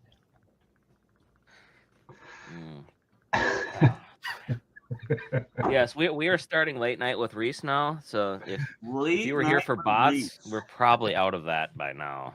Okay. Gonna try to be, but I don't know if Wisconsin has enough alcohol for that. Okay, smashing meat chunk. We stream together pretty much every night, and the way this came together was I was like, you know what? We're just having this party anyway. Why not just share this party? And so, I mean, I think my pitch is going to be after this stream, we go to what we would call Reese's Unacceptable stream. And we do that on his channel. This was pretty far into that already. Hey, I got white flags on mine. We're good. We're like So it we kind are of clear. morphed into his stream. Okay. But I mean, we're gonna have to finish this one out here until the people know. So, there is a thing on YouTube which I'll have to work out, which is you can send people who are watching your stream to another stream. And what we should do is separate the serious Team Whyachi stream from the crazy drunken train wreck Yeah. that this end of the stream is always. I would love for that to be on my channel. Just so you know. Are we on Hey, the Dick, train wreck? can you explain your Starbucks barista? Oh yeah. Hey, hello. I would like to introduce. My name is Andy Tifa. I'm a Starbucks barista. I spell your name incorrectly on purpose. Fight the power. I love your hair, by the way. I didn't use it that much because I think I look a lot like Logan. Really? Oh, Yeah. fuck. All right. All right. But yeah, I'm Oh my god. I can't be trusted at this moment. So No, you were using faces way too early in the stream, and you were the one calling us out not to do it. yeah, Jake, you're the responsible one as always, unfortunately. Well, I Trev's can got be a a little- message a up. little Happens when you're the unresponsible. villain. Yeah. Trevor. Let's put an end to Oh, this right now. Jesus After Alright. dark. All right. I am so Are you guys over the legal limit? Oh, I'm way over. happy Well, that what you is would legal? compare me Let to me see some Jesus. identification. I mean, legal to drive, right? There's not like a line that you can't cross at just sitting in your home, right? Not if I have anything to say about it. Can I see some ID? Well, before we start into the more shenanigans, we want to thank all of the people who stuck around for us for the 4 hours that you did already. Yeah. To get the bot Yeah. content out of the way. Officially and if you stick end around the any show. longer, just All be right. prepared. Fans are awesome. it might This get a is little when weird. some shit's gonna happen. Absolutely, 100%. Yeah, I was. It's at this point that I have to conceal my identity. That's Let's- how bad it's gonna get. I'm gonna be. This is full disclosure. For like the last half hour, I've been telling Logan and Brady in chat. Listen, if this is too crazy for you, just let me know. We'll let you go. Walk away. This is gonna get crazy. Yeah. Well, we So, got plenty shot. of booze here. How about you? Another guys? shot. Ray said another shot. So Another shot. I don't have much. We It's have probably yet about a to shot. see I one brought the chat. bottle with me. Yeah, I got my bottle. It's just in We the haven't Didn't seen a like those cat ones? yet. Reese, like where the this hell one? are the cats? yeah, baby. Oh, Well, give me- okay. give me So some. I made this Oh, yeah. video. I made this video today, and well, normally my cats, they're like, I'll get 3 in a day and then 4 the next day. But I got them all today just for my videos. They're all pretty tired. Yeah, they Tom and Shy, they left pretty silently, but I think that's because we were taking over a little bit too much. Didn't let them talk. It was Do you- really late for them, and in the UK, Oh, yeah. they were real troopers for sticking in there. They were absolutely 100%. They were. I really loved their opinions and their perspective. Seeing an international perspective was very great important. to include them. We're glad they were here. Oh yeah, what was it, like 1 o'clock when they started the stream? Right, they were. Yeah, right. Do you pet every cat every day? I try to. As soon as I get home, I call them all up. Dusty, Bella. I forget What are their the names. names? They got names. What are are they? Tell us all the names of your pussy. Wait. do we got Dusty, all this? Bella, Now that Reese Pika, is doing it? Quentin, Simba, Scar, Nala. Is that 6 or 7? That's 6. Dusty, Pika, Bella, Simba, Scar, Bella. Nala, Quentin. Okay. All right. There That's we go. 7. 7. You're good. 7. I wasn't counting before. I just said there were 6, so you'd say them again. When's the last time you had new cats? Shouldn't you be It's having been a some while. new No, ones? they're overdue, but I've been so lately what I've been doing is letting the dog out at all them strays that come around. Literally, them motherfuckers sit outside my bedroom window till 3 o'clock in the morning, fucking Oh my meowing away. Oh my god. Like, I know you in there, baby. Come on out. Boy, Weasel's designs would probably get better right now. Ah, I have seen some crazy inventions written in his notebook that he won't show anybody, like levitation devices and freaking Iron Man. You mean the outfit type deal. two-handed, not going to 5, 3, and 4? Just crazy manifesto Four. shit. All right. Dude, this is something I've talked to Rachel Count about. 10. I have a to 0 crazy backwards. idea. 10, all 9, the 8, 7, time, 6, and I 5, feel 4, like 3, 2, 1, 0. I feel like 90% of the time, I come up, I say something to Rachel, and she goes, "Don't ever say that to the team." It's just like, she's like, she's got some reason that it won't work. It's ridiculous. Someone All else right. has thought of it. When she tells you not to say it, that's what you need to say. Okay, you All right. gotta say it. You gotta know say this. it. Right? Say it. I mean, And I couldn't list everyone, but like one of the random ideas I had was like, and I think other people have kind of brought this up before, is like with like, I don't know, maybe it could work in Fusion, but like some of the people brought up like, you know, the idea of like an industrial sort of like Today, Junior. grinding kind of thing, Hey, where like it's like Trevor. it's like two sort of things that Jesus, like really? You're just I gonna don't, keep I don't going know. on about Okay, all right. it. First Put of the all, thing in ready, the ready It's for two getting things. blasted? They're grinders. Number one, And they're working. where like instead of just sort of one sort of barrel that hacks, like why wouldn't it work to have like two? I don't know if it would be at the same sort of degree or if they would work at like opposite angles. You'd like, be sort of good at grind up milking the pot, titties. stuff like that. Like would that work? Like I just don't know that it would work, and that's a lot of the reason why she tells me not to say a lot of these things is like No. I don't really think them through. I just like I have these random thoughts. Always say what's on your mind. People will tell you. I don't fuck think off. I should. I think I'd get kicked off the team. Say what's on your mind. Oh, People tell Trevor. you to go to hell, but still say it.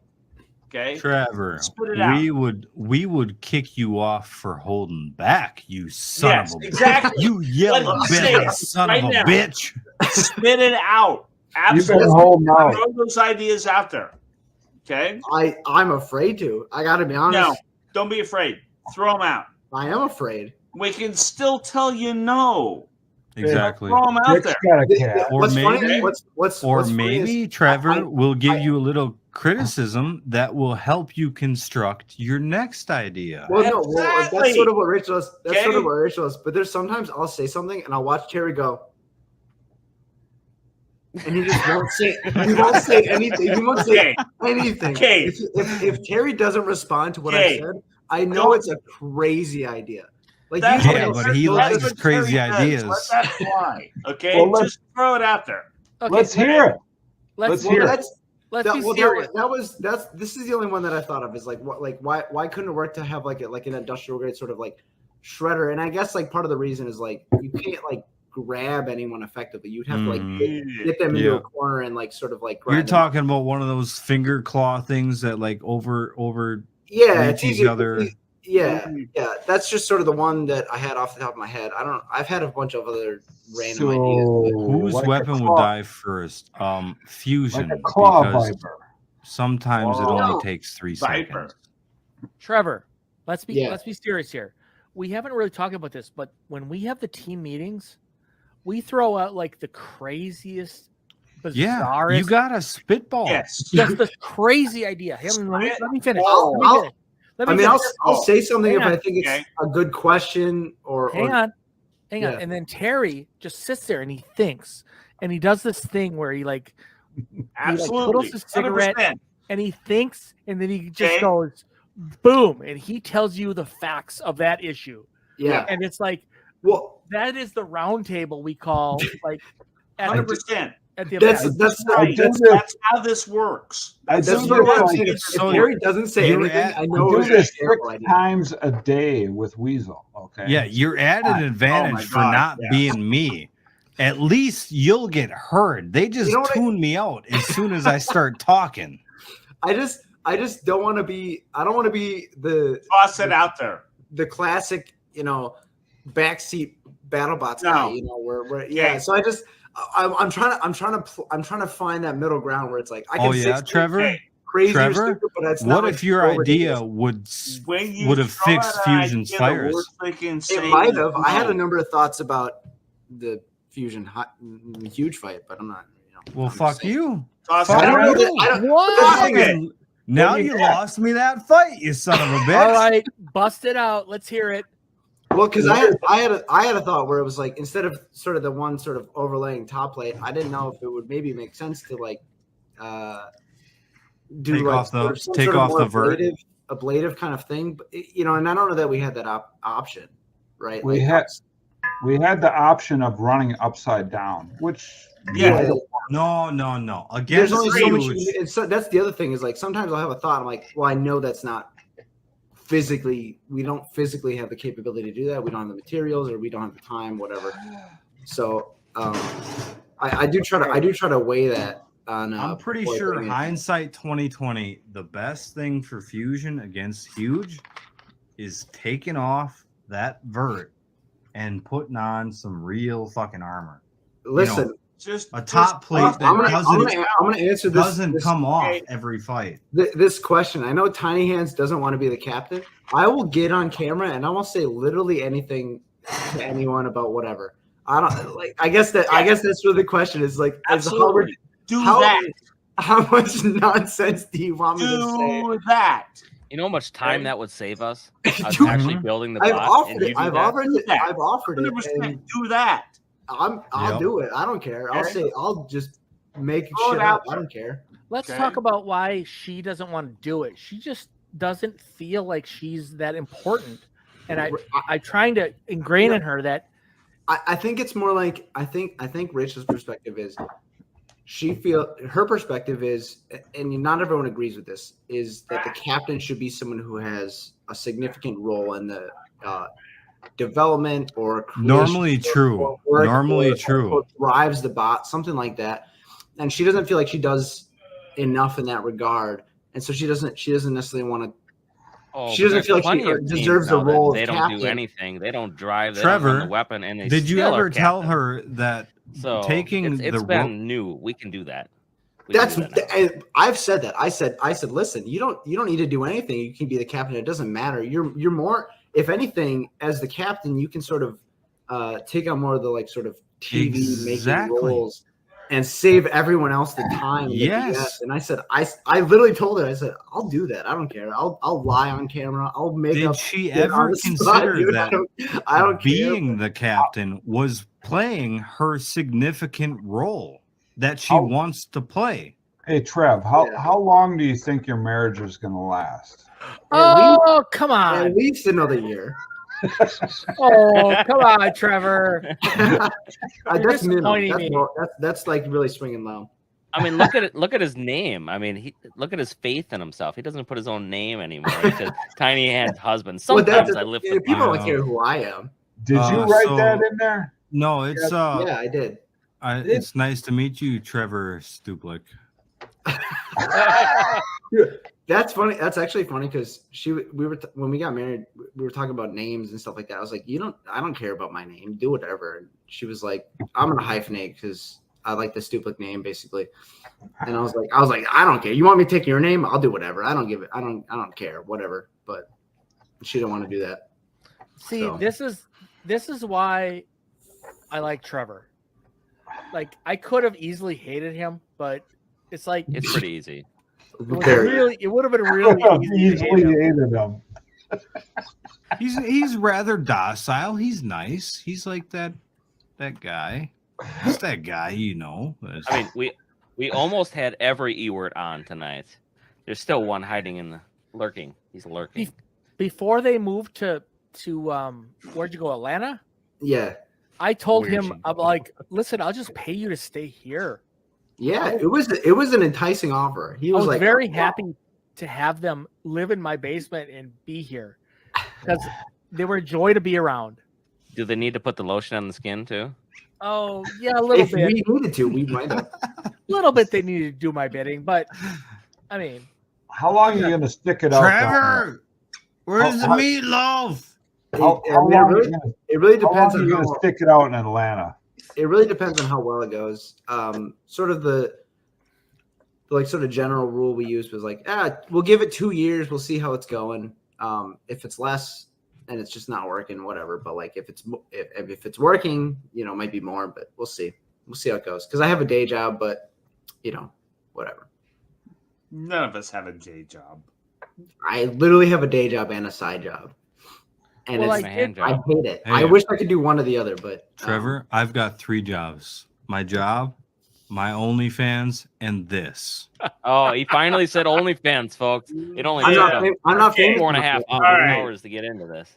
So we got a lot of donkey ear video out there. Yes. There's not much, actually. In fact, if you subscribe to me, There's not much is not 0. I want to Yes. point that out. Okay? yes. Oh, we got a real Yes. question. Dick, you got this one, Ray? Is this I true? Ray? used to be a prison night guard. Yes, I did. Were you a shooter in a shooter tower? I have in fact used firearms against inmates in bad situations. Where was this? You can have firearms in there? I worked at Folsom Prison for 13 years before I retired. I think outside Where's the that? cell blocks, they're allowed firearms. Is that how it goes, Mhm. Ray? So correctional officers' police status as a peace officer is only during work hours. It's unique compared to a sheriff or a police officer where they're a police officer 24 hours a day. Okay. So it's kind of a unique little version of it, but it is what it is. But I think, isn't it that they don't want them armed inside the prison, but in the towers and the Thank you, Toby. outside the prison cell area? There's plenty of positions that are in fact armed with lethal firearms. Most of the positions inside a prison are not that way, but there are like perimeter towers and whatnot where you're armed with lethal firearms. Yeah, I would suppose they don't want the firearms inside the cell blocks because Oh, they sure. could be They can get acquired. it. Yeah. How many, They're how many in, female they're guards? in, yes, they're in control positions where they can't be accessed in any way, shape, or form by inmates. How many female guards did you have at Folsom? Quite a few, actually. It was a decent percentage of the. Was it a maximum security? And honestly, some of them are great. Some of them are not great. It's like any other position. Some of them are really good at what they did. So they didn't have any problems like they're had in a UK prison there with the female guards and the prisoners? Yeah, it really didn't happen there. It was very controlled, the contact between correctional staff and inmates. And I'm not saying that there was never an issue, but it was virtually never an issue. Ray, was this a maximum security prison? I worked at the administrative segregation portion of Folsom Prison. So okay, the inmates that were too nasty to deal with the rest of the inmate population were held in ADSEG, and that's where I worked. Oh, okay. Yeah, so the nastiest of the nastiest. That's where I worked. Well, I guess, yeah, okay. Yeah, that's a big deal, right? You got the worst of the worst in the Folsom prison, right? Yeah, absolutely. I don't mean to be rude, but asking these questions as a donkey, asking these questions as a donkey dick is so.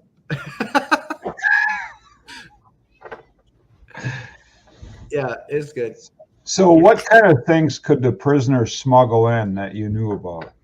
Yeah, the old pocket prison. So they had visiting arrangements that occasionally would bring drugs into the institution. Sometimes we knew about it, sometimes we didn't. So did a lot of it come through that way? Probably. It was mostly drug related. This one's a little bit. Yeah, how do trickier. they get drugs in? Is that how? Through the visitation? Visiting is a big part of that. Yeah, absolutely. Because there's this like smear on the guards. Like the guards are the way that the drugs got in. But I don't think that's the case, is it?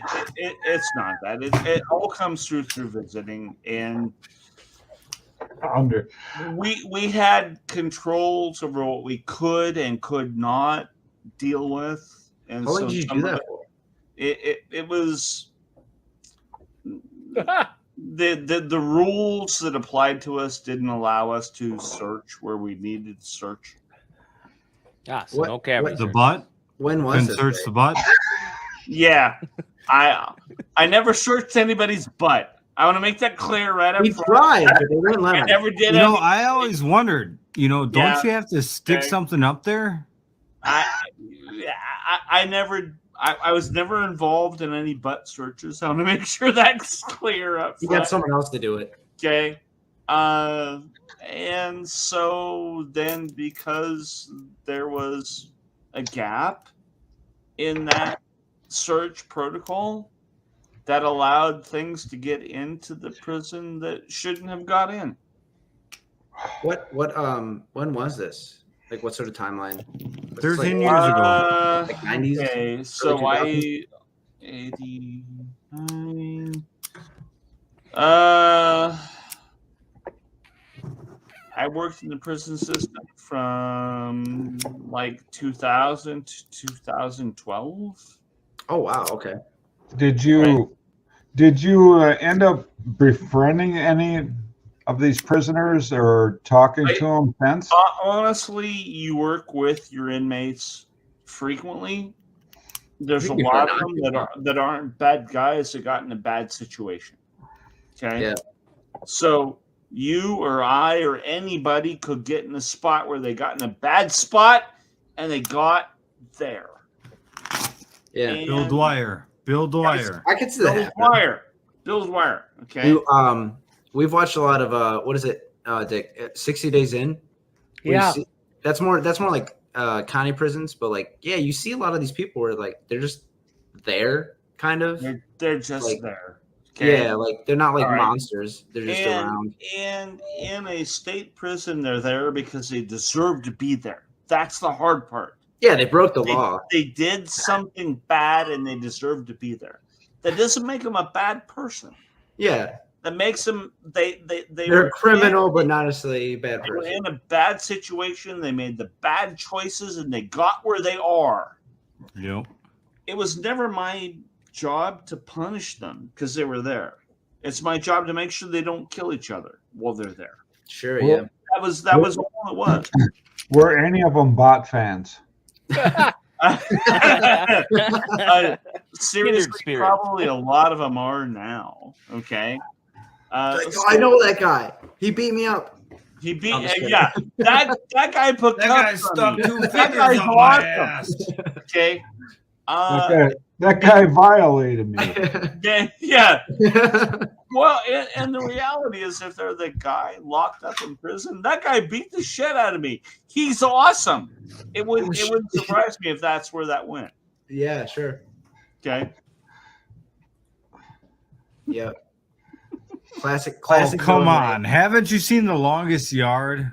Those guys, one? the guards, were the bad guys. Which one? Yeah. Well, both of Which them, I one? guess they're the bad guys. And I'm not saying from the prisoner's aspect, I wasn't the bad guy too. Okay. Yeah, I mean, it's tough. From society's aspect, I was a good guy. Okay. That's where you walk that line. There's a hard line to walk. It is a hard line to walk. And I'm okay with not doing that job anymore. I mean, you still probably don't talk blame to you. some guys that are there, right? I mean, I still walk into a bar and immediately recognize which guys are the guys I might have to fight. And it's weird. It's weird that you have to think Oh, that so way.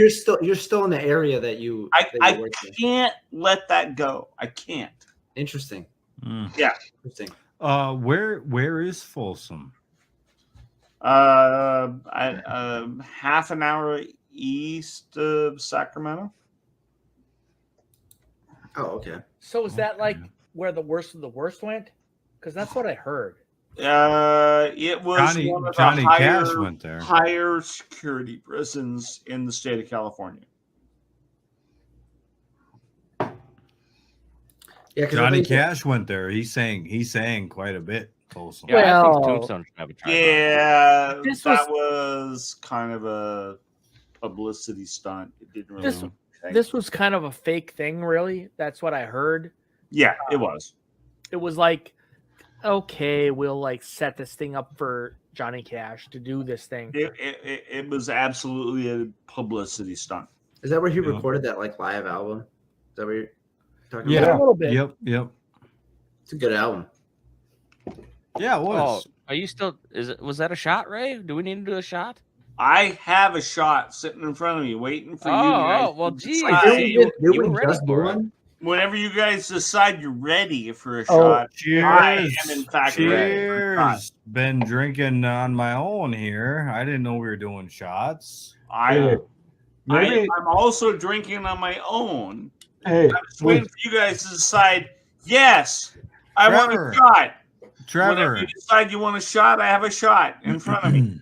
Should we have Trevor. Ethan on next, and then you guys can decide who the hell's going to be the frickin' villain for once and for all? Listen, Ethan is kind of No. he's a kind of a little Okay. wimpy villain. He's not a villain. He's an Listen, asshole. I'll be the villain. I'll be Okay. the heel. All right. The chat apparently wants me to be the Fuck captain. you, Trevor. You I fucking think- asshole. That's what I'm saying. Why does your name say undersized where it counts? I don't know. I don't know. Tiny hands. Oh, you don't Tiny hands know. right there. You don't know, right. Trevor. I didn't. You I don't think Jake know. did that. That sounds like a What? Yeah. Hello. Your attachment is. Hey, Trevor. All right. Where does it count? It doesn't count. Your heart, Yeah, Trevor. I think Your heart. Ray, Yeah. I think that Ethan is kind of a. Oh, you think so? It's huh? You think? So I think- Tiny Hands has tiny hands, and So Trevor when are we has. ranking this I don't- shot? I don't- Huge with the tiny It hands. all I don't have a works cool out. nickname. I don't have even a not cool nickname yet. A tiny cock and a tiny hands matched together. It's all good. Yeah.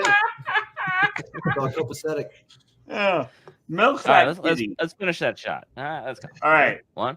So, are we shotting? We're Yeah. shotting. I'll All drink. right. I have a shot, We're but shotting. I'll drink a bunch of this. I love you guys. All right. Oh, I hit my limit. I'm out. I hit my limit. Oh, the first one Yeah. out. Huh? No. Did everyone like and subscribe to get Jake drunk at the next BattleBots? He doesn't. He lets us get drunk, but he doesn't get drunk himself. So. Well, look at this. Somebody has to be responsible, and I'm always seems to end up to being the guy. I'm very the guy. responsible. No. Oh, you guys. No, no, no. Except you were ended up being I the love you guys. drunkest almost every time. Yeah. Yeah, that doesn't mean No. but I'm still responsible. Oh, okay. I'm responsible. Just when because I'm I drunk. say things you don't want me to say, I Like go what? straight and to I'm bed. very irresponsible, doesn't mean I'm not responsible. I Like take that. an 8-year-old's I perspective. love you for that. You're good. This shirt is awesome, by the way. Yeah, what the hell's the deal with the shirt? Bring a real Show the gun. chest hair. Show the that's chest hair. awesome. We're good. Yes. Oh, Yes. Hey, do Hey, you shave Pat below made fun that? of me for this shirt. The first year I went, he made fun of me, and I'm just gonna keep wearing. Actually, Pedro wore the shirt for a while the first year. Can you open that shirt a little more? And I think it's shaved below that. Oh, No, Oh I yeah, don't no, shave. you had a weird mark or something. okay. Do you want to see his nipples? What's up I with just that? look like this. Okay. Trevor, I'm sorry, I'm just in a nipple mood. We want to see your nipples. What's up with that? This is Only not. if I didn't know this was that kind of stream. Only if they're puffy. Of It course, is my now. OnlyFans is Get linked. off. Ah. Get off. Hey, you got a Wait, wife wait, wait. beater Are on? you wearing a wife beater? Yeah. No, Are I you my wearing? God, Oh there you my go. God! He's wearing a wife beater. Hey, Nah, no, I don't like that's that. why she's not in the chat now. This is great. God damn! You knocked her out 2 hours ago. Beat that wife. She knocked herself up Oh my god. with liquor. Herself. She got too drunk again. She's little. She forgets how little she is. I'm telling you. When can Dick expect grandkids? Yeah. We Okay. will you will be Even they're the younger. All right. Terry. When are you gonna get busy? Get at it. Well, Get this is after it, rude, but son. okay. Okay. Let's just bust this shit We out. want to know. Trevor. It's on the table. We're just It just ain't happening. Cook that shit All up. right. Let's have some All right. dinner, son. How Fair much enough. money? Fair enough. We're good. Fair enough. Maybe by next season. You What do we Okay. need? So- Hopefully not GoFundMe or during something? next Like, season. So, Tiny Hands gets pregnant, kind of. like day after tomorrow. Tonight. Yeah, no, Not she tonight. seems You good knocked her tonight. out. She seems not good. You already tonight. knocked her Tomorrow. out, Trevor. Tomorrow. No. You Are can't. you one of those you can't- millennials fair that enough. don't want to bring Listen, kids listen, into like I this said, world? Dick will be Dick and Rose will be the first to know. Terry will be the second to know. All right. And then my Nice. parents will be the third to know. What? Do we need a GoFundMe? Put or it in the something? Do we hit- group, hit a Trevor. value? I'd feel insulted. You got like a timeline. I'm the Godfather. Do we need a fundraiser or something? What's the timeline? No You come to fundraiser. me What's the on the timeline? day of my daughter's When are wedding. you going to inseminate And you her? ask me for a favor? When is this gonna happen? Oh my God.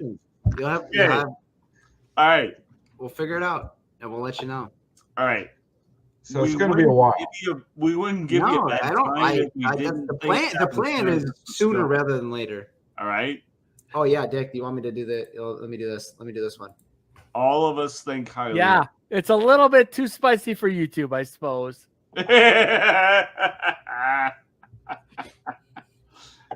Okay. If Tiny Hands gets pregnant, is she still gonna be on BattleBots? I would absolutely. I would That's the assume so. condition. Your baby better be small enough that she can still do Yeah, we'll BattleBots. put the Oh baby. my God. We'll put the baby inside the robot to fix. You all better put a small baby in her.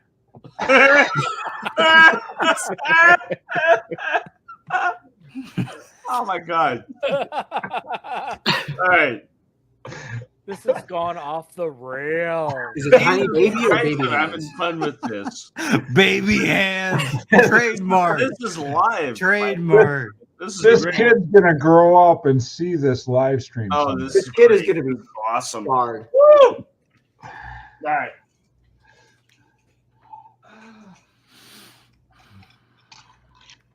What else do we got for chats? I'm slowly going through them. Come here. on now. Reese is holding up better than the rest. Well, you quit already, so. Huh? Hey, I conditioned myself last weekend, folks. There we go. There we go. Go back to the start of the stream. Hey, Terry can have his hat. I got mine. Yeah, there you go. All right. There we go. Oh, we got some OnlyFans requests for you, Trevor. All right.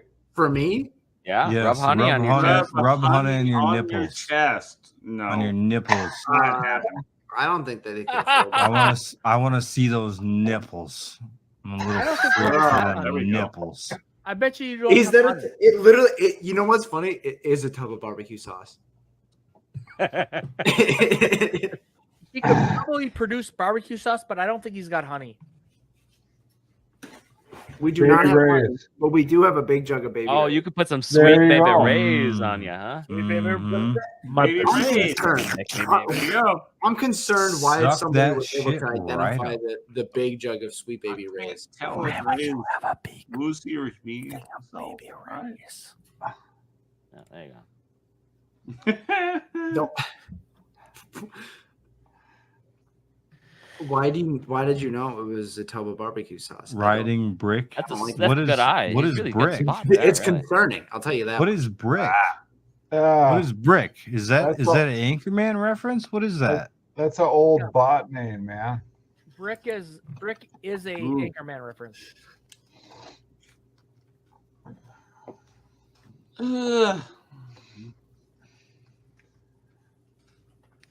So, Dick, were you shouting then, or did you actually quit? Because Me? Yeah, you. What have Yeah. I done? I don't know. Yes. We're talking about you showed your Man bottle, but I don't raised. know if you were actually drinking it. Oh no, I was just showing so people who are at the beginning of the stream could see how much is gone. Oh, I see. Ah, yes. Ah. Do you really Norwalk's love actually lamp, or still you just going saying on that? yet. I've been is? chatting nonchalantly in there. Rick, hey, I have breaking news. It's not Please tell Norwalk. us about your breaking news. Cannonball. That's it. Reese, where are the ears That's from? all there is to that scene. All Don't right, fair enough. Reese. Does that mean we're taking a shot? Where are the ears from? Apparently, we're supposed to take a shot of Sweet Baby Ray. Sweet Baby Ray. Really, I'm okay with that. I just want to know. Are we taking the shot? No, I'm not gonna. No. how much are you gonna need Venmo to you? For 6 people, 6 shots.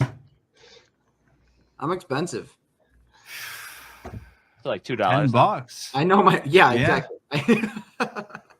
I know my work. $10. I mean, there is no way in hell that I would just start drinking for free. That's just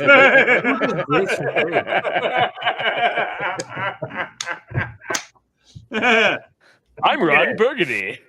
Okay. I love scotch. Scotch. Okay. Scotch. But if I give you a quarter, you'll drink until you pass out. The whole rest of the bottle. at least. There ain't much left in it. You want me to finish? I'll finish it. Okay. I ain't a pussy So- here like Trevor. I'll give you a quarter. You'll drink it, right? All right. Fair enough. Woo! She gone. He kind of looks like a baby. Ah. Oh my god. Oh my god, I haven't seen this movie in so long. Oh my god. I got my baby back.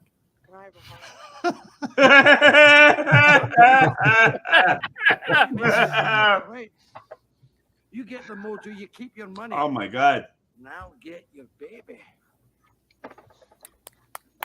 Right. Right. Right. I got my baby back. I got my baby back. That's the sad part. We're all fat bastards. Yeah, that's true. Yeah. Ribs with barbecue sauce. Fuck you! Fuck me! Fuck. We're all fat bastards. Yo, why did you play that video of me? I got my baby back.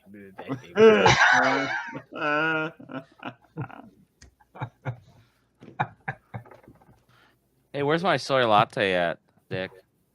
Or Andy, sorry. Where's my soy latte? Soy What? latte? Yeah, my The soy latte. fuck? Soy Like boy? a barista. That brings up an interesting question. You been into pegging lately? What? Soy latte? I love your face. This is great. Okay. I think that was earlier in the show we went over that. Damn. Who was that question to? JJ. JJ? Shout out to JJ. That's my boy. What, JJ? He made my pillowcase. And I love it. Still Sleep with sleeps it on it. Jake, every night. If I ever have to, if I ever have to hump a pillow, it's that one. My pillow. If I ever have to hump a pillow. Jake, Mike what's your Lindell 2.0. Oh my god. what's your obsession with jabronis? I forget what the actual restaurant is actually called. Jabritos? Yeah, jabronis. It's Jabritos, man. The Oh, wife, yeah. when we went to Remar's one time, You just Okay, the Jake. wife. You were unhinged. All right, If all that right. was We're on the drunk table, you enough. were- well, Give we a had to shout go out find to it. And Jabritos. it was the hardest thing to find because we went through the casino. It was right trying to there. get Well, yeah, now it is because you know to Oh, go to it the high wasn't- roller and then go back down in there. But we seen the No. Facebook ad. No, and I so we don't, had to go find Speedy. it this one time, and now it's like Yeah. great. It's sushi burritos. It's freaking excellent there. And Burritos. every time I go to Vegas now, I gotta get that at least once. JJ, Stresses me if out. your face is on that pillow, Jabritos. You'd regret it.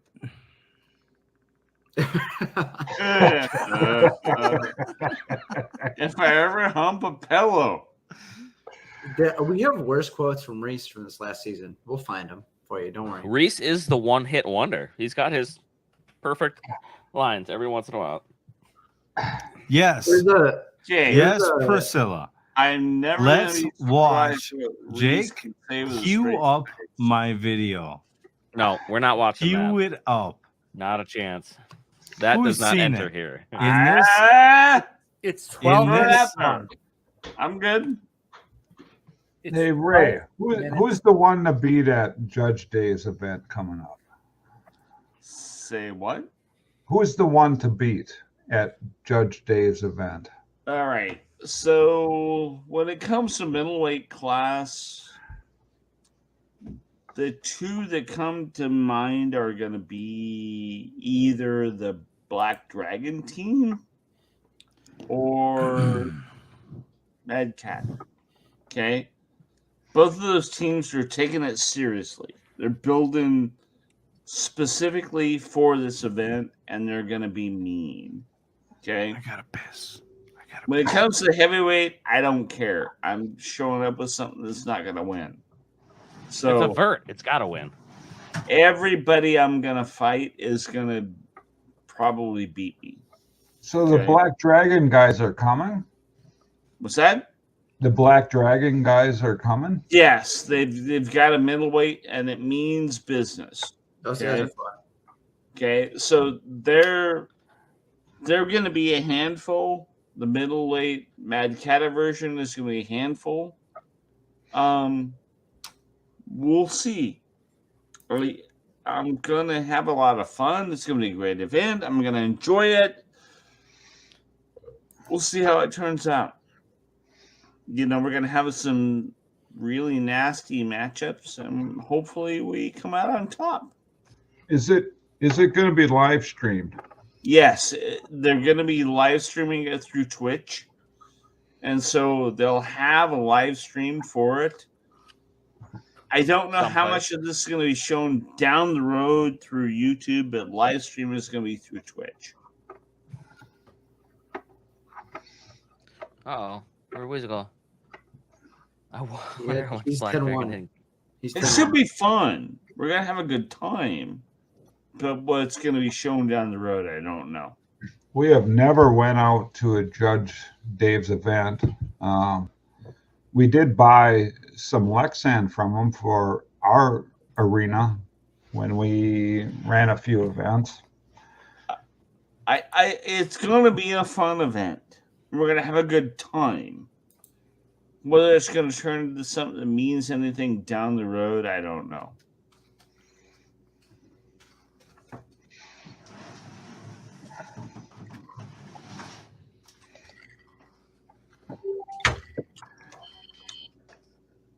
I'm hopeful it'll turn out into something even important.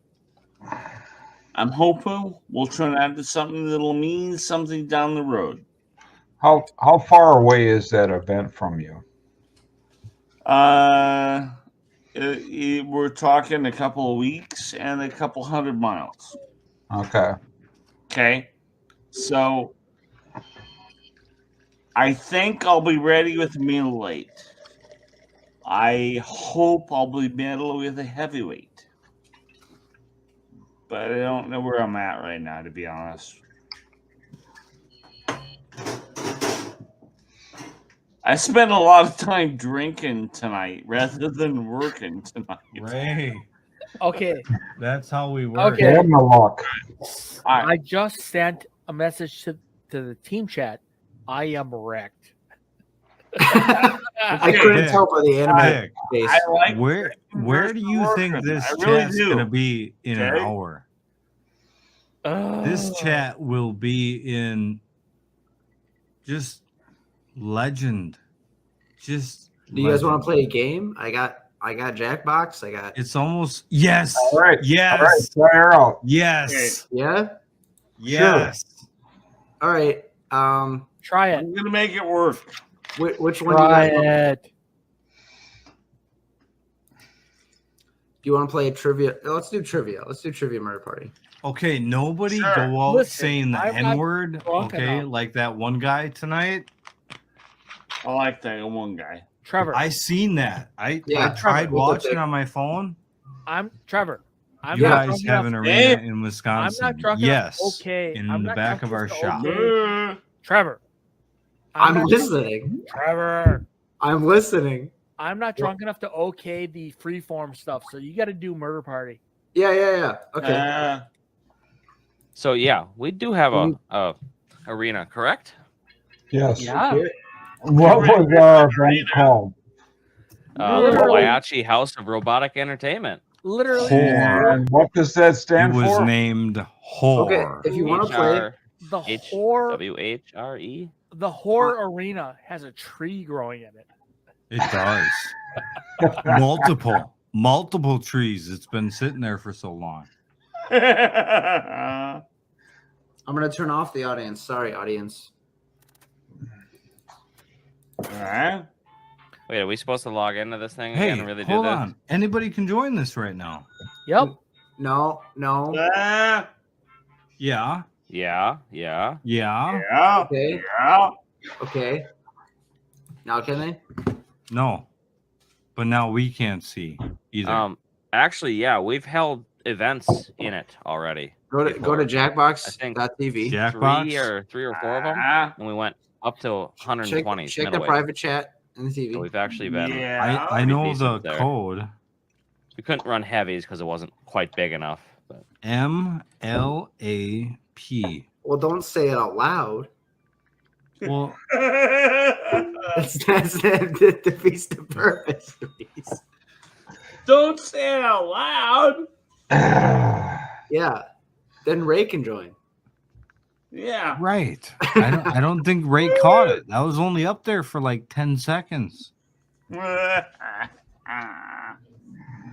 You're gonna have to send the you're having drunk people try to do this online. This is. I put it in the private chat. Yeah, this is Ray's first idea. time. Go to jackbox.tv Oh, okay. on your phone. His first time. Easiest. Ray's a virgin. I got it. First time since he was 12. I'm only semi-drunk. We're not that drunk. Who's Joel? We're I'm not that drunk. I We're got it. not that drunk. Okay. Can Fusion get sponsored by ASPCA? Yes. Send me your money and it goes directly into Okay. my fund. Are you good, Ray? You got to figure it out. Ray's trying to. That's read. a horrible question, Anthony. Anthony. Anthony. Ray, either on your computer, Anthony's on your phone, great. on your I phone, love God. how he interacts. go to Anthony, jackbox.tv. You can't be expecting Ray to talk to children right now. I'm not expecting him to talk. To talk to me. Okay. Go to jackbox.tv. The code is pillow. I'm perfectly cat milk. capable to drink myself into a, You guys see my I screen? know. Is it I know, visible? Ray. Yeah. I No, was there. I'm good. I was there when the mean man Bill I'll Dwyer share my came by. screen when everyone goes in.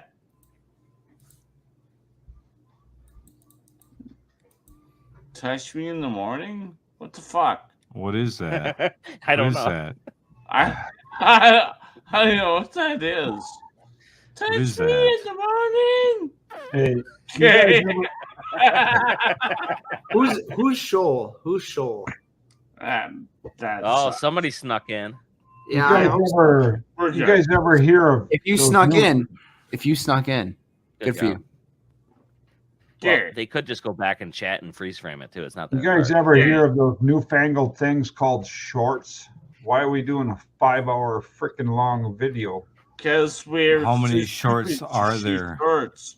in 5 hours? Terry, are you joining? Are you joining? Yeah. Because Terry, this is the Tuscan. Get with the time, Joe. Okay. What you're trying to do here is to recreate the Tuscany fire and all the everyone in? obnoxious Tuscany bullshit that fire. happens there, so Why that no- somebody the- down the road can come. The reason by for and no create a audience is short because film. then anyone can join and gets Ah. chaotic. Do I need? You mean worse than 5 drunks? Do I need a different? Yes, worse than us. Worse than 5 drunks. I love that Hey, statement. Trevor, can you go roll Tiny Hands out and bring her back? Yeah, she's There's probably no picked way. it all There's up no by way. now. Okay. She's Drag gone. She's Tiny toast. Hands back. She's toast. Okay. No. $50 if you bring Tiny Hands back. R.I.P. Beat her with a Tiny hammer Hands. until she comes back. Mary Poppins. Are you guys joining? How much I money would it? joined. How I much joined money would already. it take for you to bring Tiny Hands Racing's back? Mary Poppins. It's not up to me, Terry. Go Just ask don't her. racing's Hey, Mary hey, Poppins. Ray. Hey, Ray. She's I don't out. know what that is. She's Hey, out. Ray. How much money for you to come join our live stream? She just show up. Wait, and she what? go, Rachel, I was meaning. Rachel. Yeah. Okay. I'm not gonna weekend at Bernie's. Are you guys Okay, in? let's do this, chat. What do you think? We got we got Disco.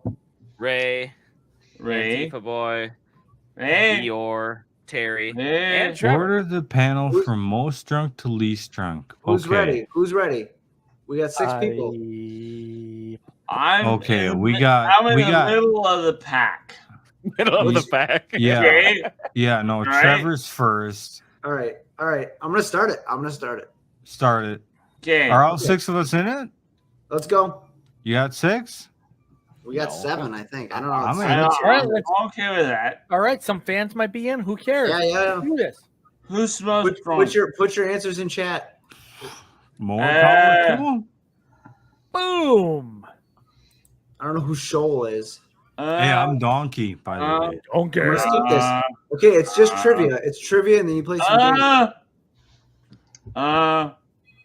Jesus, Ray, what's going on over there? I don't know. Prepare to die.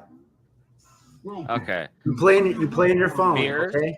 Beers. There's more. It's pick been them a up at the same while. time. Yeah, he's about on his third beer. and a half beer. Fuck beer. Someone thinks me or Terry are the most lucid. Correct. Eh? Who built the Pyramid of the Sun? Who did it? That's too easy. Oh, well, between those 4, I mean, it makes it really hard. I have a shot in front of me. It's clearly that one. There's only 3 wrong I have a answers. shot in front of me. Yes. You would be correct for sure. All right. Reese. Aztecs. Boom, bitch. Boom. Okay. Y'all dead, huh? Somebody's dead. Okay, this one is more of an experience. These are precious family treasures. Shot. I don't know what to do with my hands. Trev, is this your game? Beware Yes, the one this is with the prettiest game, yes. fur. Donkey. Donkey. I'm picking. Nothing's Donkey. happening. God, you're slow, What Donkey. the fuck? You picked something for me. What? All right, I'll- Oh, yeah, I'll take oh, it. you I'll dead, take it. boy. I don't know what Get this out of my means. game. I'm already dead. Get out. Yep, Get you're out. dead. Bye bye, Trev. I'm just a big fan of raising the stakes. Aztec. Oh, I heard drink. Somebody said drink. I'm not talking about once, so I talk about elevator rides. Why did I get a 20? Why am I dynamite? Help. Let's try another one. What is this? Pennsylvania. If I speak Pennsylvania, what language do I speak? Well, that's Amish. pretty obvious. Don't speak it out loud. Now, me personally, Mr. Eeyore here, I have had a lot of interaction with these people. And, Okay, thanks, Priscilla. Fair enough. Yeah. I'm so bad at this game. This is my Priscilla game. gave it I a- lose it. Did Priscilla give up the answer pussy? that. Come on now. I'm terrible. I'm dumb as hell. I told you I had one brain cell. I'm going to dictate a message to you. Wait, what? Not as much of what I say as you can. Everyone else will be typing Oh, too. No.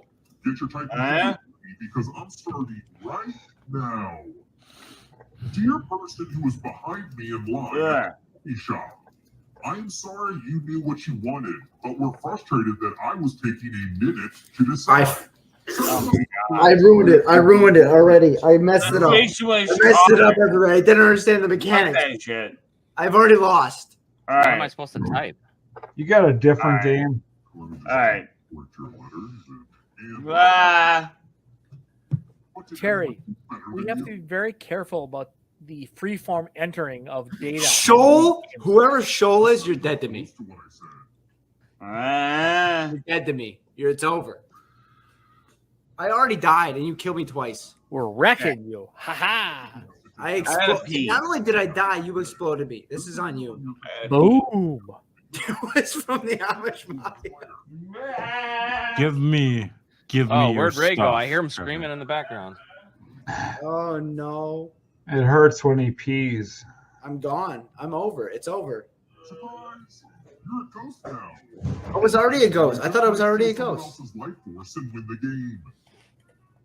What do I have You have done? the least money. You can carry the bomb. See, I'm generous. Donkey has the dynamite What now. the fuck? I did nothing wrong. Let's keep This is what you get for being friends with me.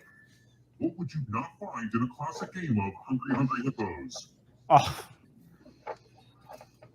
Oh. duh. Oh no. I Duh. don't What do you mean, duh? Duh. I don't know. I genuinely do not know. I don't know either. I felt pretty confident with yellow though. Oh, I got this one late. I guess green. Yeah, baby, that's Fucking right. red? Uh-huh. It's over. No red hippo? No red, baby. It's time. Fuck that. Why do you know this? What? Okay, we gotta use these weird little dumbwaiters. Everyone pick an elevator door. If you all pick the same side, you all live. But if there's a split decision, I will kill everyone on the heavier side. Sounds Oh a- shit. Sounds a little like Saw. Saw. A little bit. A little bit. Feel free to chat and lie about what you're gonna What am do. I picking? Whatever you want. Pick and try to lie to somebody else. I seen where it went. What does that mean? You just got to pick a side. Whichever side's heavier loses. I think so. Something like that. So Hey, does everybody pick go. left? Everybody go right. Everybody Oh, go I guess right. donkey. We lost Ray. What happened? We lost Ray. I'm not Died. listening. You Reese. Speaking of Saw, we used to make special effects for Saw. Wow. Everyone picked left. I was hoping some people would die. Fuck you guys. I went left first, you I went motherfuckers. left. What the fuck? Everybody went left. Oh, I'm done for. Yeah, you were right, Anthony. You were right. They're just dumb animals. When one player is left alive, we'll go to the final round. Hey, what happened to our screen, Dick? What? Which anime series features Mikasa and Eren fighting skinless giants? Priscilla, help me out. I know this one. Type it. I've never seen it, but I know this one. Type it. I'm running low. Whoa, who just exploded? Fuck. I exploded. Oh my god. They blew me up. Them bastards. Don't put the guess in the chat. Ooh, I Don't help us. explosion. Why? Let They're us be probably idiots. wrong anyway. No, they're helping us in chat. Except we still got it wrong. I didn't. I did. Oh, chat. I don't watch any anime to know that. That was a guessing game for me. That's Chat is bullshit. helping us. I asked for help and I get blown up. Okay. Fuck that. Nobody picked racist top right. shit. Fucking racist. You're right, Priscilla. I'm sorry. I'm going top right. Nobody else goes there. Don't conspire. It's time for the volunteers. Here's the fun part. You get a sword. On your device, choose a row or a column to run your sword. Cat, how did you get your ass in You have here? trouble picking a spot. Just take a Hey, stab. Priscilla says we took the audience away. Well, what did you expect, Priscilla? We can't trust you guys. We can't be trusted. We can't trust ourselves, let alone the audience. Let's bring Priscilla into the chat. We should bring her online and have her challenge us. Stabby time. Don't someone stab. forget. She's gonna Did someone kill not you. vote? She's probably gonna kill you. Oh, I got sniped. No. That looks just like you, Jake. Yeah. Wow. BattleBot XP is destroying us. Yeah. Yeah. Jerks. So we got a fan in here who's killing us. Morocco. Number 3. It's meant to be a guest, Terry. Duff Goldman. I don't know who Duff Goldman is. I didn't go with Morocco because that's bullshit. It's fully Morocco, bro. Just didn't go with it. Are we literally getting wrecked by somebody I hope else in so. the chat? I don't expect us. Chat, fuck you guys. You're supposed to help me out here. It's 10, man. There's 10 frames. It's 10. Come on. It's not 12. 3. Hey, keep your mouth shut there. Yeah, Terry. if you're not going to play the game, you stay the hell out of the chat, man. Come on. Come on. We are not can playing say that drawing TKO game without we because being the last inappropriate. time we did last night, it was not good for live stream. Not a chance. It's tattoo time. I know it's Oh my god, they got it wrong. Totally cliche, but whatever. Create a new tattoo on my back by drawing on your device. Interesting. Oh, God, okay. not this one. Oh, I bet can we're do gonna vote. that. I bet the losers are gonna vote. Oh man, Yeah, yeah. I I'm a wonder what it's loser. gonna be. I'm a fucking loser. Yeah, where did Ray go? This is Probably bullshit. hurling. I think Ray's gone. You might want to cut him. So no cock and balls. Wow, that was. Oh boy. Oh boy. What are these? What? Oh my goodness. I've become a work of art. Now vote for your favorite tat. The artist with the fewest votes will die. I'm gonna go with the Nice. eagle. I think it's an eagle. I'm going with the bird. It's gotta be the yeah. It's got to be B, right? It's gotta be B. C is pretty good though. Oh yeah, we'll climb. I'm climbing. Ray, where'd you go? Where'd you go? He's gone. I Who don't know, voted man. for the C? You should really consider using a stencil next time. One. Fuck you. Idea for a mini game. Yeah, who picked that one? Hey, we should talk shit about Ray while he's gone. Yeah. Yeah, frick that guy. That guy's a jerk. Growing up, I always told myself I wouldn't get to the family business What a meanie. hotel. But you probably Did you see how he drank alcohol on a public? You know. On a public forum like this? Yeah. Hey, you know what's really strange? We have 40 people still giving us the time of day to do this stupid crap. That's amazing, guys. Now that's a big thank you for there.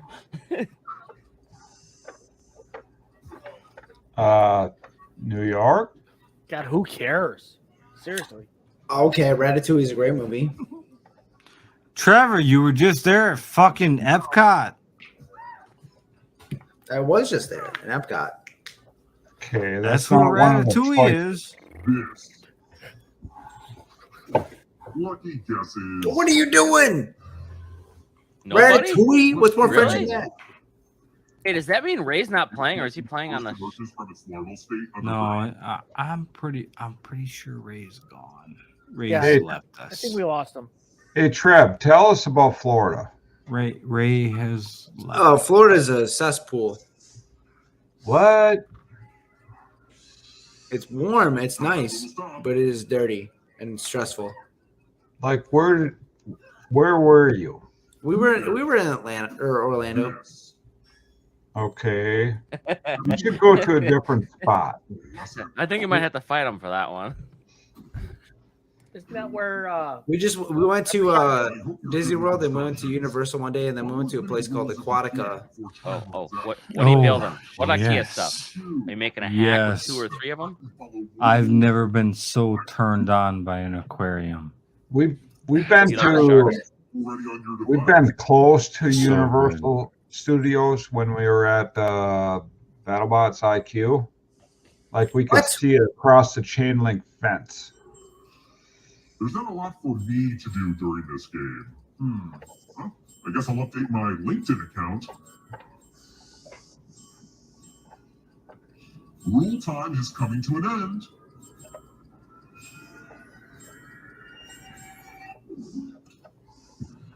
There's always someone out there. Oh, I beat Jake last time. Yeah, I just had to stay. I was going too quick last time. This time I took a lot more time.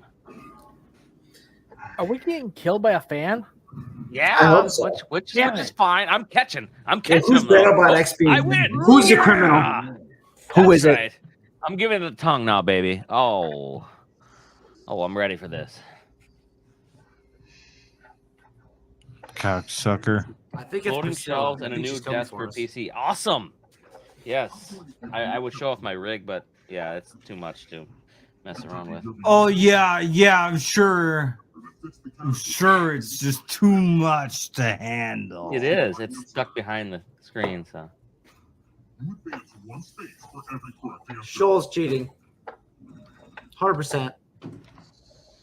You're a little bit closer to escaping. Plot twist. Shoal's a scammer. If a ghost catches you, they'll steal your life force. Then they You're lucky Donkey's not in this, you fuckers. Okay. Question. And ghosts get a third choice to help them catch up to you. Yeah. Time is almost up. That's tough. I know O positive's one. Yeah. Not F minus. Peace out, fables. I hate this. This is just quick facts that don't mean anything to me. I don't even know. David and Goliath. None of them. None of them. Wow. That's not good. Y'all. You know what that game said right there? Yeah. Fuck. Ray's y'all. hiding in the back. He's winning without even knowing. I have no idea who this is. I got one. Yes. Uh-oh. Here comes trouble. Goodbye, Reese. Fucking Donkey? No, I'm Donkey's dead. goner. Fuck you. Fucking game. Books and L. Frank Bomb's Oz series. Time is almost up.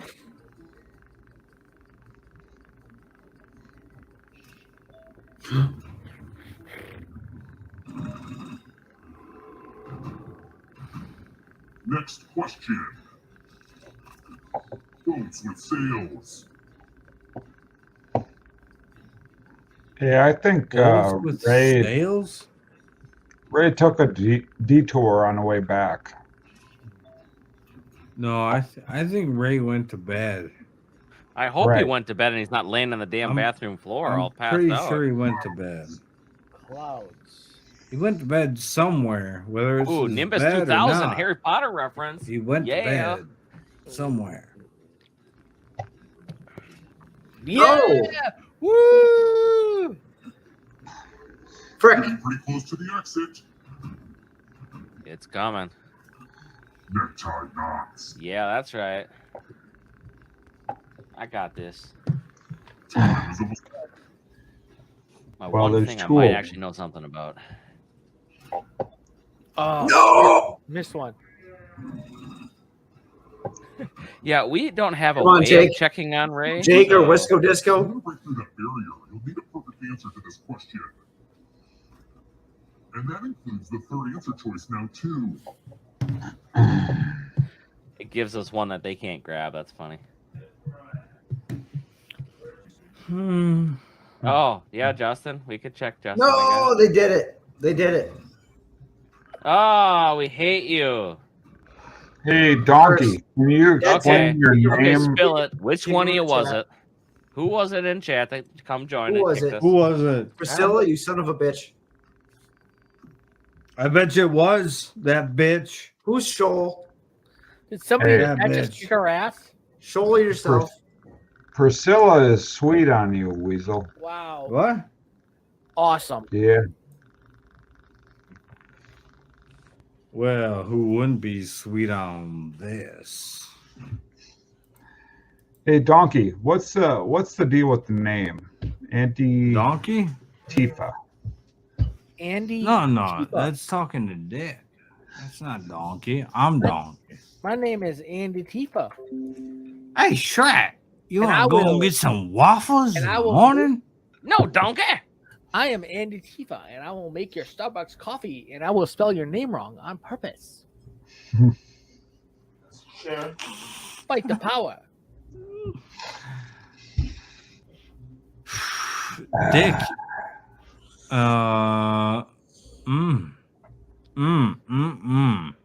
What? You were so. Hi. Next round. Oh, was that? Were you in there, Priscilla? Is that who we're talking about? What did I do wrong now, Reese? Do you want to do another one? Reese, what did I do wrong? Ray's chair is moving. Is he at the bottom of his chair? Oh my God, he's dead by his chair. He's on the floor. That would be. I see him. He's there. Oh I think my he fell out of God. his chair. It's rotating. Ray's chair is moving. He's alive for now, folks. He's alive. He's there. Oh, it's Okay. a miracle. It's a miracle. I'm drunk and I can't get up. Hit the life alert.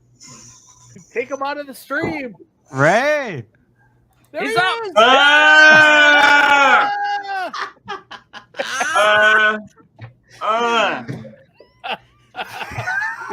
Take him out of the stream. He lost his hat though, folks. He lost his hat. I lost my hat. Rip. Yeah. Oh, jeez. Jesus. I'm gonna hop off the stream as well. When's the plan for the next stream? All right. Who knows? Next Friday Who or knows? Saturday, Okay. whatever We'll be there. time you guys have Hopefully Tiny Hands doesn't D&D. die. Spots are way more Okay. expensive. This is it right here. I'm finishing this. I'm calling He's it. finishing it. That's a What? good question. Did we get that? What's more expensive? Yeah, bots. Bots. Okay. I have my 5.7 propping up my microphone right now. Damn it. I wish I had my 44. I I wish had I had that my time. 44. All right, I'll see everyone later. Hey, Trev, make yes. sure you use little Vagisil on that vagina. Yeah. Oh, Okay. stop that. No, I'm definitely leaving. All right. No. Goodbye, Good everyone luck, except Reese. Trev. Everyone except Reese. Goodbye. All right. This is it. See you, Trev. Talk to you Love you later, guys. unless you're Think not- about you, Jake. I love you guys. Okay. It's done. Hey, so since we're at the end of the stream, we're gonna thank all of 47 of you who are still in here. All right. Yeah, it's been a fun night, and Ray's It's been had a fun right? night. Ray? I'm done. R.I.P. Ray. All right. All right. Guys, I thought this was going to be a 6-hour stream. I'm disappointed. Yeah. Oh, We're we're disappointed. closing it out right We're now. hitting Closing five. it out right now. Right? Hey, if you want to pick this up, we're going to Mr. Eeyore's stream. No, you're Dick's not. gone? No, Dick Oh, he left? bailed. He bailed. Hey, Oh my God. back in the day, That we is did 12-hour record-breaking. streams. Dick has never left a stream in Yeah, history. he must have actually drank, you know. Yeah. Wow. Well, I'll see you guys Wow. later. I'll see All you Hey, Trevor. next week or whatever. I don't know. Just let us know. Trevor, next week, just be sure to wash that sand out of your vagina. Tell us how that Tiny Hands thing went tonight. Okay. Okay, And I'll tell we you. are out. Thank you, YouTube. Goodbye, Thank you guys. everyone. And well, we'll be back sometime.